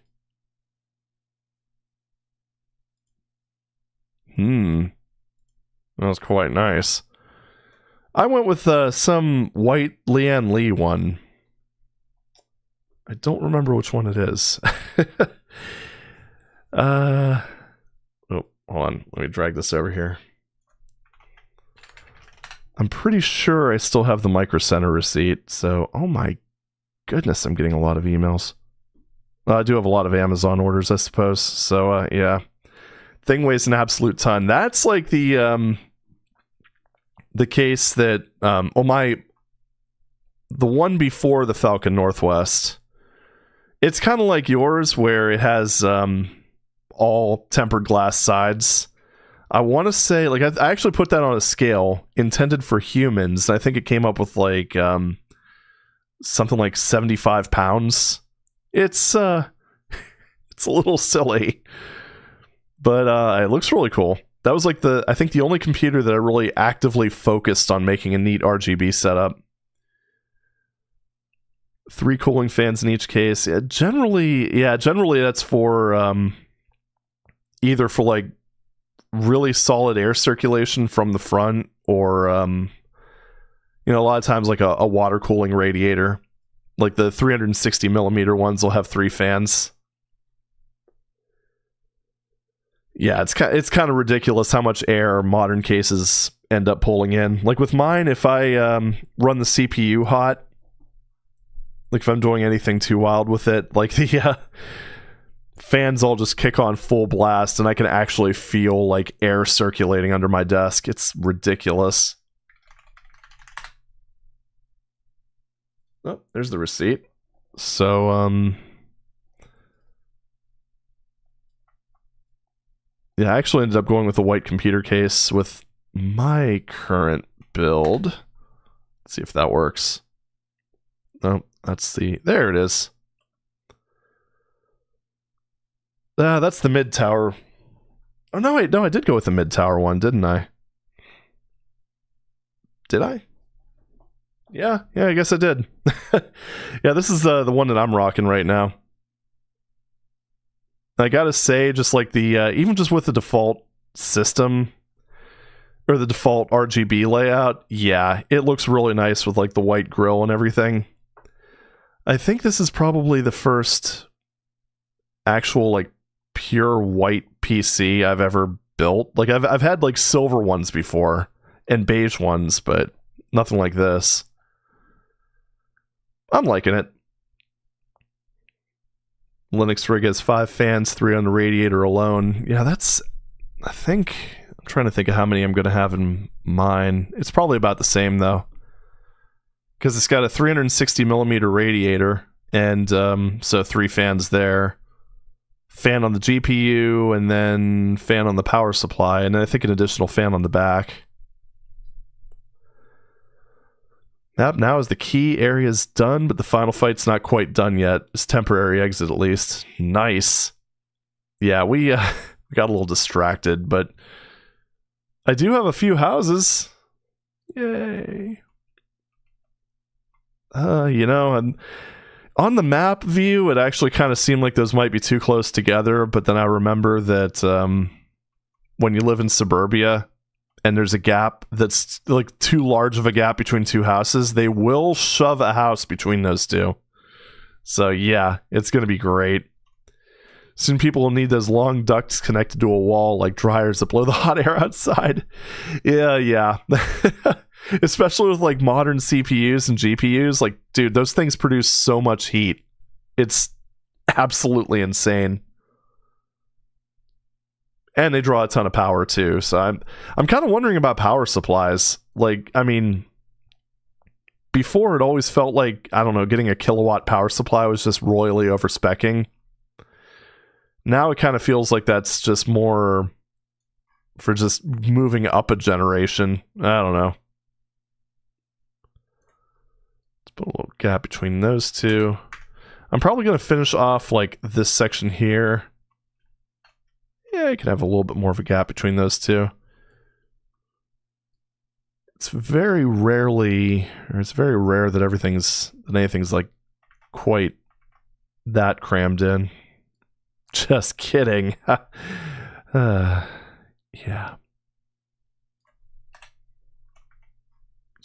Again, merge all these yards.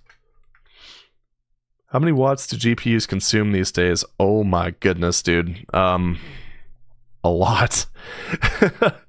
I'm actually kind of curious myself, because I remember reading it one time and being kind of surprised and be like, yeah, I'm just going to stick with my 3090 for a little while. Not that there's really anything wrong with it. You know, let's see. This doesn't necessarily equate to wattage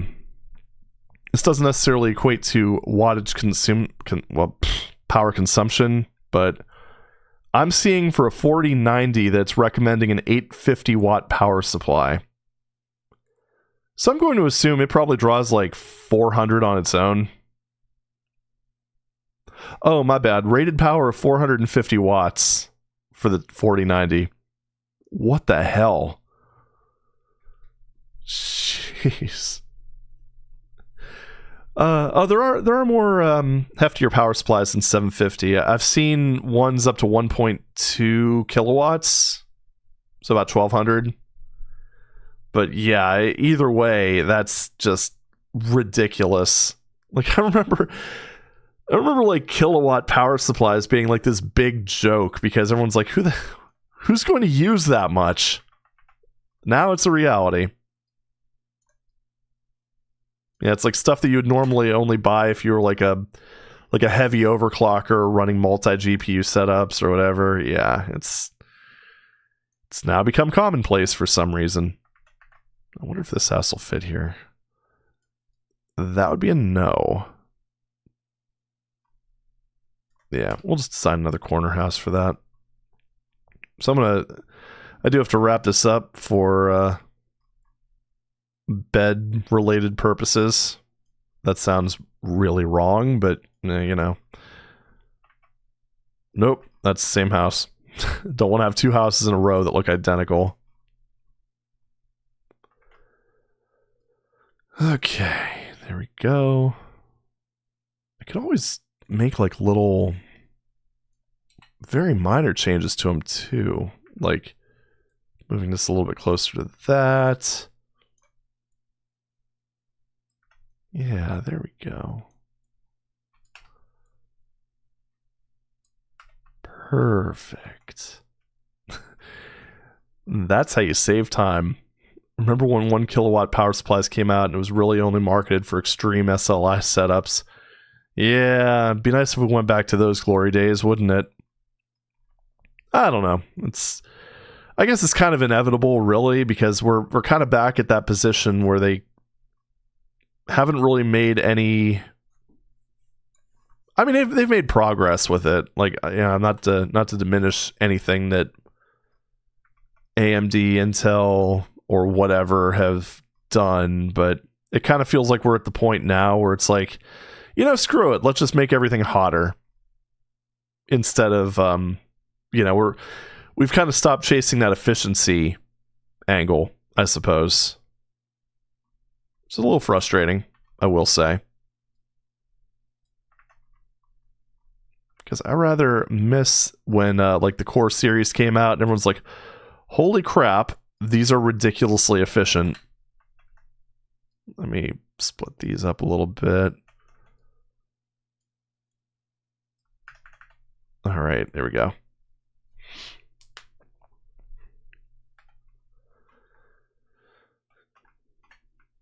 Oh, thanks, man. I actually wish I could make this more detailed, but I want to have like a playable...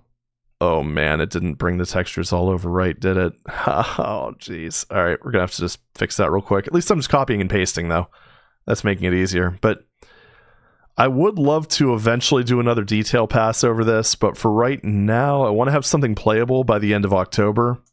So, we're getting prefabbed houses for now. One of these days.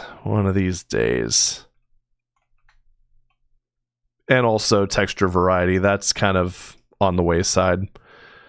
Like in the final product, I think I would rather have... Oh no, I just screwed this one up. Okay. My bad. This super tall yard for the guy that refuses to mow the lawn. Oh, you want me to model my house? And no, I'm just kidding. Yeah, it's not a bad idea, though. I mean, there are foliage texture packs I could probably use to make that a little bit easier. But, yeah, cookie cutter houses are popular in suburbs. So, you know, that's the funny thing about that, because I live in kind of a suburban area, but it's an older suburb, so you get, like, a lot of variety in, like, when the houses were built. Like, I mean, my house, for instance, is over 100 years old. My neighbor's house... you know, built in the 50s. So there's a lot of visual variety here. It's like you get like multiple generations. But then I ended up visiting some friends that live in Sun Prairie, Wisconsin. Oh, what's that? How did that get up there? I'm gonna have to fix that. But yeah, they lived in a fairly new development, and it was really interesting because that was the first time that I'd ever seen that many houses that look identical. I mean, not similar, identical. That was fun. Okay, so that's... which side is that? That would be... Wait. Hold up. Oh my god. I wish I would have caught this sooner. So this one, it's the... Okay, the front texture for this, or the middle front texture. And the back. I don't need that either. Okay, so it's just... Okay, I get what's going on here. On this wall... I don't need it on any of these walls, any of the backs or sides. That's a little bit of a pain in the ass, but I'm glad I caught it now. It's been interesting. Just look up in the sky and you see just random pieces of house. Yeah, there's a lot of them, unfortunately. But thankfully, pretty easy to deal with. Oh, yeah. Yeah, that would have to be kind of interesting, being in like a new development and just, I don't know, being used to living in a more historic type of country or state or something like that. Because I'm thinking that in, you know, Rust Belt, Ohio, there's probably not as much visual variety as there would be in, like, the middle of Europe. But at the same time, it's like you've got, like, the early folks, the 100-year-old homes, you know, the old steel mill gang, and then just, well, the modern homes, which there's plenty of those, too.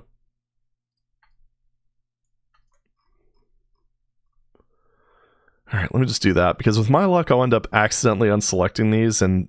Oh, shit. No, I selected the wrong ones. Shit. No, wait, no, I didn't. No, I didn't. Those are all lower textures. Okay, good. Phew. If all houses are the same, it reminds me of Soviet Union with the same types of houses they built in villages. Oh, yeah, that's true, because they were all built kind of at the same time in just massive groups. Yeah, I guess that would be a lot like American suburbs, really, because a lot of them are just like they'll just take like I don't know, old farmland or something like that, just flatten everything out and then build houses on it. So yeah, it does sound very similar. It's also fun being at Perkins as she was trying to order. Waitress getting impatient under her breath in German. I don't speak English. Give me a break. Oh boy. Yeah, that would be kind of frustrating. It's one of the reasons I don't know. I'd be hesitant to visit foreign countries because I mean I definitely wouldn't mind visiting Europe at some point, but and maybe I just need to get over it and just do it. But I feel really odd going somewhere and not being able to speak the native language. I don't know. It's probably still. I mean, most Europeans speak English. In fact, a lot of them speak it very better than native speakers do. So, yeah, there's that. Is it possible to place enemies suspended in air? Kinda. There's ways of doing it that are like a little bit like you can do it just normally in Z-Doom and ports like that, like the more advanced Doom ports. You could kind of do it with stuff like DSDA, but there's like limits to it. Like you wouldn't be able to walk like under them and stuff like that. But yeah, I guess the answer to that is kinda. You can do some pretty nifty effects. You could even make it so that they just I don't know, seem to be like frozen. Like you could see them, but you can't like interact with them. A lot of little tricks, but there's always drawbacks to them. Love to visit the Nordic countries, Germany and Ireland. Oh yeah, that'd be pretty cool. There's gotta be some beautiful houses there for inspiration. Sure, similar looking Victorian style houses like the Midwest. Yeah, probably. That's one of those cases where it's sometimes fun to just go on Google Maps and just do a street view, a little bit of street view exploration. Oh yeah, my little thing there. All right, well I think I'm going to go ahead and just close this out for the night and call it there. I'll probably build a few the park. Park was a very good idea. That was I think Habonki came up with that one. So yeah. Probably build that, build some more, just a few more templates, and then just kind of paste them around the neighborhood. Maybe make a few that you could walk through, get some supplies. But, I don't know, try to get that done tomorrow. I know I've got a lot coming up this weekend, which is going to be fun. I mean, it is going to be legitimately fun, but it's just kind of funny that NaNoWADMo ended up kind of falling on a month where I'm very busy in real life. But, oh well. What you gonna do? Still gonna be a fun exercise. Oh, from Lithuania, nice. Oh, okay. Mild climate. See, I love mild climates because I don't know, where I live, we kind of get every extreme. Like the US Midwest is pretty well, it's very good to it's a very good way of just sampling all weather conditions, I suppose. Like, it goes anywhere from... Oh, jeez.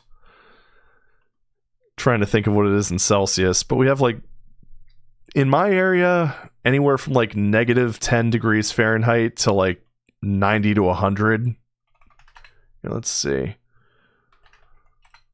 So about negative 23 Celsius to... I don't know, between 32 and 37 degrees. It's it's pretty wild.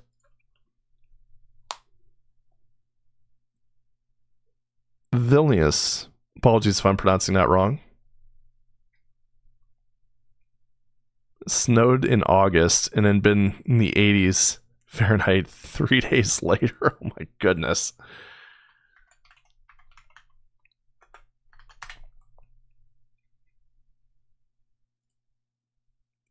Oh, wow. Yeah, Zero, that is a very beautiful city.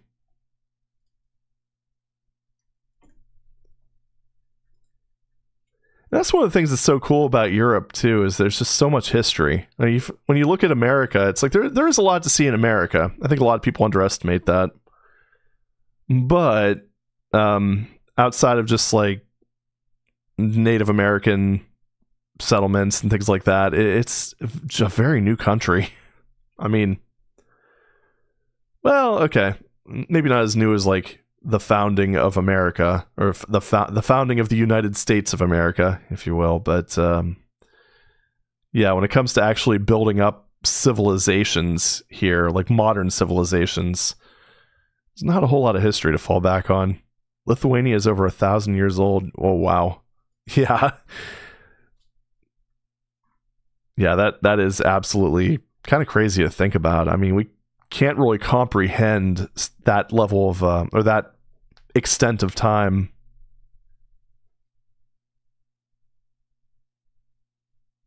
Man, that's very nice.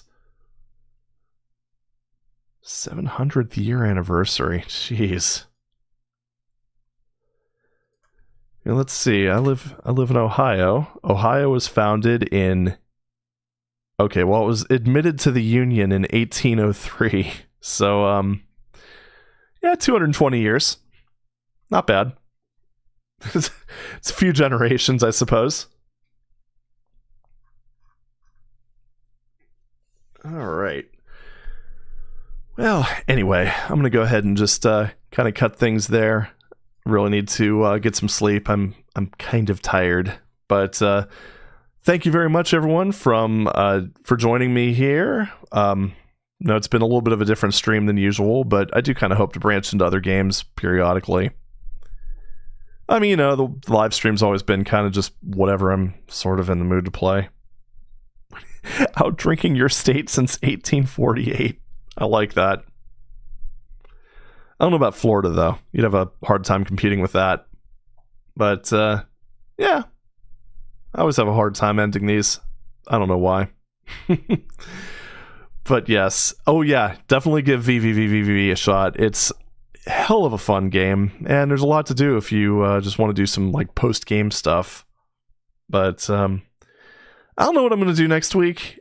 It might be something Doom-related, as I discussed. I might try just maybe playing through Sunlust or something again, or Speed of Doom, just to see how that goes. But, I don't know. I'll figure it out this weekend, and we'll go from there, I guess. But, thanks again, guys. I'll see you next week, and have a good day or night, whatever it is in your area.